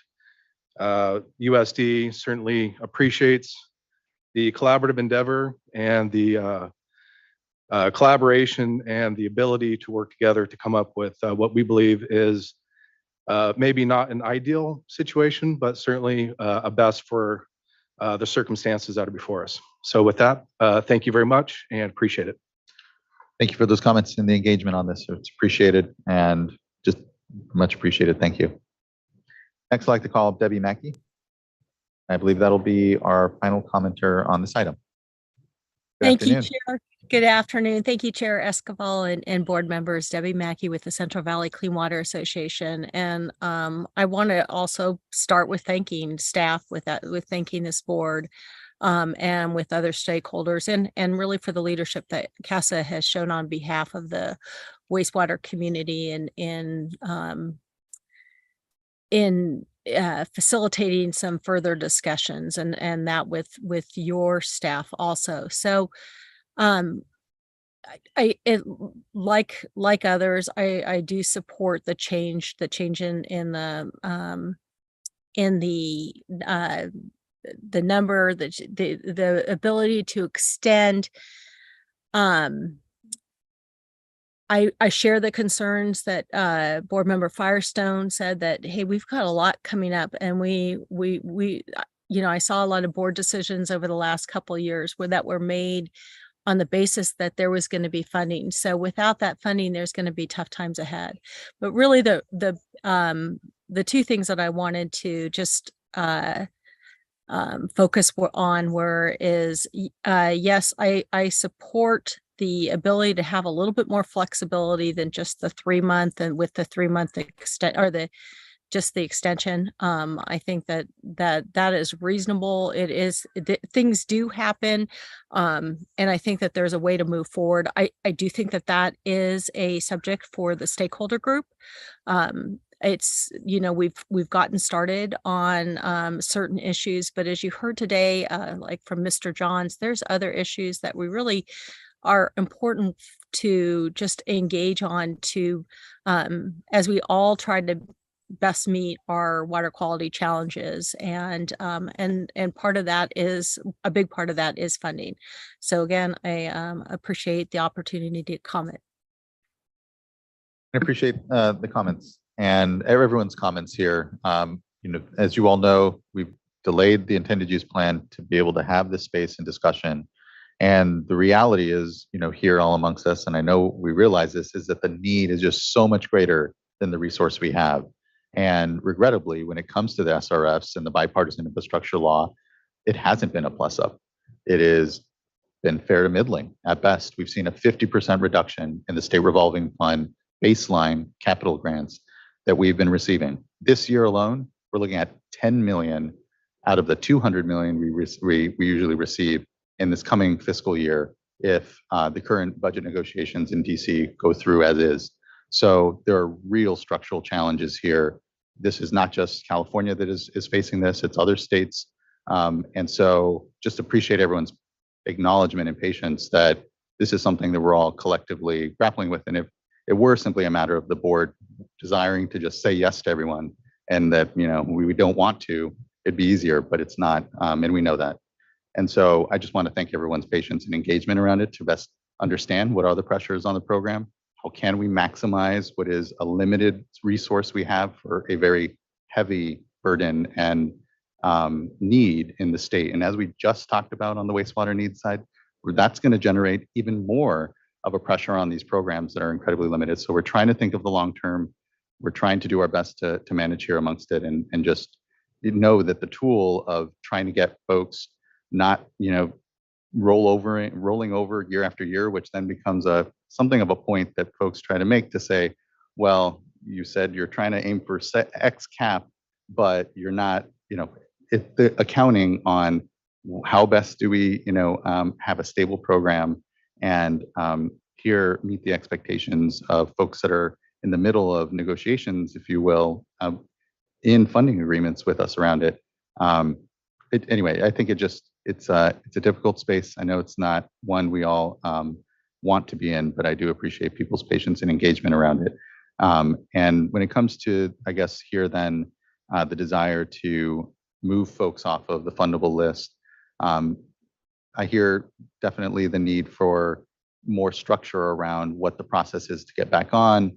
I don't know if we have too much thought as we contemplate this year's IUP on what we tell folks that do get kicked off as to how potentially not, and here kicked off isn't the word, it's simply moved off the fundable list because after several years of being on it, it's taking up what is otherwise, as we try to hit an intended use plan that actually gets all those dollars out, some complication as to what actually then gets out. What is it that we're trying to get out that year? And what is it that we have as resource then follow on years? And I think that what's helpful amongst it, the caps and the guidance of our financial advisors are guidance. They're to try to help us in the general health. And year to year, there, can be variability. And I think what's important to keep track of is how much we actually get out of the program. That's the real measure here. And, where we set caps is another place. So anyway, I guess all that to say, when it comes to the tool of here, putting some sort of limit on the number of years that folks are on the fundable list, I'd be open to giving discretion to the director or the deputy director at Division of Financial Assistance to kind of work that out. We're not going to hear, and I appreciated the merits of some of these projects that are taking longer. We're not going to work those out here from the dais. So I'd be comfortable giving some discretion, but here with a clear signal that we have to be moving folks off because it creates then, these points that you all will bring up later around, well, what are we actually getting out? You said this is what your fundable, goal is. And, and then we have, again, these projects that are kind of sticking around and complicating the way we're all seeing the work, I think, in some ways. Mr. Bishop, did you want to add something? Well, clearly it's your all decisions, but I would push back a little bit that if we leave projects on the fundable list for years, then as we're trying to develop this sustainable funding tool, we're going to be eliminating other projects from getting on the fundable list because we have to assume that if it's on the fundable list, we're going to actually fund it in this year. And what we found is that projects take a long time to get through that process. And I don't want to oversimplify, but by the time they're on the fundable list, they've got a complete application. So it's not all the coordination and things about a complicated project. It's about how they want to deal with their debt management and how they want to negotiate that debt management. And I think a couple of years is a long enough time to negotiate that process. And if we don't put a deadline, and if you don't send a clear signal, you're telling them it's okay to keep negotiating with the division because we just told them that it's okay for Joe to extend that. Well, it's going to be hard for him to say no on an individual basis. On every project's important. And so when it's not project by project, but when it's a clear policy goal, then it allows you to do it in a less emotional manner. And clearly it's up to you. I'm not. Yeah, no, I appreciate the feedback. I think the complication certainly is that this is the first time we'd be implementing this. And, the question, I think it's but it's not, because last year we did it as a May and that just put us in a situation where everyone asked for that more time. Yeah, appreciate that. Mr. Bishop. Yeah, by all means. Before, I know that lots of board members want to talk on this. Just a clarifying question. If can staff just clarify if somebody is removed from the funding list, what do they have to do to get back on? If the project at that point has scored really well and is shovel ready and, all those things, what's the work involved to then just get back on for the next year? So a project that is not on the fundable list, well, let me start this way. A project that's on the fundable list is also on the comprehensive list. So if they're not on the fundable list, they would just be on the comprehensive list, and those are the projects that are scored.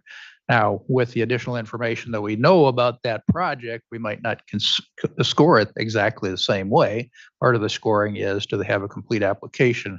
There are a number of projects that are on the fundable list that are affected by this deadline that have outstanding issues. And so is it really a complete application if they don't have, some agreement that is necessary to do the project, or they haven't identified all the partners that are going to be involved in it? That is, I think, something that we'd have to look at very closely. But they would be scored along with other scores. Now, I can't guarantee what the cutoff score is going to be in any particular year.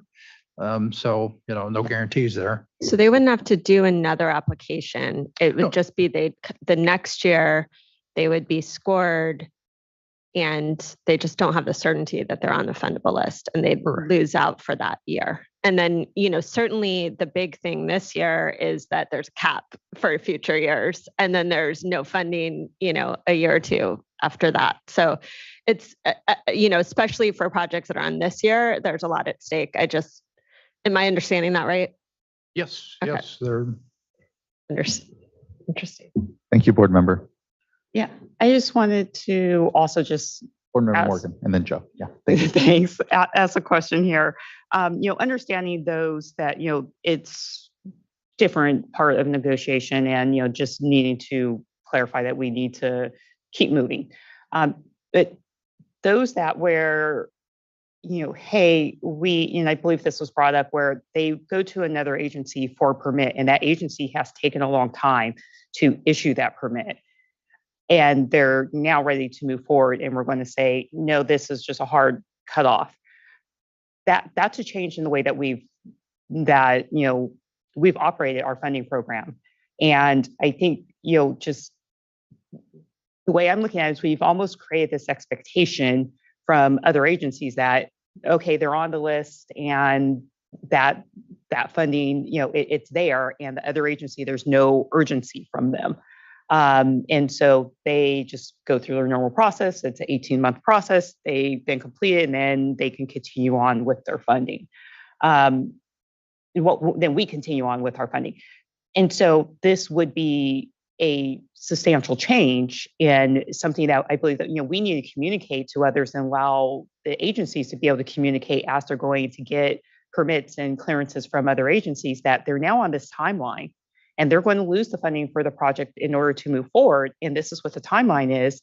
And so that they can push to keep the other agencies moving forward to get their permitting. And part of this, I'm looking back on days when I did permitting and a project would come, and, if you're new, you're put in my work plan further, you're down the bottom, you got to get into the work plan, you got to move your way through. Well, there was one time where a project did come and say, hey, I'm going to lose funding, and this is what's going to happen. And so we figured out a way to work them into the annual work plan, and we got it done, but it still was within a year. It would have taken them 2 or 3 years to work through the normal way. So, but it was that additional information which was helpful. This is now coming to where projects are now at the end, and it's coming on, and it's going to impact them. So I guess I'm looking at it slightly different of like, hey, if it was something that really was due to another agency and they did not have that information at the beginning, then that really was outside of their control. So that's the way I'm looking at it right now, of what was within their control at the time that they entered into the process. And if we're going to put something onto the agency retroactively versus we're giving them the information up front and they can utilize that information in order to communicate as they're moving through the process. Now, if it was within their control and they've been negotiating back and forth and they've been dragging it out, that's completely different. Thank you, board member. Mr. Karkowski, any thoughts? Yes, thank you. Joe Karkowski, Deputy Director of the Division of Financial Assistance. So just kind of a few contextual items I wanted to bring up. One is the IUP includes a performance metric for us. 90% of the projects on the fundable list will get executed agreements, right?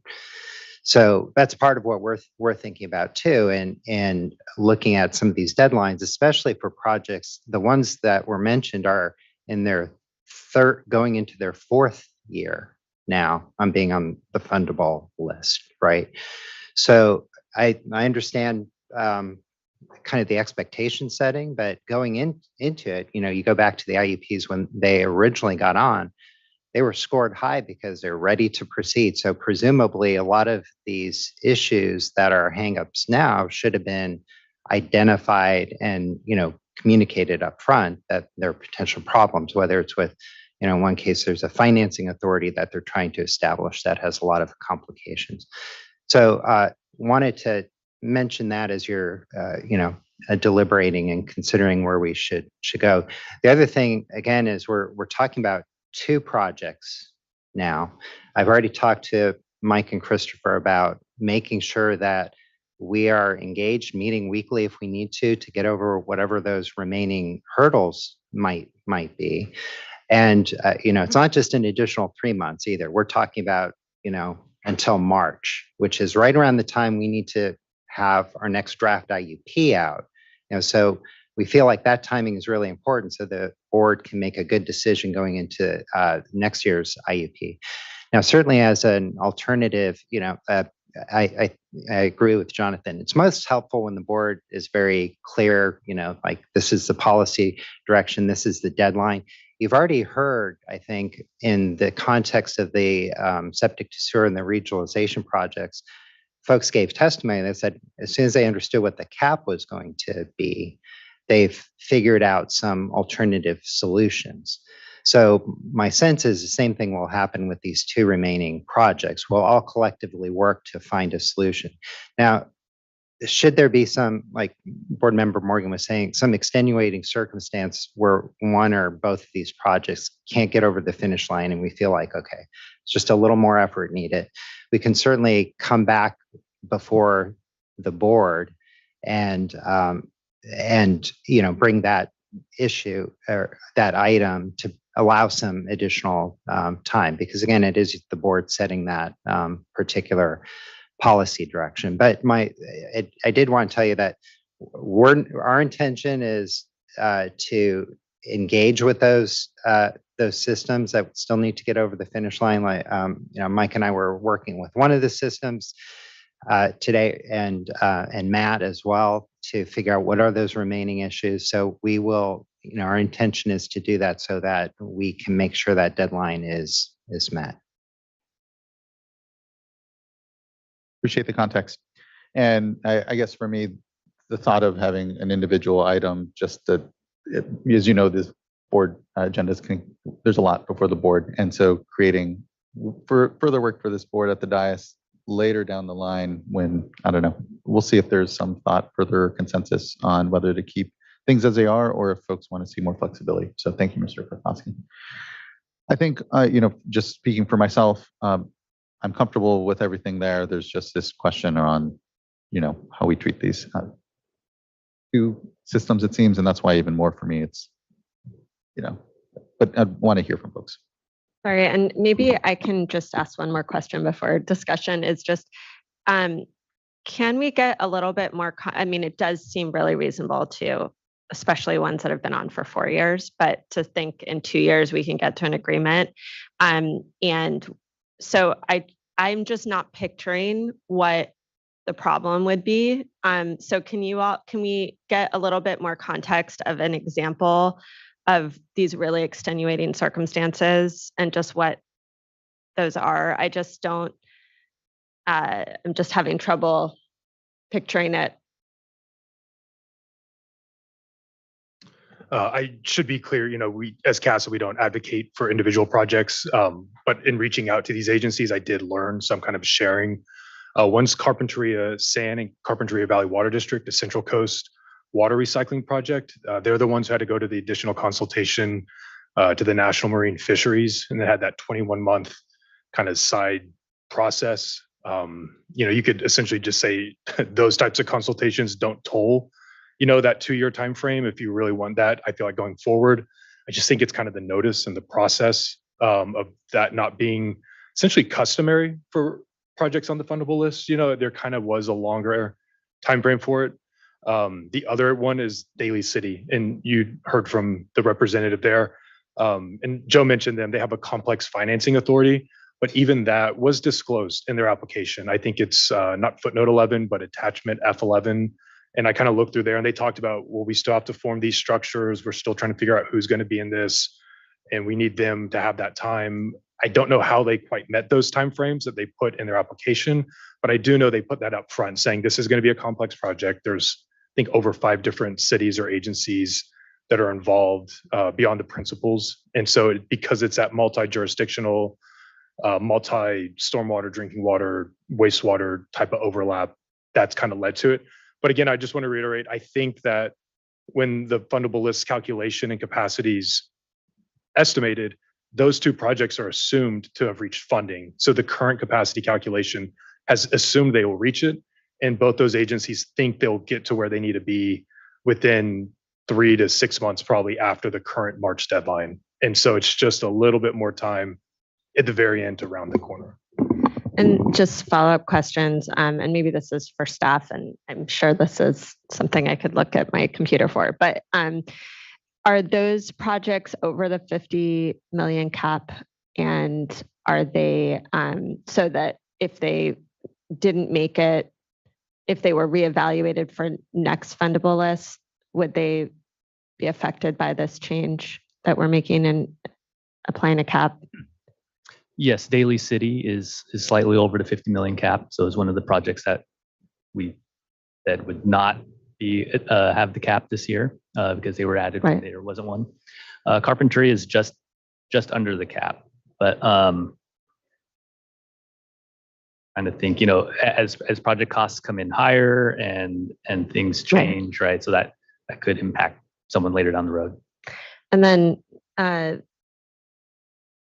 if we were sort of understanding that these types of things come up, whether it's consultations or financing, if we had that information now, would those impact, to Christopher, your point, would that change maybe how we might evaluate the scoring for them? Or is that just, as Jared said, it's disclosed, there's in the application? I'm just curious. Again, I'm just trying to understand how these things usually work and how people might be impacted. It's hard for me to give you a blanket answer to that question. I mean, it really depends on the specifics, and part of the application is the environmental package, which assumes that the agency has, usually they're public agencies, so usually so that assumes that they have completed that process as the lead agency. There's still a responsible agency process, but other things, may or may not affect the scoring. Well, I can give an example of specifically for JPAs and JPFAs, joint power financing authorities. We consider a complete application. One of the complete application pieces is the financial security package. And so we need financial information for the applicant. So if that JPFA doesn't have all the members identified, we really don't have a complete package, and we can't do our financial review because we don't have all the information for all the people that are providing the security to repay the loan. And so when those types of changes happen, I think that's a good example of they would not get the completeness points because we really can't move forward with our review until we have those pieces. And Board Member Firestone, I just want to clarify that the caps are done on a yearly basis, right? We have a $50 million cap in this IUP, but next year we'll see what the situation is. So if they were removed in March and then reapplied and put on a different IUP, there may be just different circumstances as far as how much they receive. That's all really helpful. Thanks.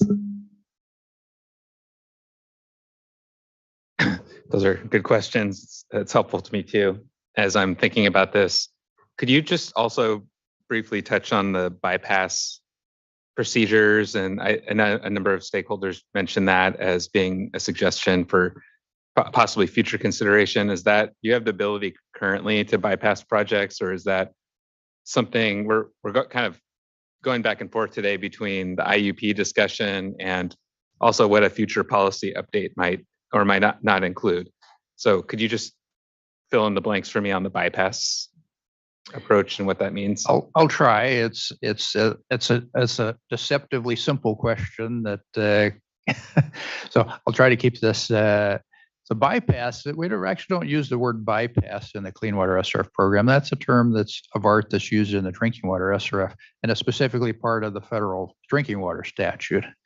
So historically, the Clean Water SRF program operated with a priority system. There was a commenter that commented that we didn't create a priority list until 2014. That is inaccurate. There is a requirement in the Clean Water Act for the Clean Water SRF to have a priority list. So we've had one since 1989. And historically, up until the time we created the fundable list, which is sort of, I consider an improvement on a priority list, we did operate the program. I'll use the word bypass, even though it's not technically correct, but yes, we prioritize projects. There was a priority system, A through E, I think was the bottom letter there. And so we categorized projects and we tried to prioritize things. And if projects weren't moving forward, we very rarely had A projects, but if we had other projects that were highly ranked on that priority system, but they weren't moving forward, well, then we'd work on another project. So that was essentially a bypass procedure there, but it was very messy. And it was a very, the analogy I would describe that was, it was kind of a horse race, and everybody just kind of running around the track and trying to keep track of which horse is in the lead, and new horses could get in the race, and it's very messy. So, that was really to try to manage and control that. That was the impetus for creating the fundable list, give some predictability to folks. But now we have, so in my mind, adding a bypass procedure to the fundable list is kind of a step backwards for the program, I think.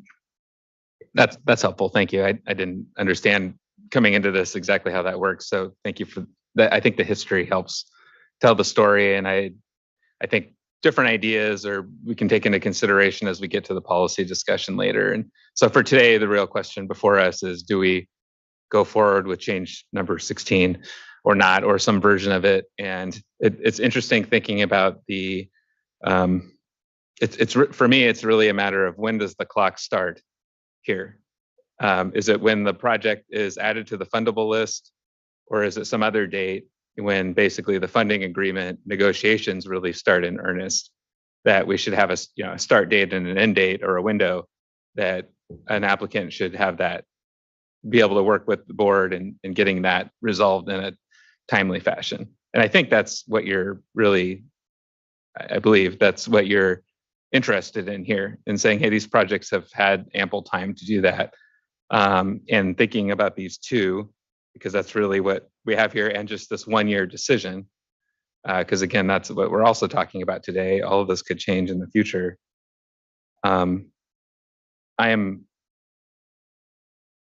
favor of adding some more firm expectations to this. So I'm not opposed to having the dates in there that you've proposed, but I'm a little bit concerned about, well, the what ifs. What if there is some compelling reason? And I'm Chair Esquivel, to your point about not being too thrilled with the idea of having to bring each project back to the board for a separate decision if an extension comes up. So I'd be interested if staff have a suggestion on how to thread the needle here. If there is one, either changing that 90 days, maybe pushing that out a bit, or providing a little more discretion to the deputy director. And I'm not sure which, but that's where I'm at right now.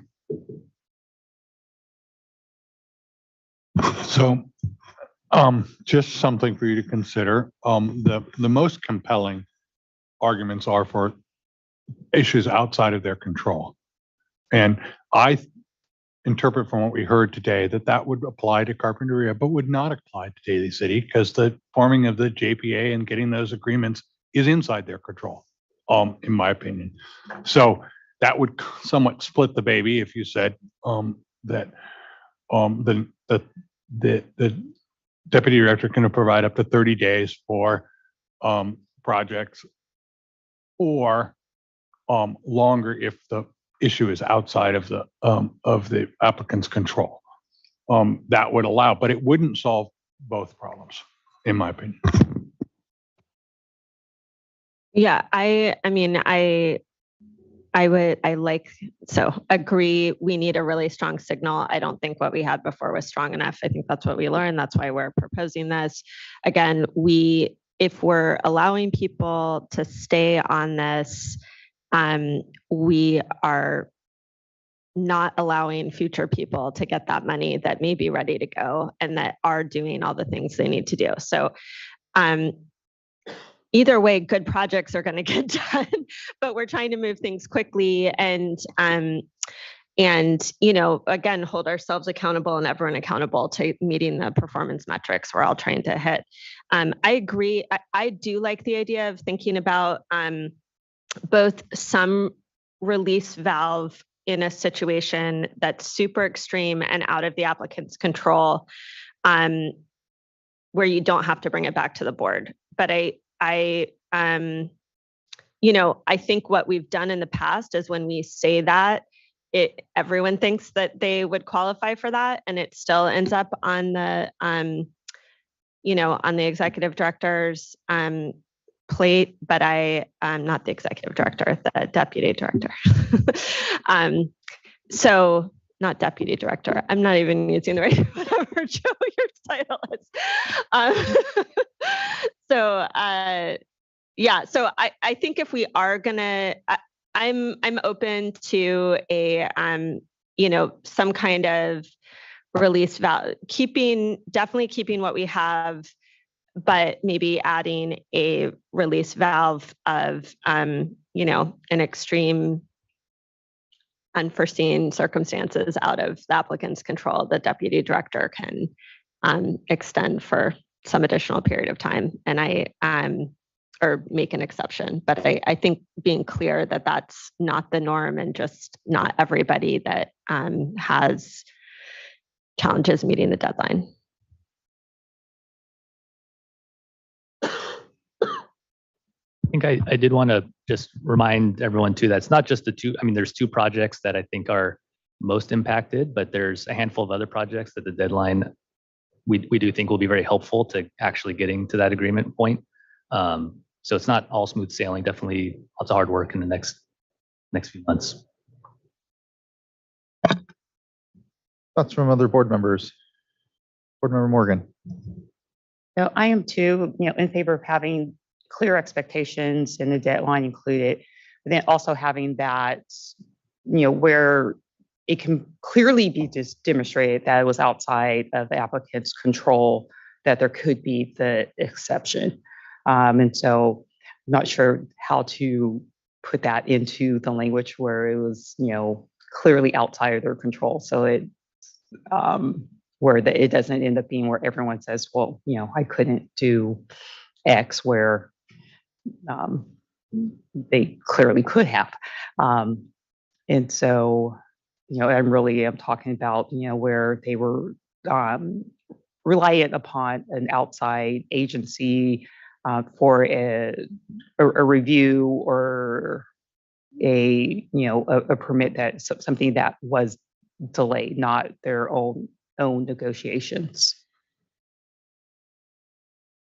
Well, I'm going to throw some language out here, not that I profess to have the answer to this conundrum, but so I think what I hear people suggesting is that keep the existing language there, which allows for the agency to request that the deputy director extend that November 30th deadline by 90 days, unless there are circumstances that cannot be resolved within that time frame, I think is what I'm hearing people suggest. I think outside of their control is the important part on that, that there be some discretion to go longer if there are factors outside the control of the agency, I think is what we're trying. And I don't know, but I think somewhat close. I think Mr. Loffer is, I know, doing his due diligence always is great work right now and trying to maybe craft something. If possible, Mr. Bosgold. if Joshua Cosgrove is still in the line, he could maybe share about what the Daly City experience is. It's okay. I really don't want to get too much into it, Represent like a project by circumstances. project, like Dias decision for us here, and maybe just craft something that can just apply to folks. I appreciate that though, Mr. Bosco. Anything besides this issue that any board members had any further discussion or flags on? And if not, you can just give a moment here for folks to work on a bit of language. So let's take just a 5-minute, 7-minute, come back at 1:10. Okay, yeah, let's just give ourselves a quick 5 minutes. So at 1:08, we'll come back here and appreciate everyone's time here.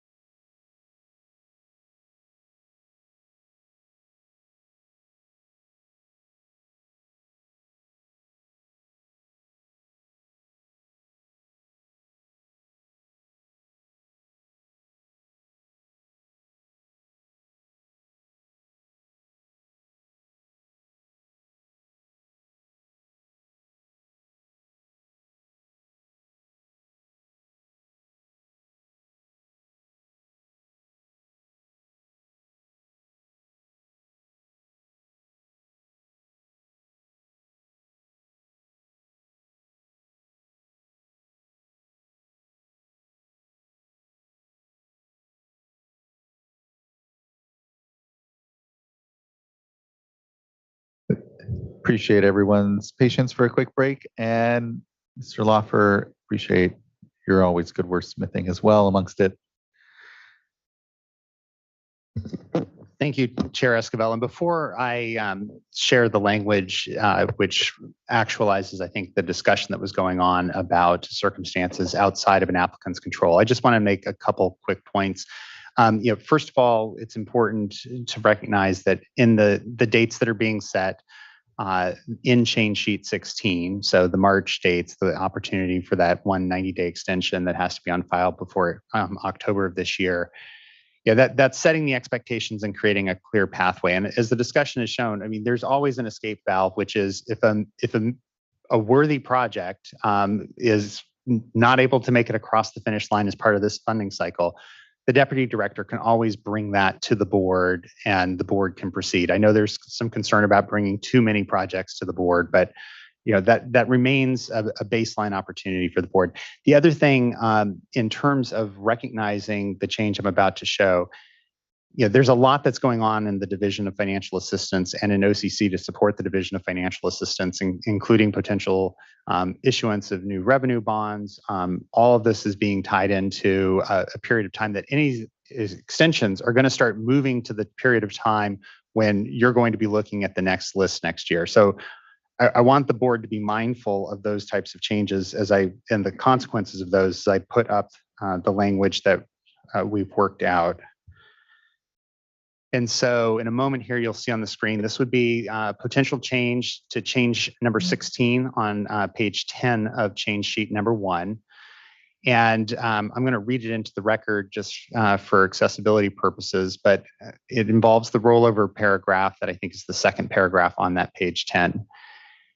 And before I read it, I'll just quickly describe what it essentially does. Is it notes that the applicants can request up to 90 calendar days extension. The deputy director in the existing language can provide an extension of up to approve the 90 days with the schedule. And what the new language is going to do is essentially provide an opportunity for a single 90-day extension for circumstances where the applicant has exercised diligence to resolve outstanding issues within that original 90 days extension, but hasn't been able to get it completed. And so now that would allow an additional 90 days. So for a total of 180 days, pushing us essentially into June of next year for projects that meet the criteria. So the language, which I'll quickly go through, would amend the first sentence of this paragraph so that it reads, rollover project applicants may request an extension of the deadline of, we would strike no more than, and then change it and insert up to, and then continue 90 calendar days, comma, provided the applicant has included a schedule and specific steps to the deputy director that will be taken to address all outstanding issues related to the loan application or form of the loan agreement. Period. The request for an extension must be received by the deputy director no later than October 31st or 31, 2023, period. And late requests for an extension will not be accepted. The deputy director may, at their discretion, approve the 90-day extension, and then we would insert the clause that actualizes what we've just been discussing, and up to one additional extension of up to 90 days for circumstances where the applicant has exercised diligence to resolve outstanding issues within the original 90-day extension, but the applicant is unable to meet the extended deadline because of circumstances beyond or circumstances outside of the applicant's control. Thank you for that, Mr. Lawfer, and as always, a fine balance here in translating the discussion at the dais. I'm supportive. I think it captures what we're intending here, which is to continue to send a strong signal, but create even more slightly flexible authority here for the deputy director.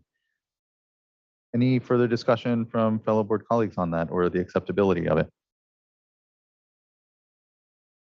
And then otherwise, I would just say it works for me. I'm comfortable with it, with the understanding that as we go forward here with the policy discussions in the future, we work to clarify these types of expectations, not just in this instance. I imagine there's others where we can get a little bit better resolution in terms of how to handle these situations when they come up in the future. So we're not in the situation again where we have to kind of grapple with this challenge at the last minute.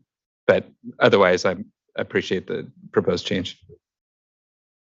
Yeah, and I'm fine with that. You know, when you look at the language, I always worry that it looks like just another extension. And so I do feel like it's worth reemphasizing here from the dais that is the expectation is that this applicants will not qualify for an additional extension except for these very rare circumstances that are truly out of the applicant's control. So the expectation should be that you get one extension and you've already been on the fundable list for 2 years.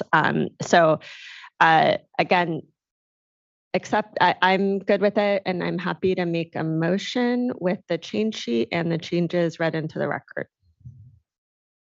Thank you, board member. Do we have a second? I'll second. Thank you. Ms. Tyler, can you please call roll call vote? Board Member Firestone, Aye. Board Member Morgan, Aye. Board Member McGuire, Aye. Vice Chair Diadamo, Aye. Chair Escobar. Aye. Thank you. Thank you as well. Motion carries and the item is adopted. So thank you, everyone. Appreciate, I know the good discussion and work that's gone on to this, now on to next year's. So thank you very much, Mr. Downey and everyone else. That brings us to the conclusion of the item, and I apologize for those that have tuned in now for item number 6.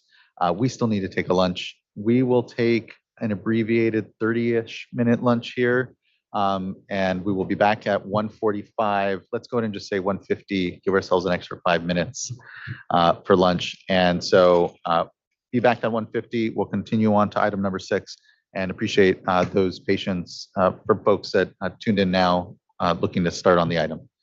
See you soon. Thank you, everyone, for a productive morning.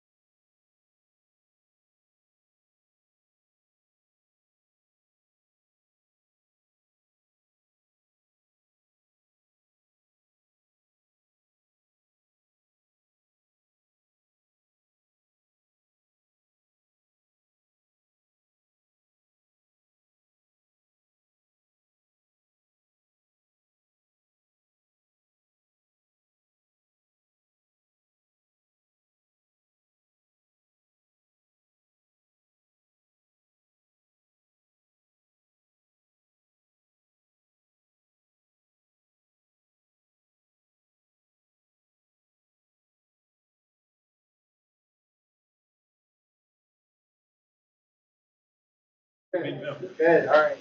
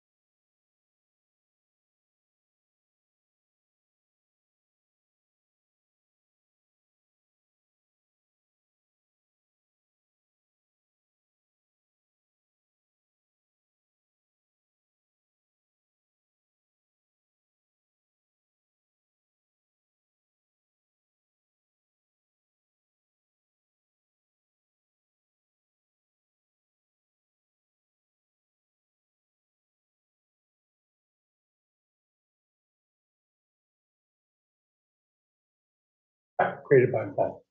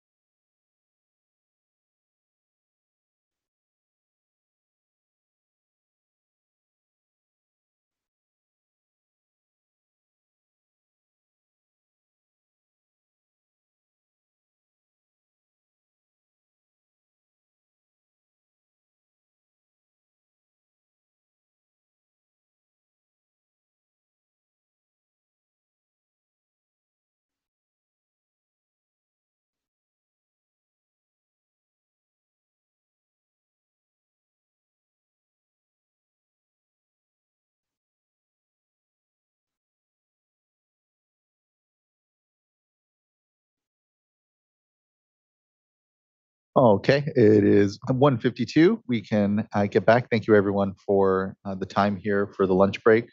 Hope it was productive for everyone. We're now jumping into item number 6, which is consideration of proposed resolution to approve the final initial biological goals for Lower San Joaquin River flow objectives. And I'd like to kick things over to Stephen Louie or Aaron Forsman to present the item. Ms. Forsman, thank you. Good afternoon, Chair Esquivel and members of the board. I think we have a presentation to get started with.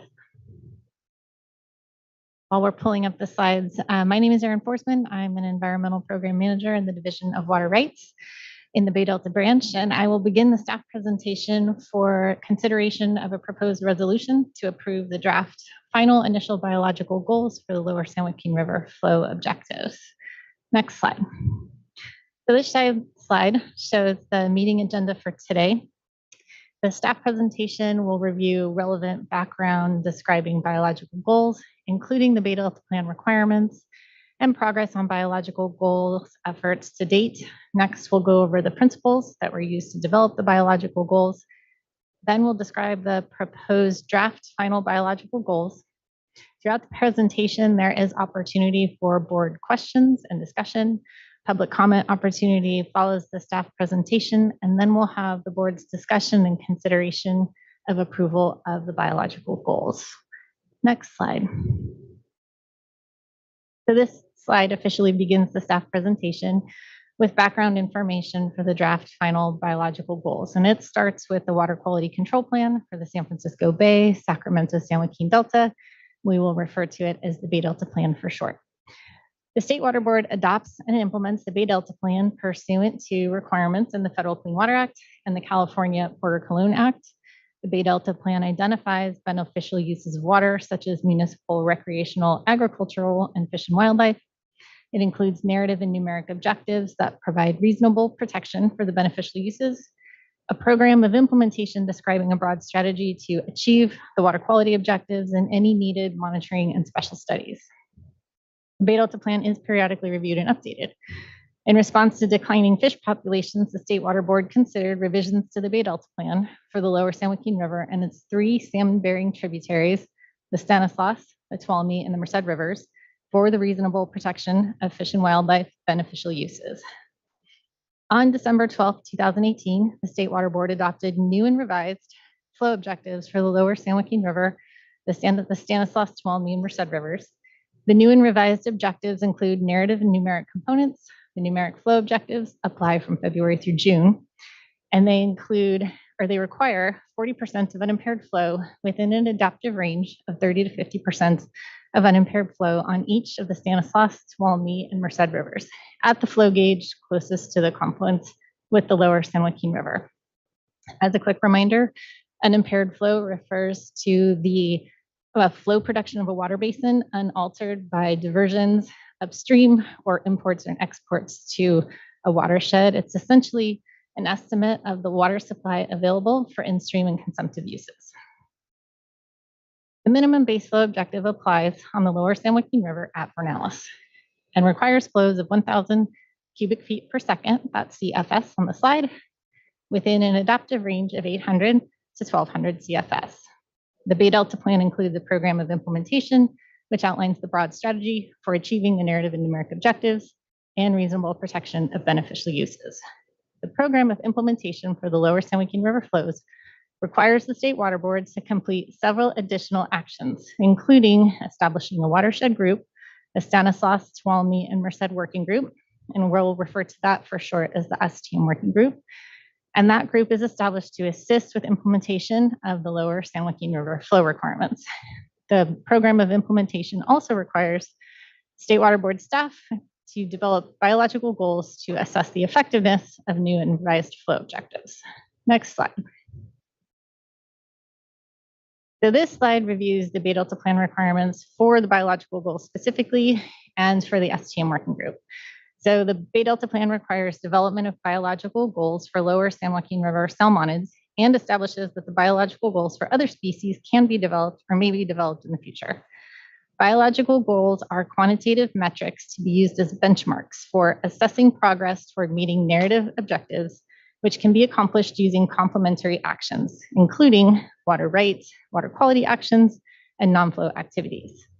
The Bay Delta Plan identifies that the biological goals will be used for the purposes of informing adaptive implementation methods for flows, evaluating the effectiveness of the program of implementation, Lower San Joaquin River flow objectives, and the San Joaquin River Monitoring and Evaluation Program, and informing future changes to the Bay Delta Plan. The biological goals are not intended or in place to assess individual water rights holders' compliance with the Bay Delta Plan. The Bay Delta Plan requires biological goals to be developed for abundance, productivity, genetic and life history diversity, population, spatial extent, distribution, and structure, which are all metrics of viable salmon population concept, or VSP. The Bay Delta Plan identifies that the STM working group will be established to assist with implementation, monitoring, and effectiveness assessment of the February through June Lower San Joaquin River flow requirements. Formation of the STM working group started in June of 2022 when an invitation from the State Water Board Executive Director to specific organizations identified in the Bay Delta Plan and an opportunity for other individuals to request participation in the STM working group was sent out. The Bay Delta Plan requires the State Water Board to seek recommendations on the biological goals from the STM working group, State Water Board staff, and other interested persons in consultation with the Delta Science Program. The Bay Delta Plan identifies that membership and participation in the STM working group should be composed of entities with expertise in Lower San Joaquin River, Stanislaus, Tuolumne, and Merced River fisheries management, hydrology, operations, monitoring, and assessment needs. The Bay Delta Plan specifically identifies California Department of Fish and Wildlife, National Marine Fisheries Service, U.S. Fish and Wildlife Service, water diverters and users on the Stanislaus, Tuolumne, Merced, and Lower San Joaquin rivers, water board staff, and other entities the executive director determines to have appropriate expertise, including non-governmental organizations. In October of 2022, the executive director accepted initial members into the STM working group. We continue to solicit participation and accept membership into the STM working group. For example, in April of this year, an invitation was sent to California Native American tribe representatives, and a separate invitation was sent out to individuals and groups representing disadvantaged, environmental justice, and Black, Indigenous, and people of color communities to solicit input that may be distinctive to these groups. We also sent further outreach communications in May and August of this year. We conducted 4 STM working group meetings where staff solicited recommendations from the STM members and other members of the public on biological goals. Next slide. This slide shows the list of organizations that have requested and have been accepted as initial members of the STM working group. The organizations and their representatives include a diverse group of interests and expertise. We currently have 23 entities or individual members. We will continue to solicit members of the STM working group as needed to provide input on specific topics. For example, the development and assessment of the San Joaquin River, monitoring and evaluation program, or the development of compliance methods. Next slide. So this slide summarizes our public participation. The draft biological goals were developed in consultation with the Delta Science Program through support from an independent science advisory panel. The first draft biological goals were released in 2019 for public comment. Staff considered the comments on the first draft biological goals report and released a revised draft biological goals report in July of 2022 and held a staff technical workshop in August of 2022. The technical workshop included a panel of scientists with expertise in salmon ecology and management and a scientist who was part of the 2019 Independent Science Advisory Panel. After considering public comments and seeking recommendations from the STM working group, staff released a second revision to the draft biological goals for public comment in April of 2023 and held a board workshop in May of this year. The comments and input we received on the second revised report were considered for the draft final biological goals, which we are presenting today. The draft final report represents the 4th iteration of biological goals included in multiple years of public participation, including written comments, science panels, and technical working group meetings. Next slide. This slide summarizes the principles for development of biological goals. First, the goals must be science-based and consistent with legal requirements such as the Central Valley Project Improvement Act, Fish and Game Code, Bay Delta Plan Salmon Protection Objective. Next, the goals need to be expressed as SMART goals, which stands for specific, measurable, achievable, quantitative, result-focused, and time-bound. Goals were developed to assess the VSP parameters I mentioned earlier, and they were specifically developed for Lower San Joaquin River salmon as an indicator of watershed health. Next slide. The goals were also developed based on recommendations from a 2019 Delta Science Program Independent Science Advisory Panel report. We refer to that as the ISAP report or ISAP report. We also used other sources, and the goals were informed by similar efforts to develop biological goals, including the scientific evaluation process, the Bay Delta Conservation Plan, and the collaborative science and adaptive management program efforts. The goals will be reassessed at least every 5 years, and as an additional information is collected using an adaptive management approach. For example, the Bay Delta Plan requires biological goals to be consistent with endangered species recovery plans, which are updated periodically. In addition, as we improve engagement with Native tribes and environmental justice groups, the biological goals will be modified as necessary to incorporate traditional ecological knowledge and other relevant information. Now I will transfer the presentation to Steve Louie. He is the science lead for our team in developing the biological goals. Next slide. Good afternoon, board members. Today, I'll start out with discussing the VSP parameters. As required by the Bay Delta Plan, biological goals were developed for the VSP parameters: abundance, productivity, genetic and life history diversity, and population and spatial extent, distribution, and structure. VSP parameters were developed by the National Marine Fisheries Service as guidance for performing assessment of salmon population conservation, status, and viability. Mr. Louie, I apologize. You might want to move the mic a little closer. Thank you.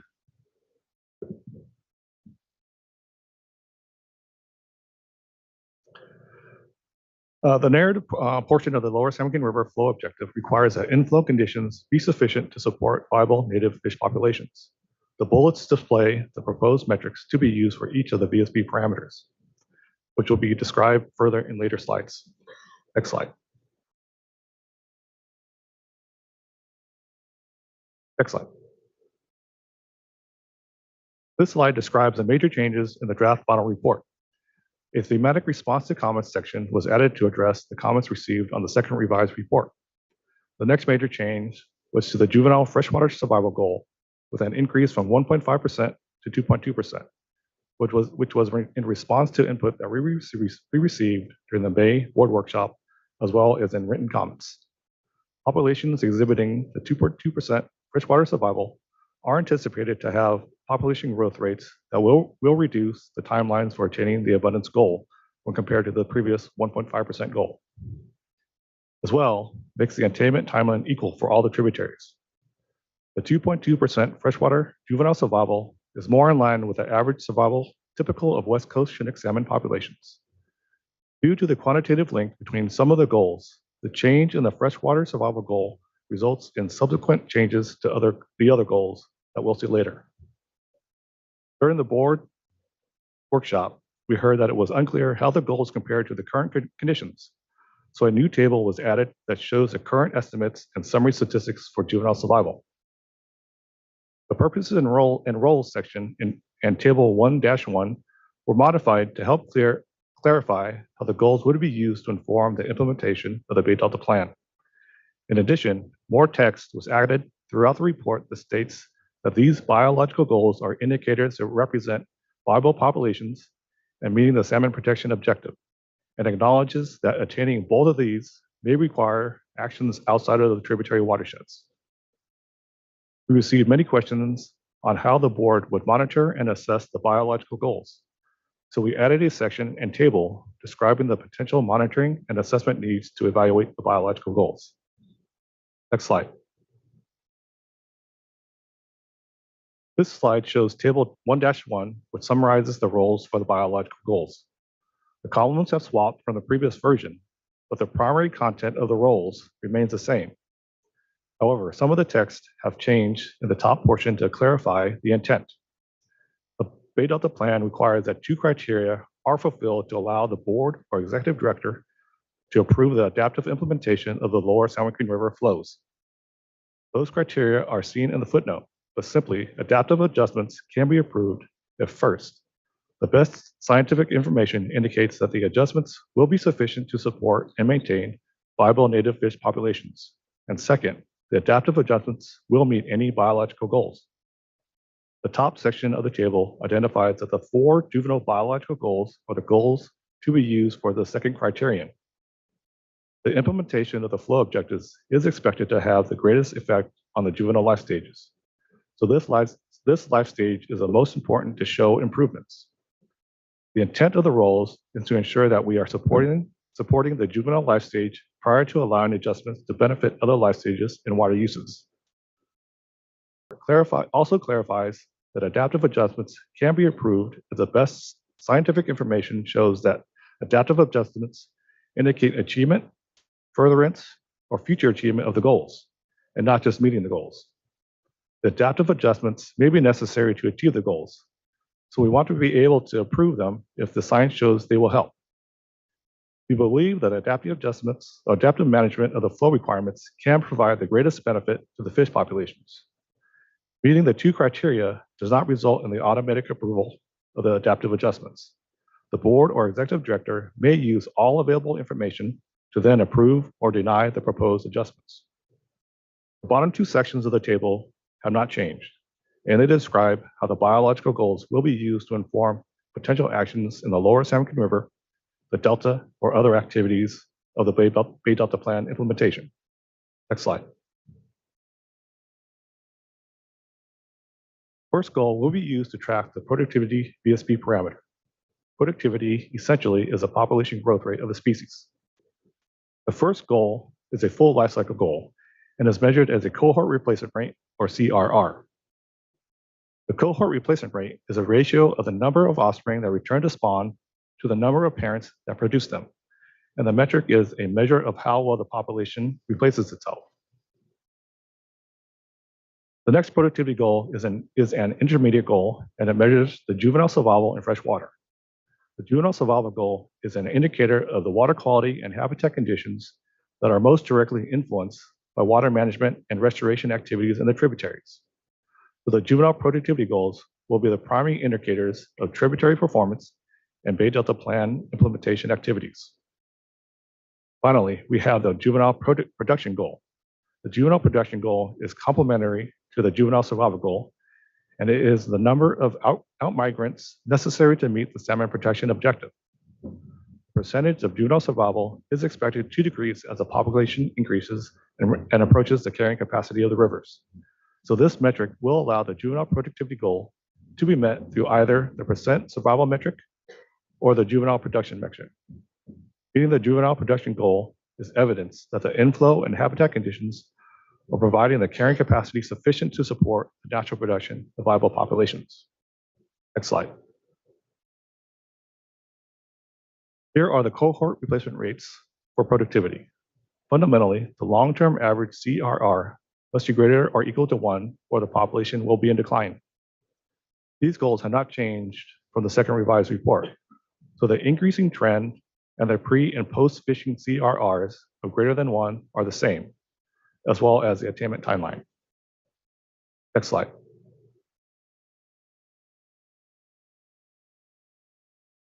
This slide shows the juvenile survival goals. The first goal is a positive or increasing trend in juvenile survival until the juvenile productivity goals are met. Next, the overall freshwater juvenile survival goal for each tributary is greater than or equal to 2.2%, which has increased up from 1.5% for the reasons I described earlier. Because the overall freshwater survival has increased, this results in the required through delta survival and egg to tributary confluence level to increase to 24% and 12% respectively. The different spatial extent of the juvenile survival goals will help to understand any different factors impacting juvenile survival during their rearing and migration through the freshwater. The progress assessment and attainment timeline remain unchanged from the second revised goals. Next slide. This slide shows the juvenile production goals, which is an alternative to meeting the juvenile survival goals for the purposes of attaining the juvenile productivity goals. The goal is essentially the number of juveniles from each tributary estimated to be needed to attain the salmon production objective, assuming the current ocean survival estimate.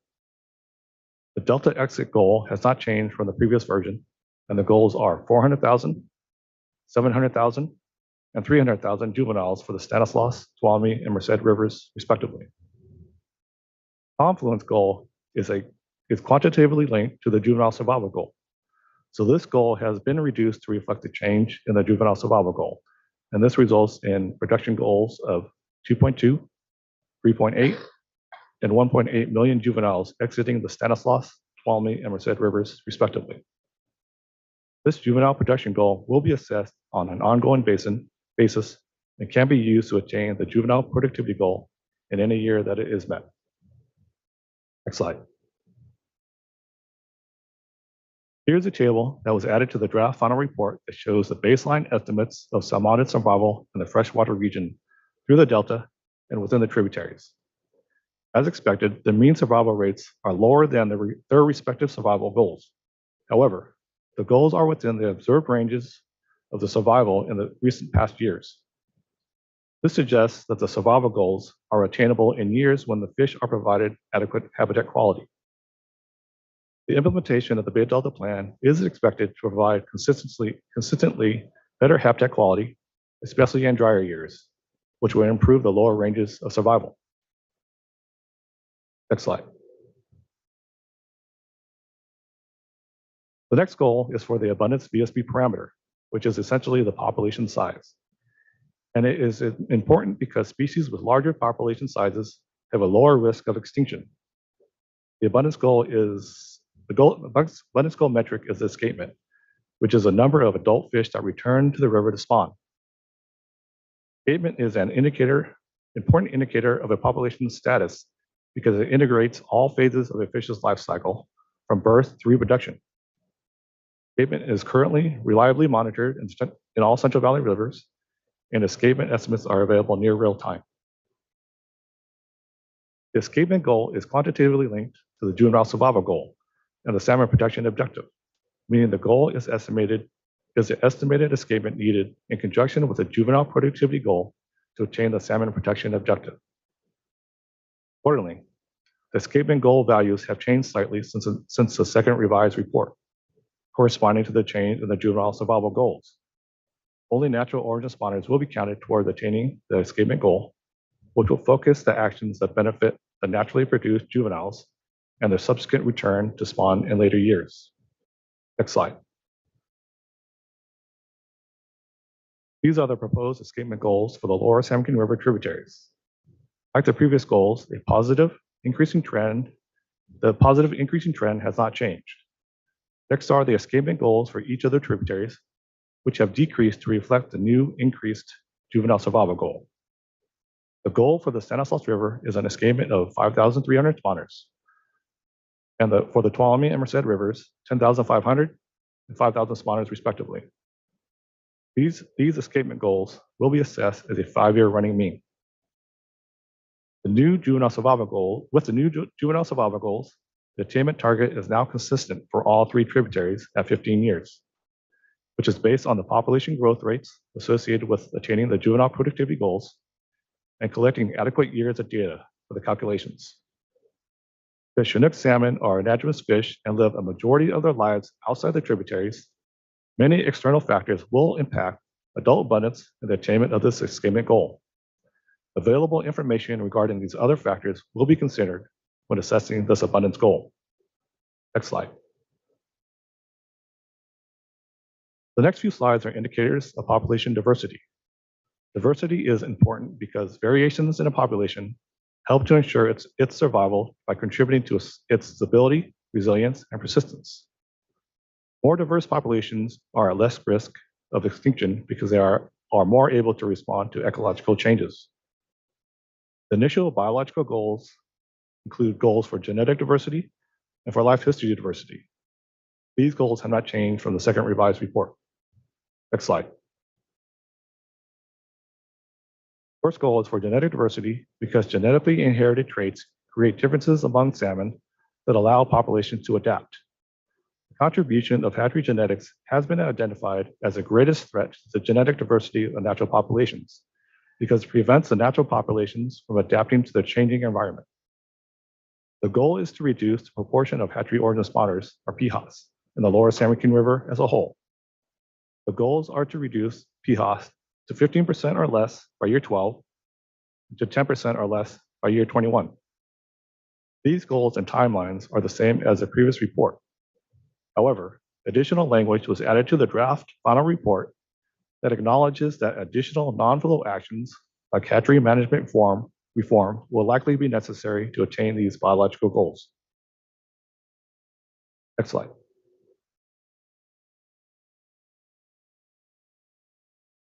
The next two goals are indicators of how well the flow and habitat conditions allow the juveniles to express their full life history diversities, allow for a diversified portfolio of expressed phenotypes. Life history diversity goals have not changed from the previous version. The first goal is an indicator of how habitat conditions impact the immigration timing of the juvenile size classes, fry, par, and smolt. Juvenile migration is initiated or triggered by changes in flow, growth rates, and other environmental conditions. The goal will be for each of these size classes to be detected immigrating out of the tributaries each week during the designated time periods, which are similar to the currently observed migration timing. The intent of the goals is not to change the migration patterns of juveniles, but instead to monitor and ensure that the habitat conditions exist to allow the populations to express their broad diversity of migration patterns. These goals will be assessed annually with considerations for hydrologic and climatic conditions. Next slide. The final diversity goal is a minimum percentage for size class migration.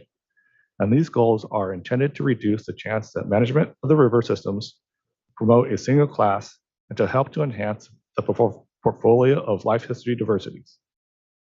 These percentages are minimums for each size class, and since they don't add up to 100%, the goals allow for flexibility in any given year. Like the immigration timing goal, the intent of this goal is not to change the distribution of juvenile salmonids, but instead the goal we use as indicators that the habitat conditions are available to support the salmon's life history diversities.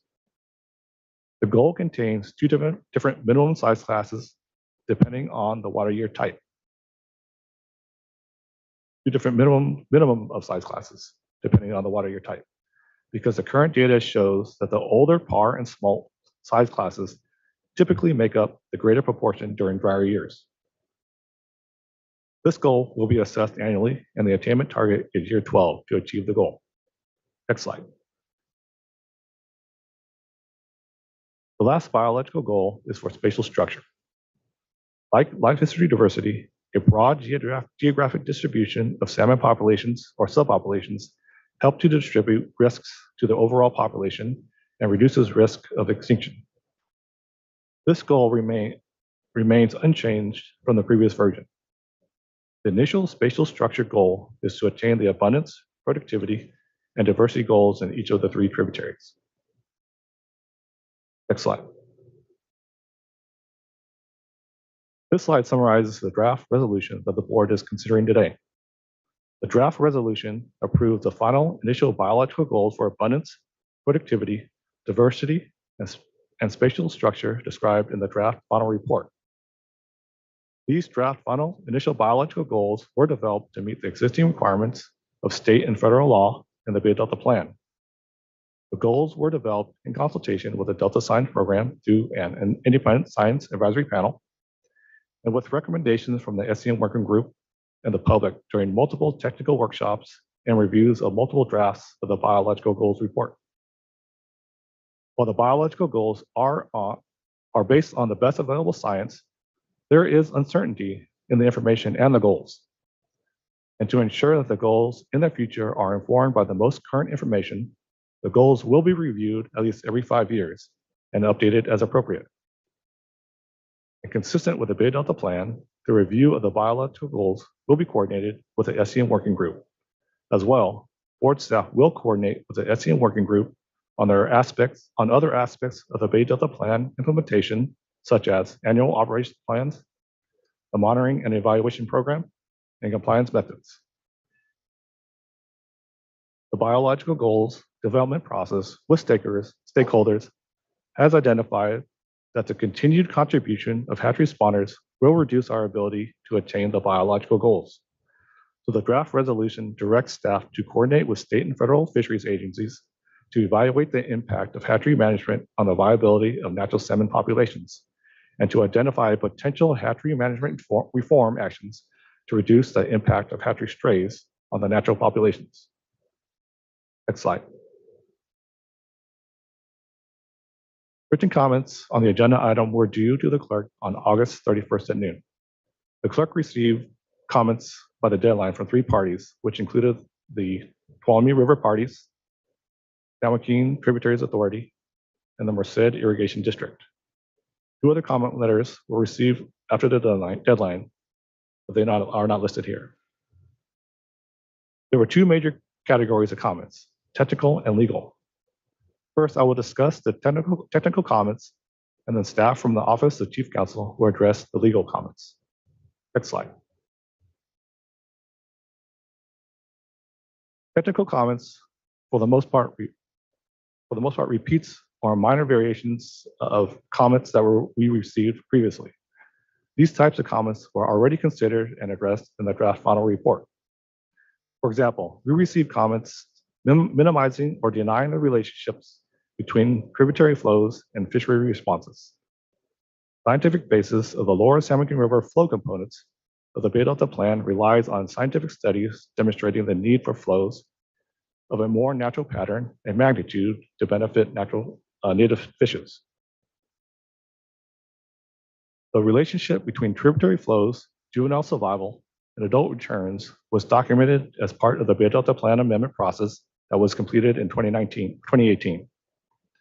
The action to develop and approve biological goals is not the appropriate process to debate the scientific basis of the flow objectives and related components of the plan. Nonetheless, staff reviewed regression charts provided in the comments evaluating tributary flows for juveniles and abundance of returning adults. The charts are intended to suggest the strength of the relationship between tributary flows for juveniles and returning adults is weakening. Data used to produce the charts were not provided as part of the comments, but after staff reviewed it, it appears that there are errors with the flow data on the charts, such that the flow from only one tributary are used for all the tributaries. So it is understandable that the commenter could not find a relationship between flow and escapement when the flow from a different tributary was used.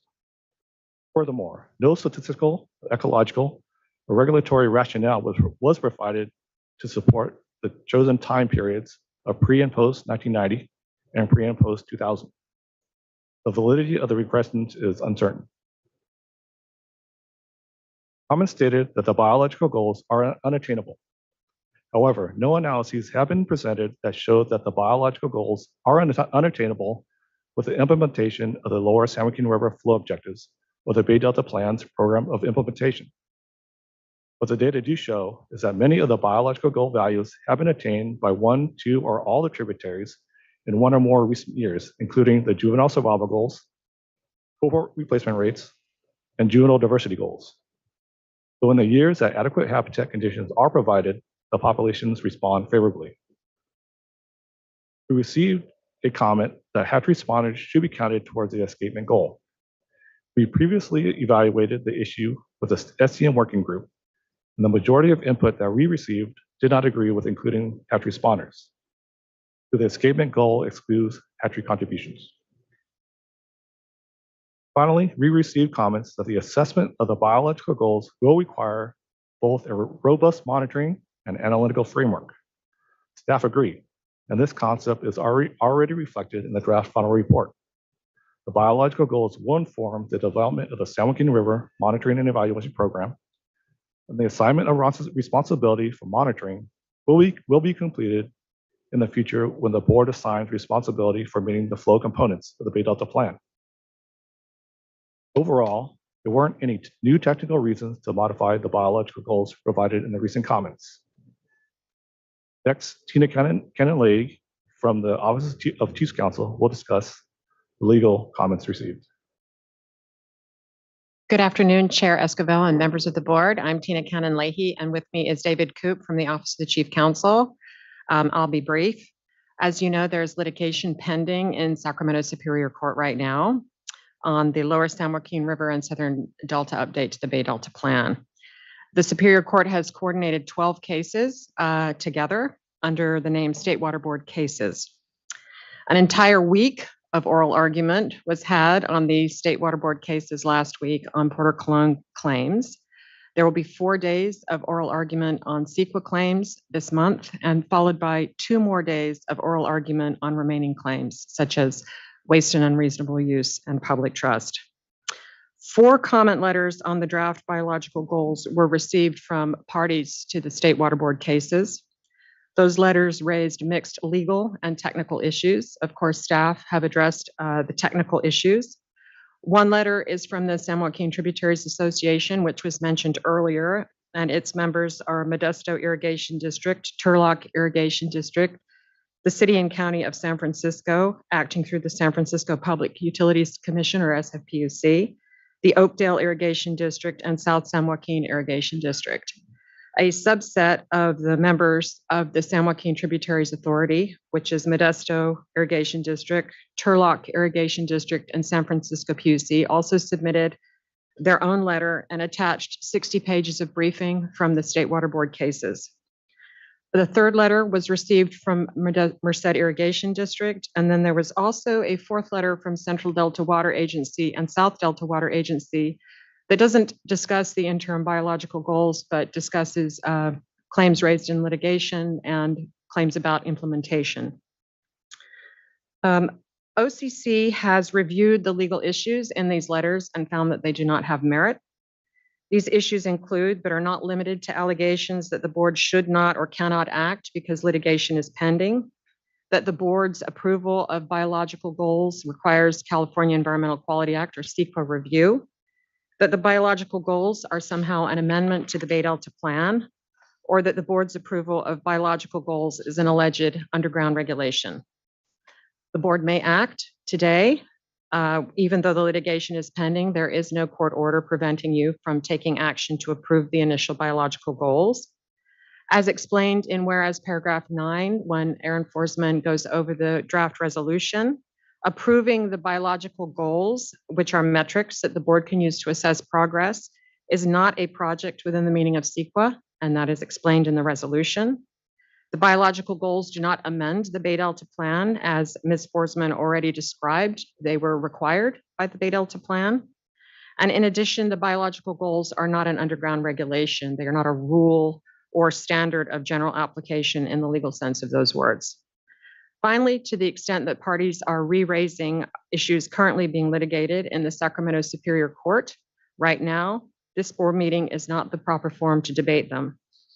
In addition, and as a bit of housekeeping, I wanted to note that both the SJTA letter and the TRP letter purport to incorporate by reference all materials that they have submitted on the water quality control plan process in footnotes. And I wanted to be clear that inserting cross-references and footnotes into letters does not mean that those documents are now part of this meeting, and that if commenters wish to reference previously submitted materials, they must do so with specificity to each document, and they should describe its relevance, for example, to the approval of the interim biological goals today. So that's all that I wanted to note, unless you have any questions, and then I will turn it back over to Ms. Forsman to discuss the proposed resolution. Thank you, Ms. Leahy. I will now talk about the recommended changes to the resolution. I am not going through the whole resolution, but discussing the comments that recommended changes and the changes that staff are recommending we consider today. So the comment letters contained several requests for changes to the resolution language. Staff reviewed suggestions and have 2 recommended changes to the proposed language, which are identified in a change sheet. We have print copies at the back of the room. They're in the next slide, and Courtney also has the change sheet. This is the next slide, or is it the change sheet? Next slide. Okay. So this is the same material on the change sheet. The first change includes a new item in the whereas section of the resolution that recognizes potential future voluntary agreements and the process for evaluating the effectiveness of voluntary agreements. And it reads that the State Water Board recognizes that voluntary agreements can help inform and expedite implementation of the water quality objectives and can provide durable solutions in the Delta watershed. The implementation of flow or other commitments and the evaluation of the effectiveness of voluntary agreements would be subject to the specific provisions or terms of any voluntary agreement as may be approved in any future updates to the Bay Delta Plan. The comment letter from the Tuolumne River parties suggested language for the resolution specific to the existing proposed Tuolumne River voluntary agreement. However, we are, as staff, recommending a more general approach for several reasons. First, the board will be considering the specific details of the Tuolumne River voluntary agreement and possible changes to the Bay Delta Plan in a separate process at a future date.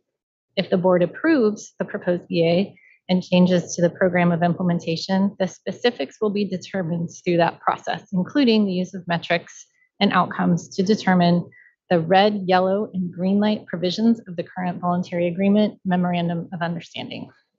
And the third reason is that the recommended text we have in the change sheet is open to other voluntary agreements from other tributaries. So it's not specific to just one voluntary agreement proposal that exists today. This language is not necessarily needed in the resolution. However, I think we recognize that it's useful to clarify the approach for voluntary agreements and assessment of those voluntary agreements. So the second proposed change to the resolution, and it's made to improve the clarity describing specifically what the board is approving. So ordering paragraph number 1 or resolution paragraph number 1 will be amended to remove the words chapter 3 of, and you can see them in cross out on the slide.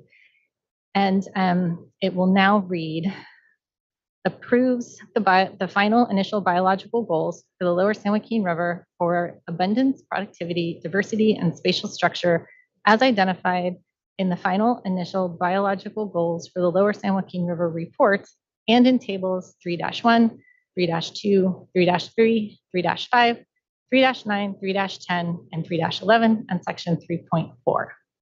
The ordering paragraph identifies the resolution is to approve the final initial biological goals for the lower San Joaquin River report and the goals in those specific tables identified and the section identified for purposes of clarity.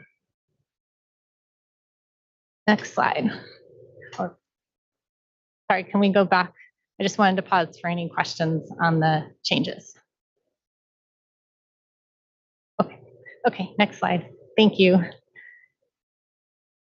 So it is the staff recommendation that the board adopts the resolution with the 2 proposed changes, approving the initial biological goals for the lower San Joaquin River. And now this is the point in the agenda item where we will take questions as staff or board discussion can occur, and then we go to public comment. Thank you, Ms. Forsman, and thank you, everyone. I know there's a lot going on and things are quite busy, and there's not a lot of agreement sometimes in the space that we're trying to create here amongst us. But when I think of the draft biological goals, when I think of the meetings that have gone on and the engagement, even despite disagreement here, which is always healthy still yet, I really appreciate the synthesis that's gone on here. Because it is a space that I think that we can all continue to contribute, that again, despite disagreement that may be out there, we can continue to create a common scientific understanding in space that can give us our best chance to continue to understand the complexity of the watersheds that here we're trying to manage and the impact of the actions we're all collectively here looking to take. And I just have to acknowledge that the tone, at least in certainly the meetings that I was part of, was actually really productive. And the voices that were there were really about the science and trying to get our best foot forward on these draft goals, and knowing that we're going to be continuing to learn quite a bit, but that this was an important step in us trying to really rationally and here all collectively try to best understand how we manage our watersheds here for the benefit of Salmonets, but really the benefit of all us collectively, as we know. So thank you for that. I know we have a number of commenters. I don't have any questions outright. I appreciate the iterative changes that have been made and the adjustments to really create area specific, California specific, tributary specific information around what we can achieve collectively with each other. So looking to fellow board colleagues, though, if they have any questions off the bat before we hear from folks. Looking to the vice chair. Well, I just want to start by thanking everyone for the really good participation in the many meetings. And I agree, Chair Esquivel, with the comments that you made. So now we're down to the wire. And I think that there have been a lot of changes made. I've seen this develop in such a way that I'm much more comfortable with. There's some language contained in the document that makes it clear, as Mr. Louie, you indicated, that the focus primarily is on the different life stages, the juvenile life stages within the tributaries. And this the additional metrics, the additional goals are included in such a way as to look at the broader context. And there's also language in there with respect to other stressors. So that language makes me much more comfortable. At the 11th hour, though, I am seeing something that had occurred to me before, and it's regarding the resolution. And so I'm busy going through Appendix K, which is something I haven't looked at in a while, and looking at the structure of the STEM group and the adoption of biological goals, and also the role of the STEM group with respect to any adjustments made to unimpaired flow. And so if I look at the resolution, I'm not quite sure that it's squaring up. And so I'm just kind of putting a pin on this at this point, and would welcome staff's comments as well as any of the commenters that'll be appearing before us today, specifically with respect to any changes to the biological goals. It seems that in the resolution that staff could make those changes. And so it seems to me that that should come back before the board. And I just took a look at this for the first time. And so it may be just, how I'm reading it. And then also the ongoing role that the STEM has in the resolution. It refers to coordination, which is a bit of a different role than I think what was originally envisioned. And so that's why I'm looking at Appendix K a little more closely, because I don't know that it was necessarily tied to the initial biological goals or as to sort of the ongoing use and development of biological goals.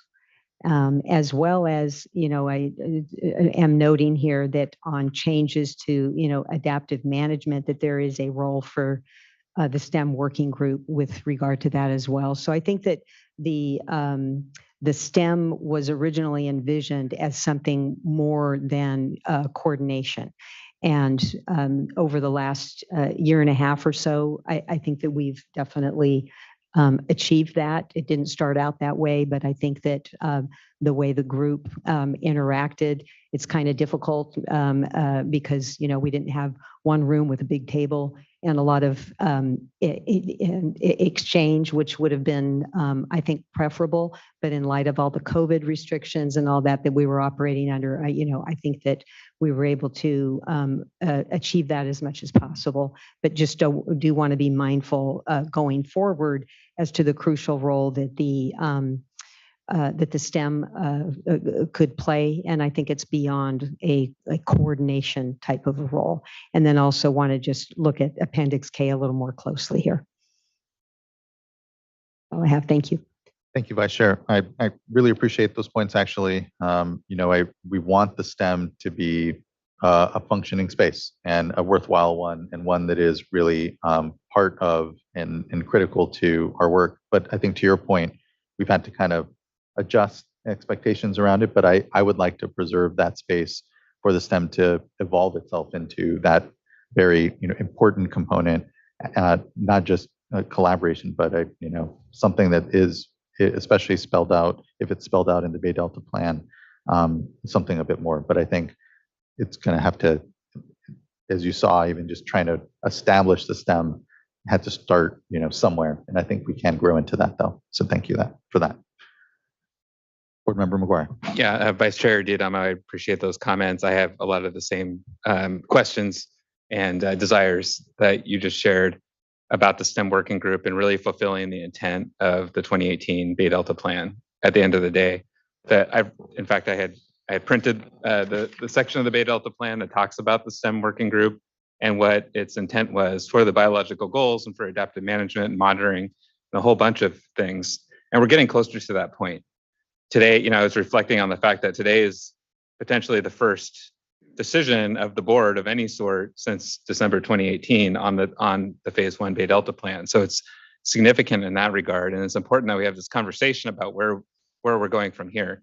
And I'm so encouraged by the work to formulate the STEM working group this past year, to meet with them in the workshops. I think that was really productive and an indication of the potential of that work group going forward.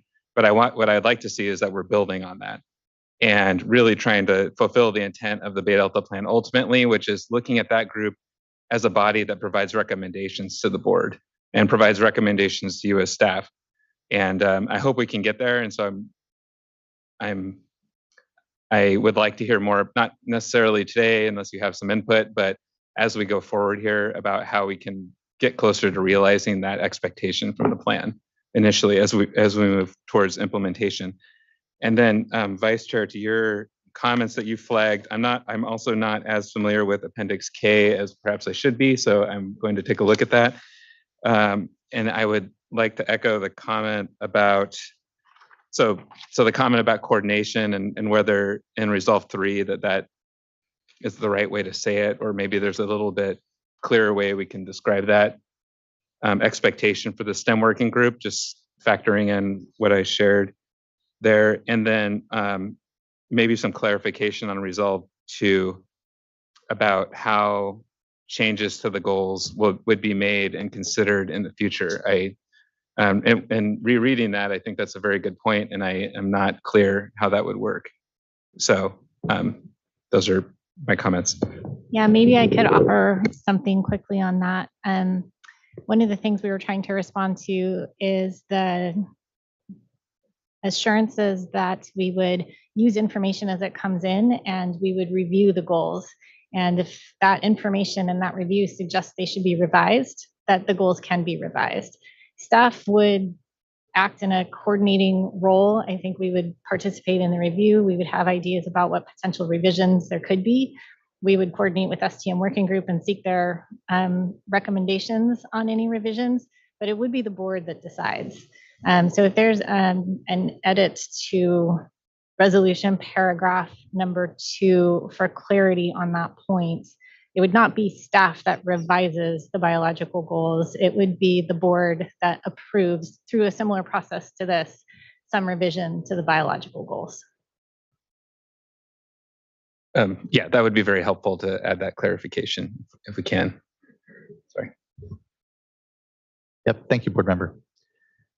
Other comments before we hear from commenters?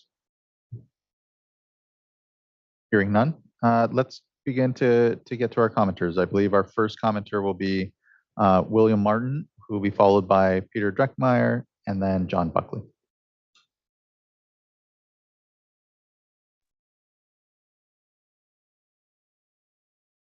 Thank you. I'm William Martin.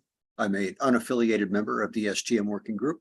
I attended all the meetings, and I would like to just make one brief comment regarding the situation.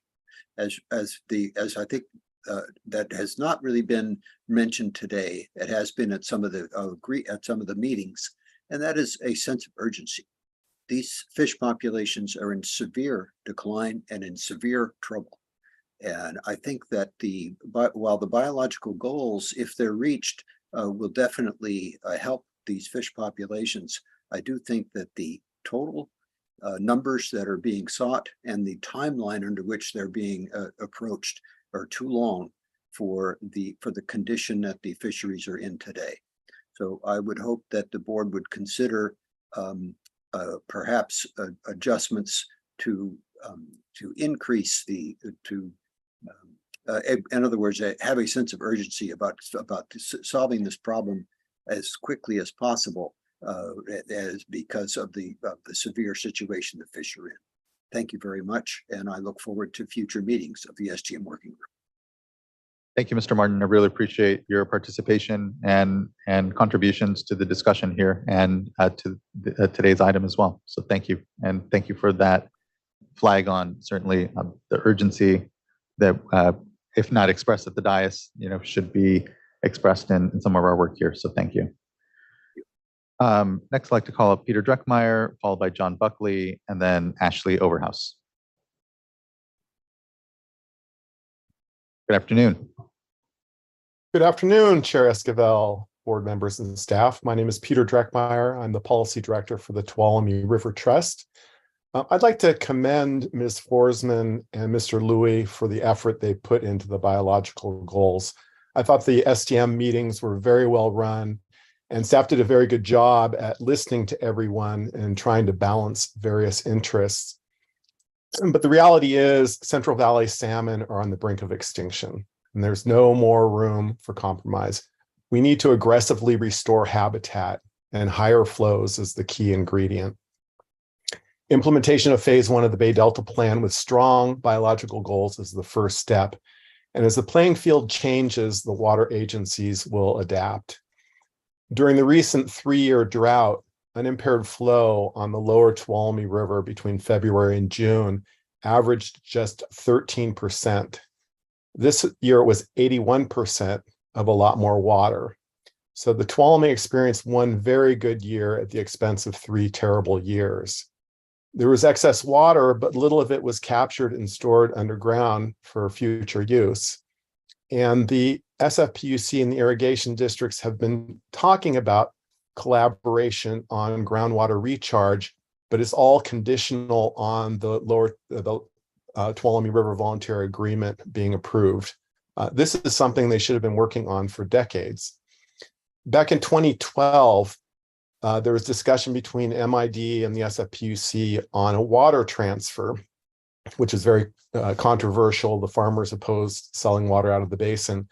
So MID staff, they gave a presentation in which they identified 25,000 to 40,000 acre feet that could be saved if there were infrastructure improvements. But they didn't have the funding themselves. MID only charged the farmers $20 an acre foot, whereas the SFPUC customers pay $2,000. So the idea was that the money from the SFPUC could be used to save all this water. And keep in mind that MID irrigates half the acreage of TID, so one would assume there's a lot of potential there as well. So the water agencies need a reason to do what's right for the environment, and the Bay Delta Plan is the first step. I realize this has been a long process developing the biological goals. My sense is you're probably going to approve them, but we need to look at strengthening them and making the priority be restoration of the salmon-based ecosystem that the Pacific Coast depends on. Thank you.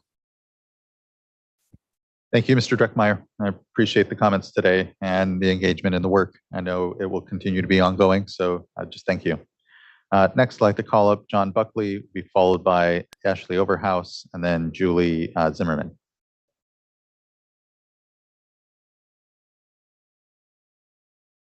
Good afternoon. For some reason, it's not allowing me to share my video. I'm not sure why, but I'll go ahead and start. Now it is. Thank you. So good afternoon. Sometimes context matters. As some board members are aware, our center has been highly engaged in many years of debates, negotiations over how much water should be left in the Stanislaus, Tuolumne, and Merced rivers versus the preponderance of river flows being diverted for agriculture and other consumptive uses. And it's been a long process with a lot of intense frustrations due to so many years of delays. There was a high in 2018 when the Water Board approved the Bay Delta Plan, and there's been a lot of lows in the 5 years afterwards as there had been a lack of meaningful actions being allowed to move forward during years of delays that have been caused by every strategic action that can be put forward by those with water interests that will have reduction in water use if everything moves forward as approved. As a participant in the STEM working group, I note that there's been some very respectful discussions by all sides over highly polarized technical matters. And like the last speaker, I applaud the professionalism and well-prepared facilitation of the Water Board staff that enabled the STEM work sessions to be productive despite a lot of strongly held positions. And I acknowledge that even some of the people that have strong representation for water interests did try to show respect for the needs of salmon and other interests.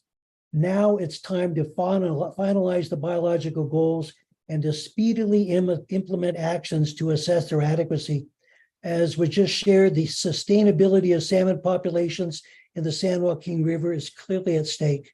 There's been talk for years and years now, and it's not enough for the Water Board and State Fish and Wildlife to continue to express desirable intentions that don't result in meaningful actions. The current version of the biological goals still has flaws and perhaps can be improved even today in response to technical comments that may come from some who follow me. But my key comment today is it's time for adoption, not delaying further.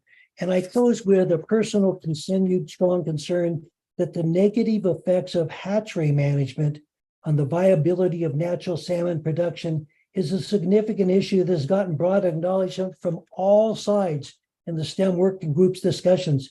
But there is no assurance that any meaningful hatchery management reform will actually take place anytime soon. So I urge the Water Board to not only approve the biological goals today, but to make sure that the topic of meaningful hatchery management reform is addressed with clear status update discussions on a frequent basis until success is achieved there. So thanks again for your staff for their very effective facilitation, the work group sessions, and their consideration of all of the extensive responsive input. I thank you for listening, and I urge the board to adopt the goals and move forward. Thank you. Thank you, Mr. Buckley. Next, I'd like to call up Ashley Overhouse, be followed by Julie Zimmerman, then John Rosenfield.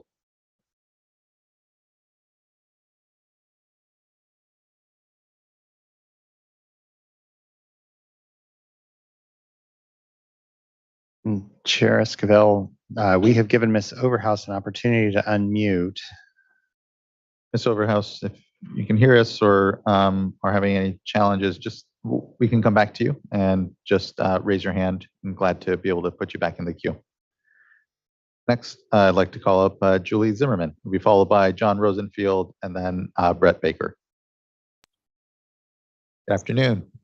Good afternoon. Hi, I'm Julie Zimmerman. I'm with the Nature Conservancy. I'm the Director of Science for the California Water Program and also a member of the STM Working Group. And I was also a co-author of the Conservation Planning Foundation for Restoring Chinook Salmon and Domicus in the Stanislaus River, otherwise known as the Stanislaus Scientific Evaluation Process, or SEP report.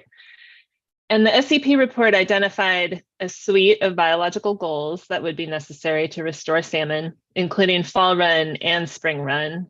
and Steelhead to the Stanislaus, and these goals were later expanded to include the Tuolumne and Merced rivers. The biological goals were based on the VSP concept as defined by NMFS, or National Marine Fisheries Service, what would be necessary to achieve viable salmonid populations. We appreciate that the biological goals for the Stanislaus, Tuolumne, and Merced are also based largely on the VSP concept, and the goals borrow heavily from the SCP report. We support adoption of the biological goals by the board at this meeting. However, we do have some recommendations for how the biological goals will need to be strengthened to be consistent with plan objectives.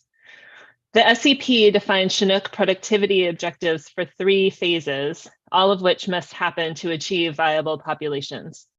The first was rebuilding within 10 years. The second was resiliency within 15 years. And then the third was sustainability within 24 years. The 15-year timeline of the proposed biological goals are structured to achieve the second or middle step in that progression, resiliency. We appreciate that the board staff set a juvenile productivity objective of 2.2% for the freshwater portion of the life cycle. As stated in the SCP report, 2.2% freshwater survival is consistent with a cohort replacement rate of 2.5, which is necessary to achieve resiliency. However, the board's biological goals should also state that the cohort replacement rate should at least reach 2.5 rather than a CRR greater than 1, as currently stated in the report. In addition, action should be taken to ensure the cohort replacement rate is immediately greater than 1 to ensure no further declines in the population. A CRR of 1 is a population that isn't growing, and one of 2.5 is still significantly lower than the cohort replacement rate for salmon populations along the West Coast.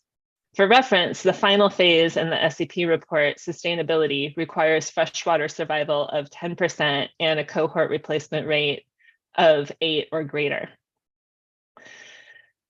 However, the overall juvenile productivity objective for freshwater needs to be parsed out among discrete management units, with monitoring occurring at the downstream end of each management unit to inform adaptive management within the watershed and to ensure plan goals are met. At a minimum, there should be a survival goal assigned to each tributary. At the minimum, it would be from the egg stage to the confluence with the San Joaquin River, for the main stem San Joaquin from the confluence to Vernalis, and for the delta from Vernalis to Chips Island.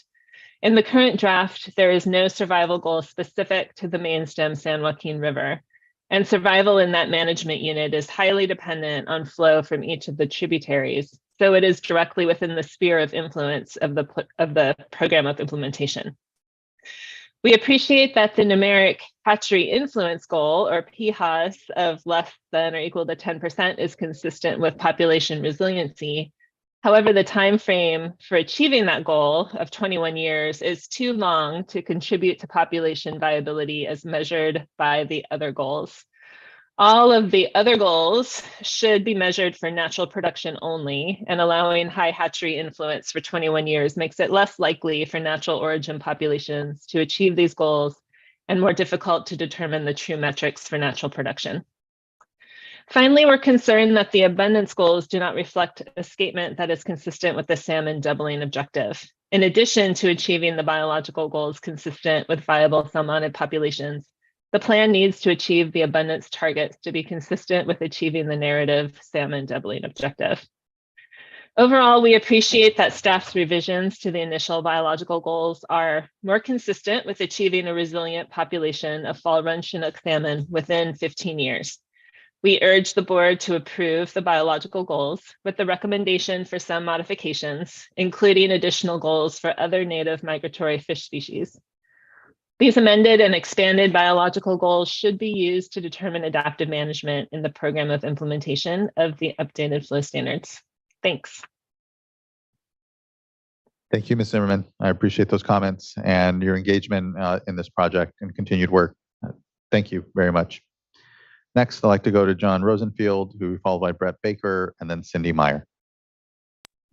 Good afternoon. Good afternoon, Chair Esquivel and members of the board and staff. I'm John Rosenfield, Science Director for San Francisco Baykeeper. Just wanted to say before I offer comments on the draft biological goals that I was struck by the discussion that happened prior to public comment about fulfilling the intent of the Bay Delta plans updates. It's 4.5 years since this board adopted updates to the Bay Delta plans San Joaquin flow standards. Those updates are still not implemented. The biological goals we're discussing and you're considering today were supposed to be considered 180 days after the adoption of the updates. I would suggest that if the board wants to fulfill the intent of the Bay Delta plan updates and see more collaboration and exchange in the STM group established by those updates, that the board should move forward expeditiously with implementing the flow updates while there are still wild spawning salmon, steelhead, and other native fishes on those tributaries to protect. I'm making the comments on the latest draft biological goals on behalf of Baykeeper and the Bay Institute. For over a decade, our organizations have advocated for implementation of Bay Delta Plan updates to be guided by biological goals that define the board's understanding of reasonable protection and also guide the plan towards attainment of plan objectives. We thank board staff for modifications from the original draft biological goals that make this draft a more accurate and useful definition of plan success. In particular, changes to the total juvenile freshwater survival goal and to the numeric hatchery influence target make this draft more consistent with viability of fall run Chinook salmon, although the time frame for the attainment of the hatchery goal is clearly not consistent with Chinook salmon viability for the next 2 decades. This and other problems in this draft of the biological goals will need to be addressed as part of the ongoing modification of goals anticipated in the 2018 plan updates. Additional needed corrections include that the draft report does not specify a biological goal for Chinook salmon survival in the main stem San Joaquin. As a result, the biological goals provide no guidance for adaptive management or future plan updates for conditions in the main stem San Joaquin River as it enters the Delta. This is inconsistent with the purpose of the plan updates and the viability objective. Indeed, Table 1.1 that Mr. Louis showed you in his excellent presentation, Table 1.1 of the draft defines the role of and use of biological goals, but it improperly excludes survival of juvenile Chinook salmon downstream of the tributary confluence from adaptive management considerations related to the proposed flow regime.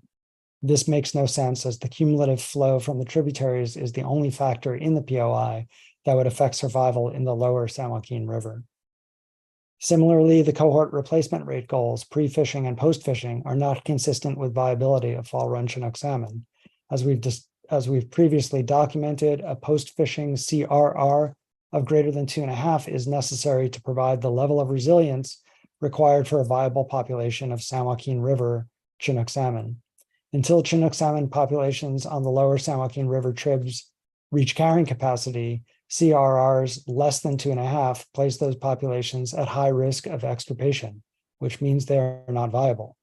Furthermore, setting attainment of the inadequate CRR goal of 10 years from plan implementation means that the board would tolerate declining populations of fall run Chinook salmon for up to 9 years.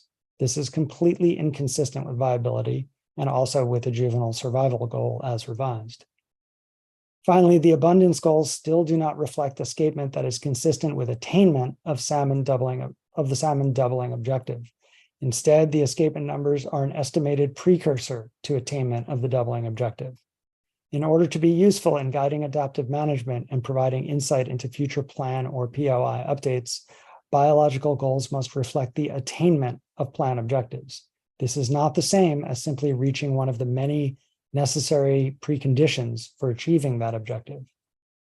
In sum, although the current draft biological goals still do not reflect what the plan or POI needs to accomplish to be considered a success, staff have made important and valuable improvements. We appreciate their efforts. It's time for the board to adopt these initial goals, emphasize the need for continued improvement, and move forward with the implementation of the updated flow standards, which are now long overdue. Thank you for your time. Thank you for yours as well and continued contributions, Mr. Rosenfield. Thank you. Next, I'd like to call up Brett Baker, followed by Cindy Mayer, and then Tom Berliner. Good afternoon. Good afternoon, board and chair. Thank you for taking my comments.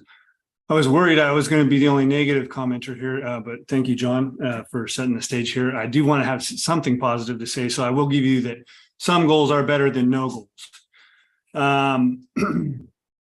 And we did submit some comments on May 11th after the last workshop, but my predecessor, Dante Nomolini, he sent those to comment letters at state board. So I resent a copy to the clerk if you're interested in taking a look at them. I know we're past the deadline, but wanted to get those in front of you. So basically our issues here with your goals are that you focus, almost exclusively on fall run Chinook salmon and ignoring spring run Chinook, steelhead, smelt, split tail, sturgeon, other things other fish, endangered fish that use the estuaries, other species of concern.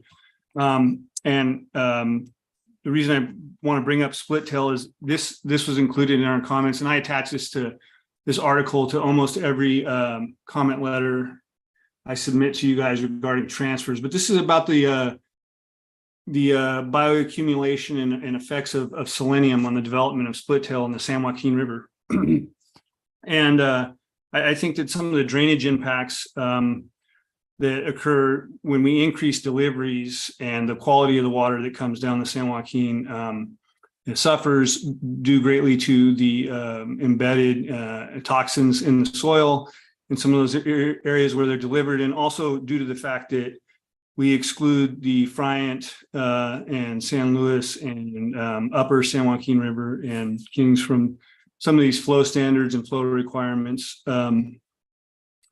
So I just want to throw this out there that I may be worried about nothing. I'm sure you guys have this all under control. I know that there are several discussions going on elsewhere, including some ongoing litigation that was brought up earlier. We're increasing the salinity standard at Brant Bridge from 0.7 to 1 EC. But I'm hopeful that in the VA discussions, which none of us are privy to, that there is a slug of water waiting to come down the river somewhere that will be provided from those discussions. So I remain hopeful that this is a step in the right direction. It's not a big enough step. It doesn't go far enough. Certainly, those thresholds that John and other folks have mentioned are critical into regrowing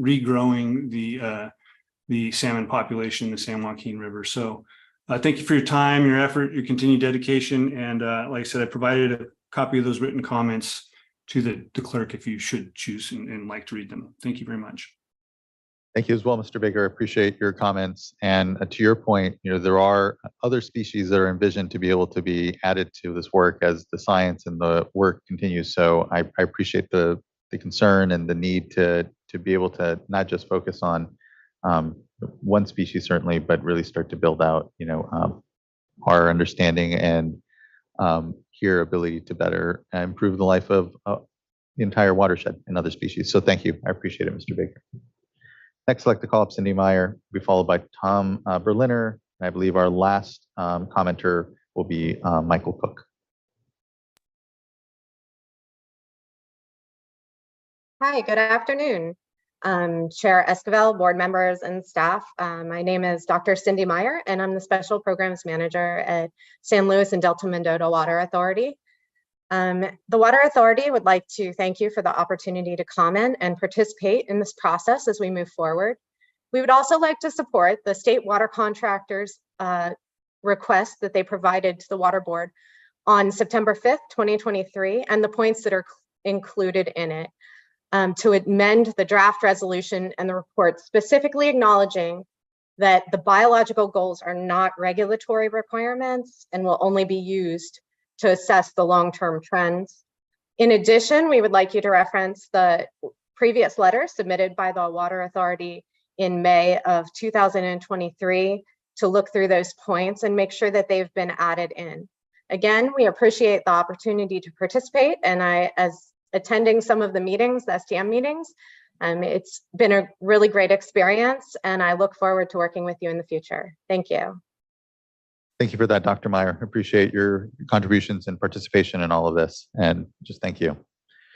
Next, I'd like to call up Tom Berliner, will be followed by our final speaker, Michael Cook.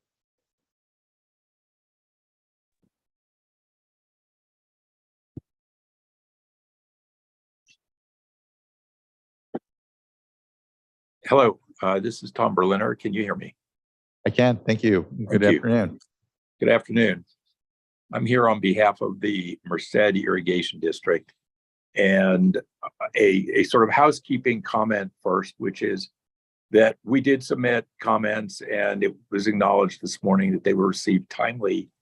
Oftentimes when comments are submitted, we get an acknowledgement of receipt of those comments. And this time there was no indication that comments were received. And we just think it would be advisable for the board as a routine part of the practice when somebody submits comments, that there be some sort of a return reflected that the comments were received. It can be helpful for a lot of folks. Appreciate that, Mr. Berliner.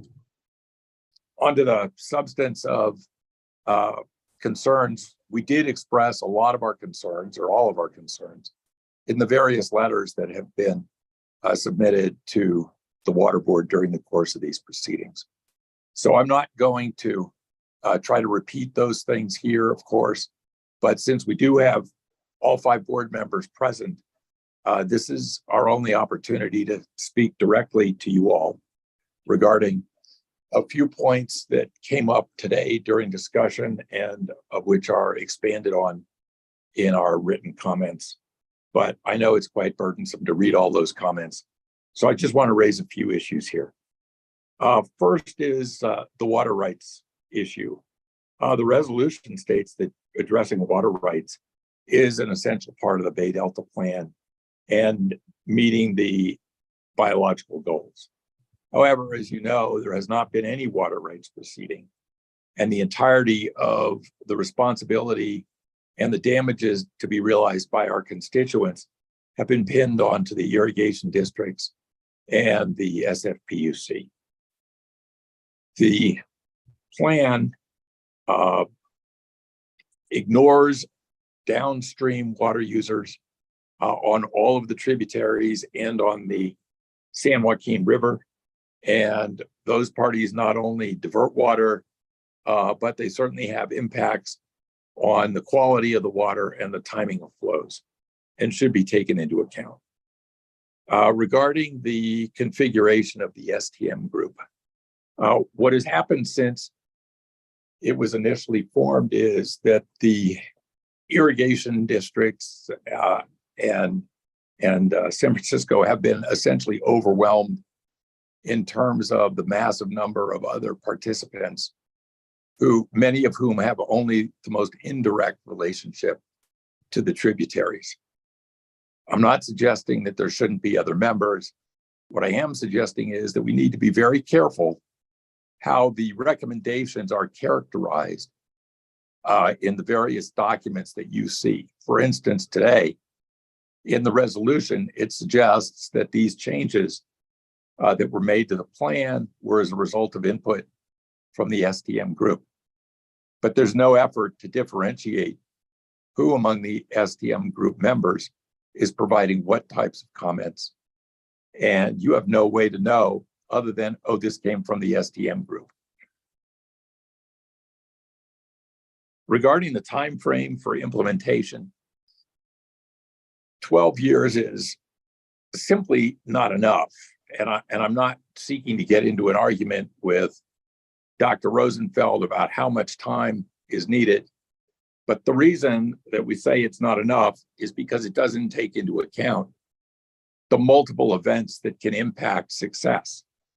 Among those are things like drought, flood, fires, climate change writ large, various other impacts to water quality, et cetera, as well as the success of ocean harvest and the success of migrating the Delta.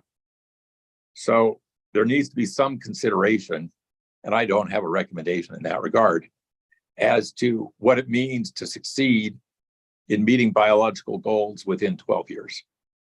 I would also suggest a time frame that short has never been met with success in California.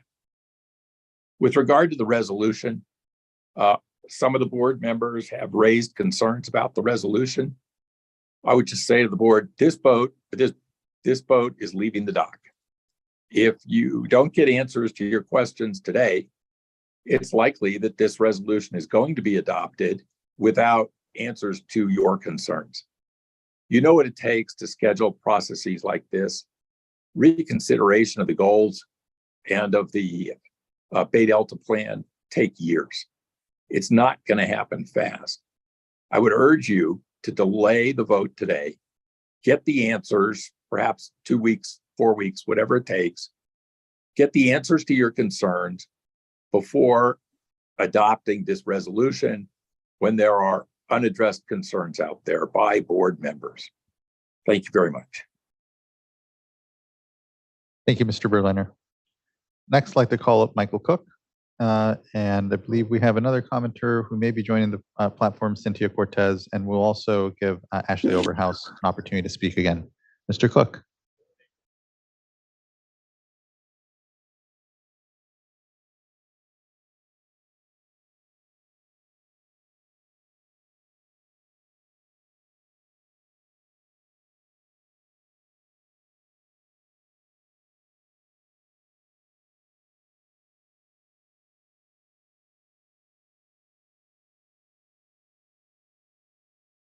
Apologize to interrupt, but I'm not sure if the mic is on. If it was green. Might be on now. Okay, yeah. Can we start Apologize over, for or, those. Well, for those that were on the platform, they may not have heard you. So if you don't mind just starting over. Yeah, thank you. No problem. Thank I've you. done that in church before. Good afternoon, Chair Esquivel, members of the board and staff. My name is Michael Cook. I'm Director of Water Resources and Regulatory Affairs for Turlock Irrigation District. TID, along with its partners on the Tuolumne, Modesto Irrigation District, and San Francisco Public Utilities Commission, have submitted a number of formal written comments throughout the biological goals process, including our most recent letter dated August 31st, submitted electronically to the board the same day. That letter, along with its predecessors, summarize our technical and legal concerns with the biological goals. As these written comments are already part of the official record, I do not wish to repeat them here. However, the Tuolumne partners have requested the State Water Board approve an amendment to its resolution to include specific language that clarifies that biological goals are not applicable to those parties that have entered into a voluntary agreement with the State Water Board. We acknowledge footnote 3 on page 1.4, as well as the recent change sheet. And the change sheet does make it clear that the voluntary agreement will be evaluated by the standards in the voluntary agreement. But it doesn't make clear that the path to implementation of the Bay Delta plan is a voluntary agreement or the biological goals, not both at the same time. And I have language I'd like to read into the record at the end of my remarks regarding recital number 10. But the reason we're so supportive of the VA program is because it overcomes many of the shortcomings of the flows-only approach of the Bay Delta plan update. And these shortcomings have been highlighted today by staff, speakers, as well as the report itself. So we're really looking forward to working with our partners in the Sac Basin on developing a comprehensive approach to improving conditions for native fish species that includes flow, habitat, funding, science, monitoring, adaptive management, partnering with all resource agencies, and comprehensive governance at both the local and state levels. And if you'll indulge me, I just want to quickly state how we feel recital number 10 could be improved on the change sheet. It's just the second sentence. The implementation of flow and other commitments and the evaluation of the effectiveness of VAs will not be evaluated by the biological goals, but instead will be subject to the specific provisions or terms of any VA as may be approved in any future updates to the Bay Delta plan. So we just want to make sure that we've got a VA, we're doing everything and going above and beyond in the VA. But you say, well, you're not quite meeting the biological goals, therefore we're going to implement adaptive management, move you up to 40, 50% unimpaired flow. So just want to make sure that's clear. It's one path or the other, not both. So thank you very much for your consideration. Can you read that again? Absolutely. So second sentence, the implementation of flow and other commitments and the evaluation of the effectiveness of the VAs will not be affected or determined by achievement of or progress toward the biological goals, but instead will be subject to the specific provisions or terms of any VA as may be approved in any future updates to the Bay Delta plan. I can happily forward that to you or your staff as needed. Thank you. I think you should do that. Forward it Potentially, around I know too. we'll have a discussion, but I appreciate that, Mr. Cook.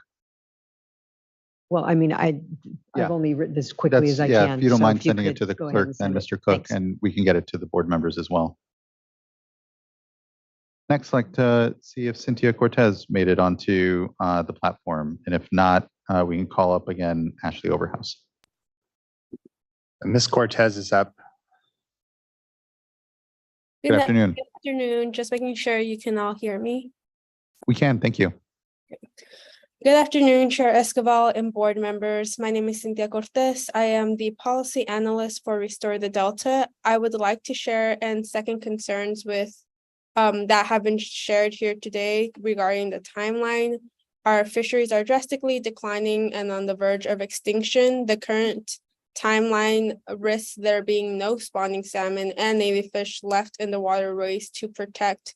The closed fishery season this year demonstrated the impacts that decreased fish populations have on communities.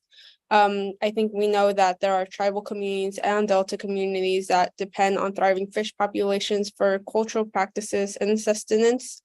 I want to highlight the importance that as we move towards implementation, the board acknowledges the importance of adequate flow-based standards that are protective of fish populations. The doubling objective will not be achieved if flows are not prioritized. If proper flow standards were to be implemented expeditiously, doubling standards would likely be met in a shorter timeline than that being proposed. And yeah, that's all I had today. Thank you for the opportunity to comment. Thank you, Ms. Cortez. Appreciate the comments here and the engagement on the item. Next, I'd like to go back to Ashley Overhouse, and Ms. Overhouse is back on the platform and just wanted to make sure we provide an opportunity for her to comment. Thank you so much, Chair Escobar. Can you hear me? We can. Thank you. Wonderful. Thank you so much for your patience with my technical issues.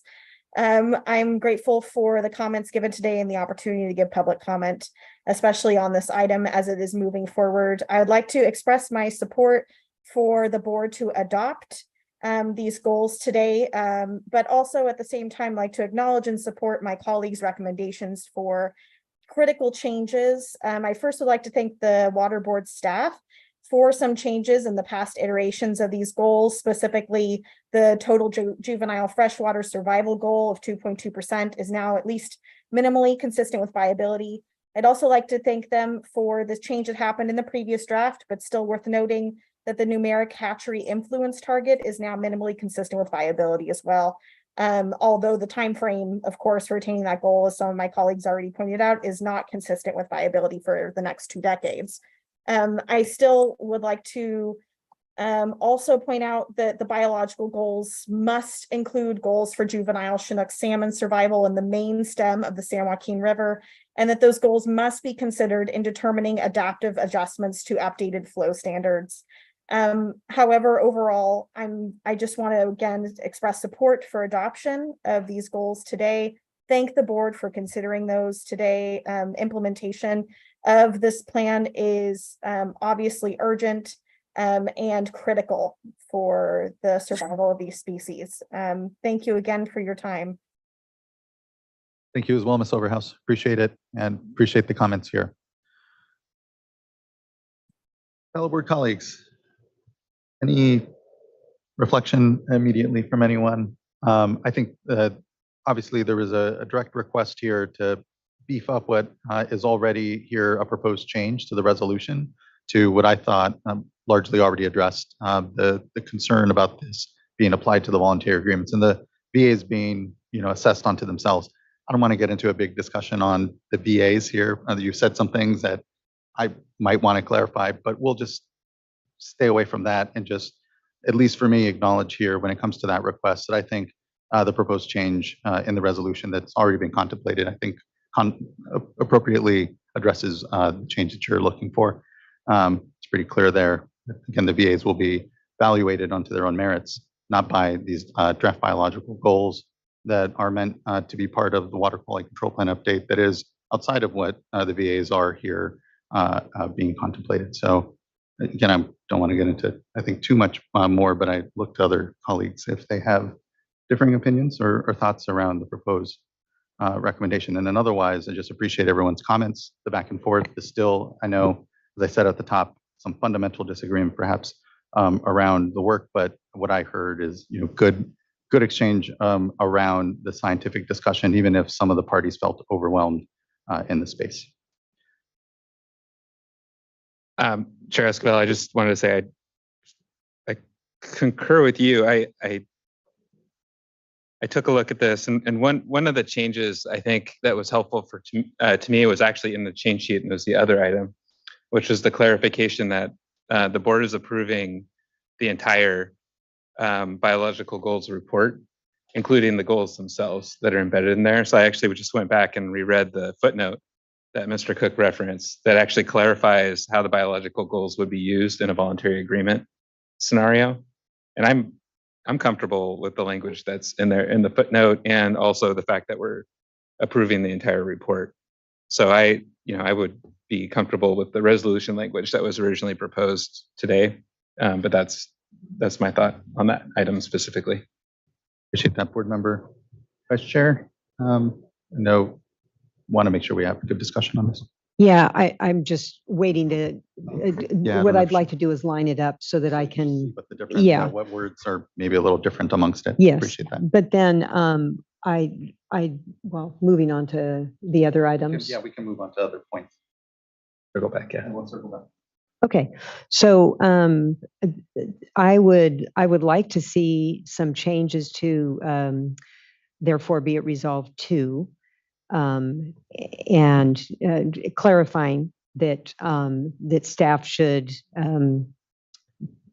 recommend to the board any changes. There's rather than saying that the board would make changes, there's still this very critical role of staff doing its work. And so I think this is just a simple fix of staff making recommendations to the board for our approval.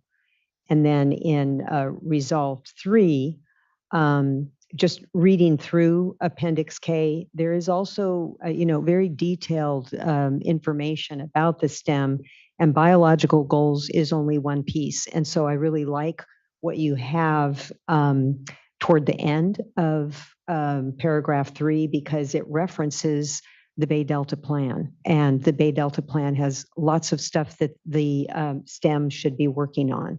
So I think, initially I was kind of considering, going back and looking at that, but it's best to just reference the plan, and that's where we can all go to see just how comprehensive of a role the STEM should be.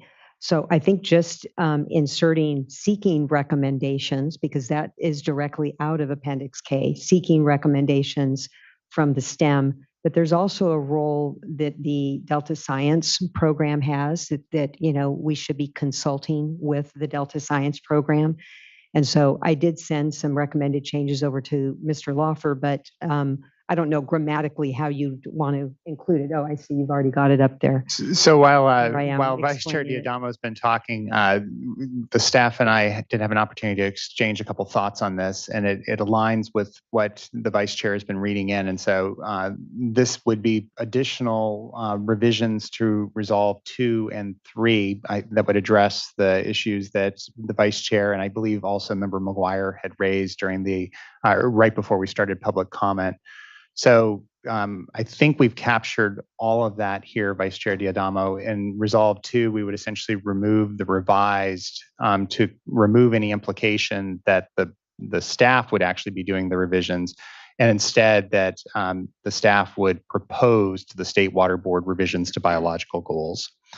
And that, as you heard from Ms. Borsman, that was the intent, and that's what's in the Bay Delta Plan. And then on Resolve 3, it's a little bit more, we've got language here that's a little more detailed than what you were describing a moment ago.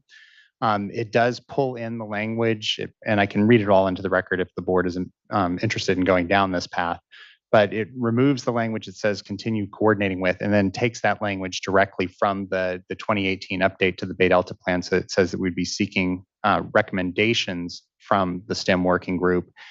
And then it is broader than just the updating of the biological goals and the monitoring and evaluation supported. It also reaches other procedures, plans, the SJRM MEP and special studies and reporting requirements consistent with the Bay Delta plan. And then we've added in that additional clause and in consultation with the Delta Science Program that's reflected in the 2018 plan update. But I think that captures everything that you were looking at. And I know there have been a couple little tweaks to it. So I don't know if there are any observations staff want to make on that language.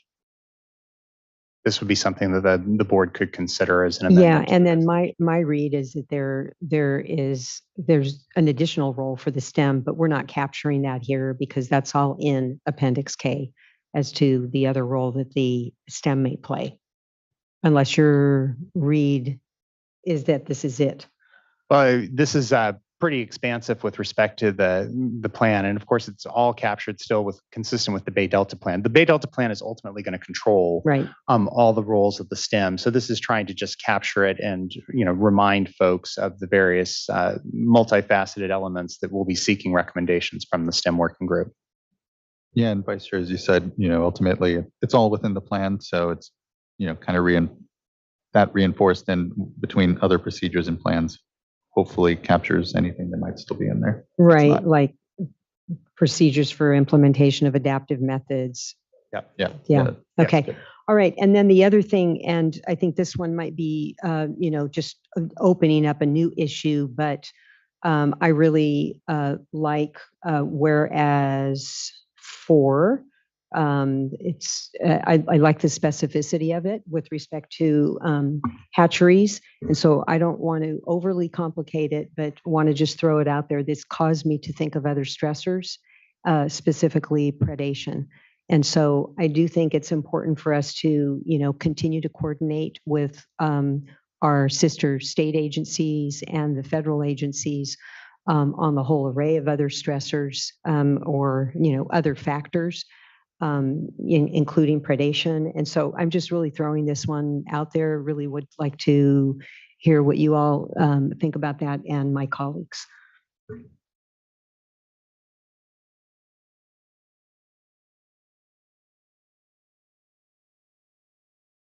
Any thoughts? And I'll have to look at the words, but trying to figure out if there's something in there that's already somewhat capturing predation. But I mean, I'm open to. Again, I agree completely.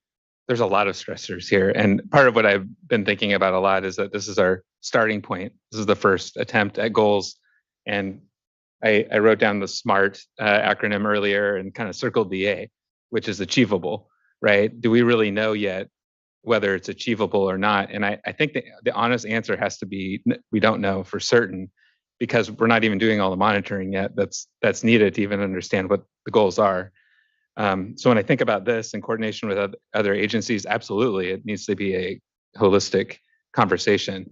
But I think I might again turn to the report and wonder if, without looking at it right now, does the report capture the need to coordinate with our sister agencies on predation and other stressor issues? I guess because it's we're calling this the hatchery issue specifically out in the resolution and not others. So it's a fair point, but if it's in the report, maybe Yeah, I actually I tried to skim through it. There is reference to other stressors. I don't know that that's the exact terminology, but not necessarily as to coordination.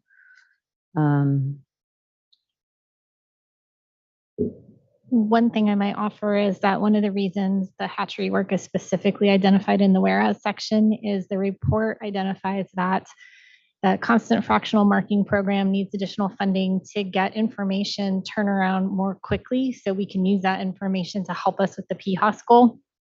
And I'll ask Stephen to correct me if I get anything wrong on that.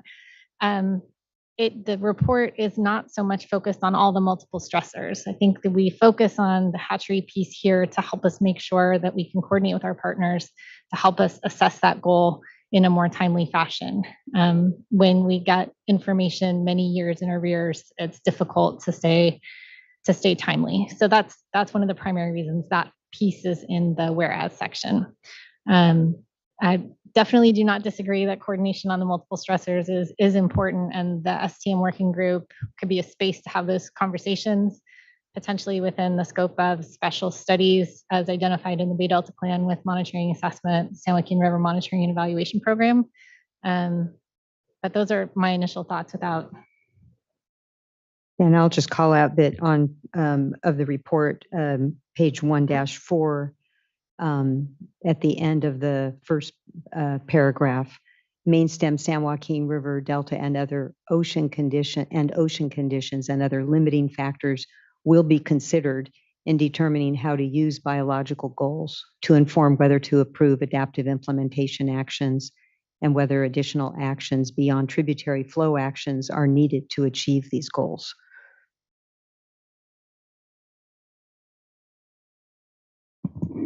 Yeah, I So appreciate that. is- And I think, within the document there captures, I think what you're trying, what you're desiring there, Vice Chair. I'm not sure if necessarily need further amendment to the resolution language, but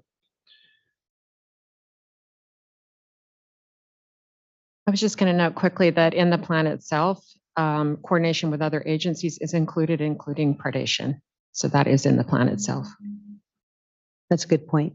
And any thoughts from other colleagues on this issue?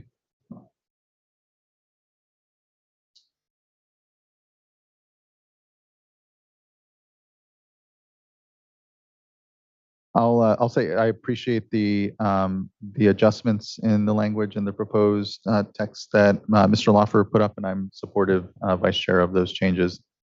I think on the predation issue right now, I think it's covered in other spaces, so it doesn't necessarily need to be added to that or creating a new whereas or resolution language. yeah, I think that's fine. It's an important issue, and I think we all know it's an important issue, and I appreciate Ms. Leahy that I'm recalling it's in the plan, it's in the resolution about our need to coordinate with other agencies. Thank you, Vice Chair. Any other flags or thoughts you'd like to cover? And then looking to other board colleagues as well of things they'd like to flag or have discussed here. And then otherwise, just tracking on those two changes at this point.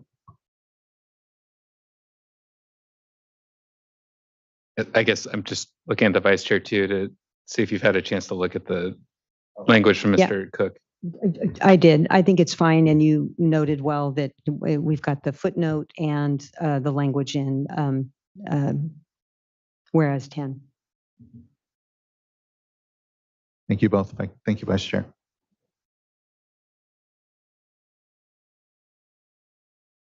You may be prepared for a motion if no further. Okay. Okay. Okay, so I'll try to make a motion here. So I'll make a motion to adopt with including the change sheet, including the changes that were read into the record. And to be clear, the changes were the changes to Resolve 2 and Resolve 3 of the. Second. Thank you. Ms. Tyler, can you please call a roll call vote? Board Member Morgan. Aye. Vice Chair Diadamo. Aye. Board Member McGuire. Aye. Board Member Firestone. Aye. Chair Esquivel. Aye. Thank you. Thank you as well. Appreciate everyone's engagement in the work here. The items adopted in the draft initial biological goals are officially adopted. Thank you, everyone, for the good work, and look forward to what is going to be further still discussion in this space in the time ahead. So much appreciated. Thank you. That concludes item number 6 then, and brings us to, hold on, let me make sure item number 7, our board member reports. Do we have any board members who would like to try and go first? I will quickly pull up my calendar and try to summarize my report here as well. Just state I do not have a report. Thank you, board member. Oh gosh. I have to track back to our last board meeting and then realize that it's actually been like 3 weeks. So I can kick us off Think, let me just quickly scan.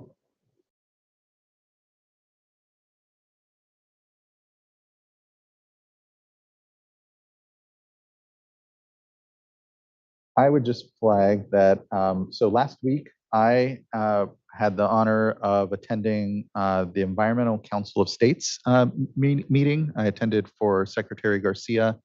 It was in Boulder, in Colorado. It was great to be out there because so many of the topics actually that we've touched on today were a front of mind, and especially on this issue of the state revolving funds and the lack of or the reduction in baseline funding that we've seen since 2022 when earmarks came back on the scene, and as opposed to prior to 2022 when Congress did earmark drinking water or clean water projects, they created a separate appropriation and paid for it instead of kind of taking a hit at the baseline program. So that was front of mind for other states.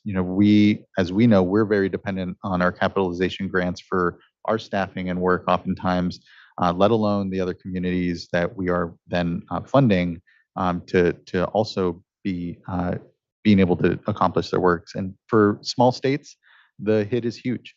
So we're fortunate here.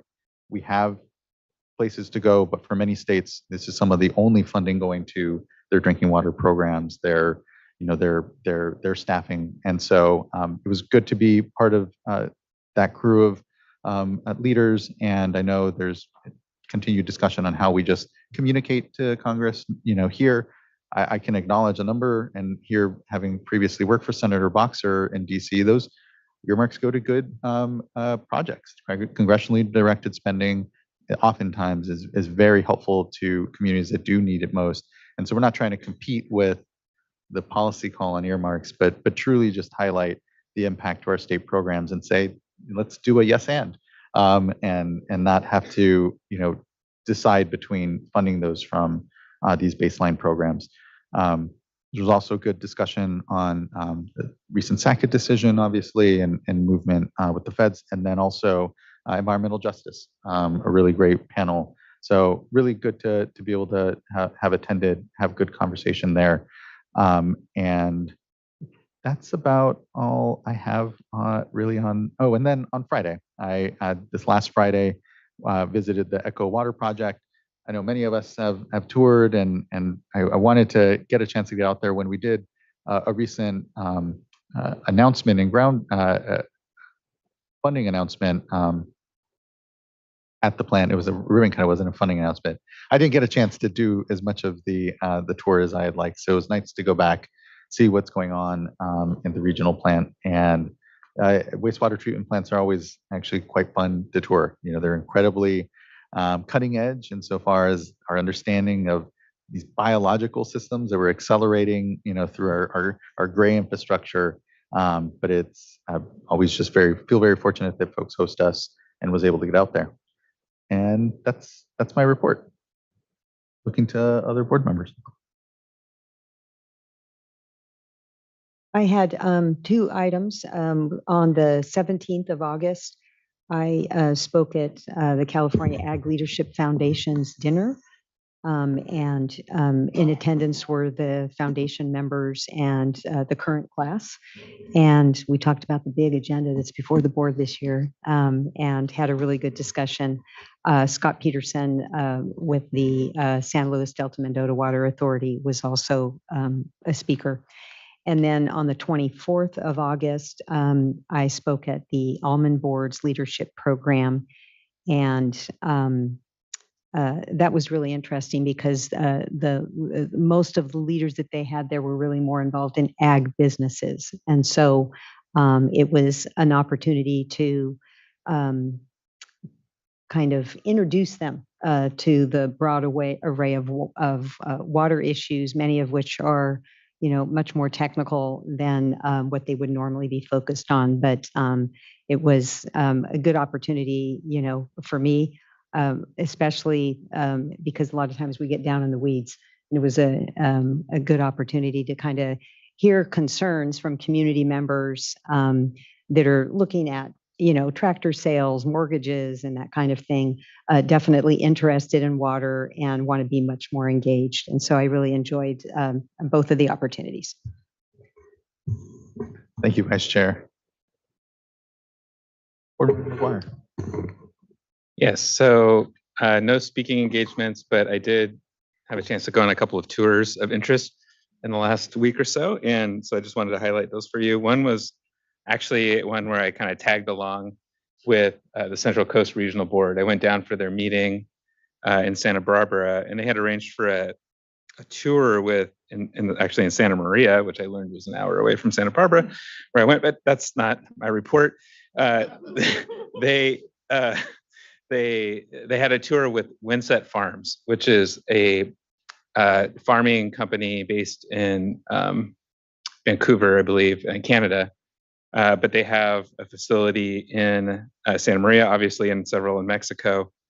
And it's all greenhouse grown produce. So tomatoes, cucumbers, peppers, lettuce, and it is really incredible. And the whole facility covers about 150 acres.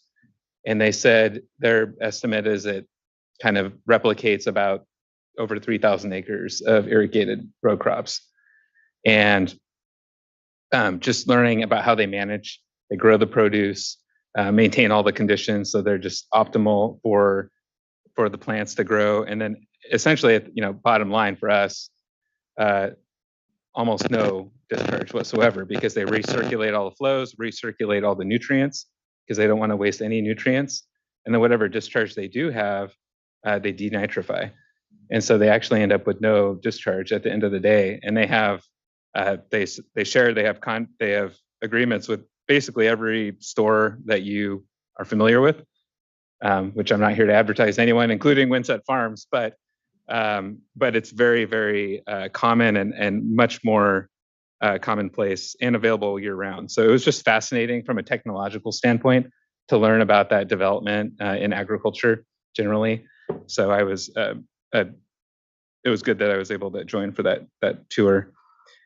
And then the other one I wanted to mention was last Monday, I went with Restore the Delta and toured the Stockton area and got a sense for a lot of their primary concerns about HAB impacts to the environmental justice communities in that area. Fortunately, this year there were no HABs because the conditions have been favorable. So that was good. So I didn't see any HABs while I was there, but I know that they're there frequently. And so for me, just getting I'd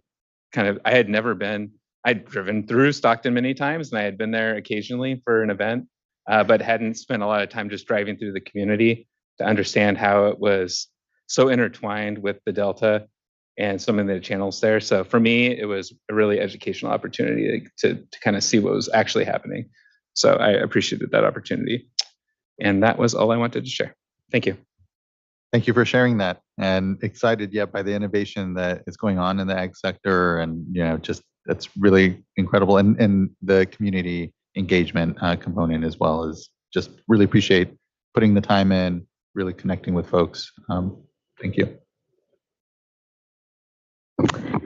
I was able to talk with the Aqua Groundwater Committee, which has a lot of participation. I think other board members have already talked with them, but there is, well over 150 people. And obviously groundwater is top of mind. SGMA is really, top of mind, but also other groundwater issues. And so I appreciate their time. And I just found out that I was confirmed yesterday, so that's good. I'm on for another bit. And I think that's all the report I have. That's a really good report. Congratulations, truly. It was great to see you go through the process and be able to be acknowledged for the good work that you've done these last 4 years. 4 more years is the chant I heard. I think they were talking about you. Thank you. Thank you. Yeah, it's already, Yeah, I know, right? Yeah, 3.5 years, three and a bit. Thank you, board member. Thank you, everyone. That concludes board member reports and brings us to our last item. Anything to add on the executive director's report? Executive Director Sobek, thank you for always, it's an incredible compendium of a lot of work that's going on, and just appreciate just everyone in the programs that are just churning on a lot that's going on right now, and just make sure everyone takes a break, there's just so much work, so much ahead this next year, and just appreciate the good work that's going on to that. Thank you, Executive Director. That brings us to the end of our agenda here today, but not the end of our meeting. We will reconvene tomorrow morning at 9:30. We are in recess until then, and tomorrow we have our workshop on the draft policy on this to standardize cost reporting in the municipal stormwater permits. I think we actually have something else.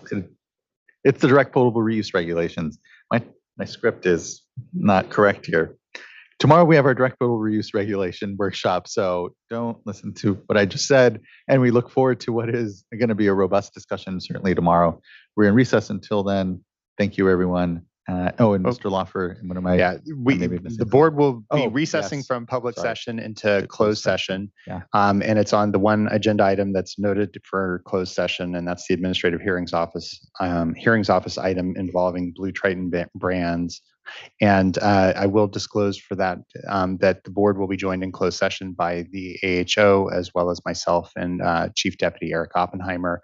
And just for the record, once again, Executive Director Eileen Sobek is recused from that particular matter. That's it. Thank you. Appreciate that. We will go to closed session then, and here we will come back tomorrow morning at 9:30, and someone will come out and close out for us here.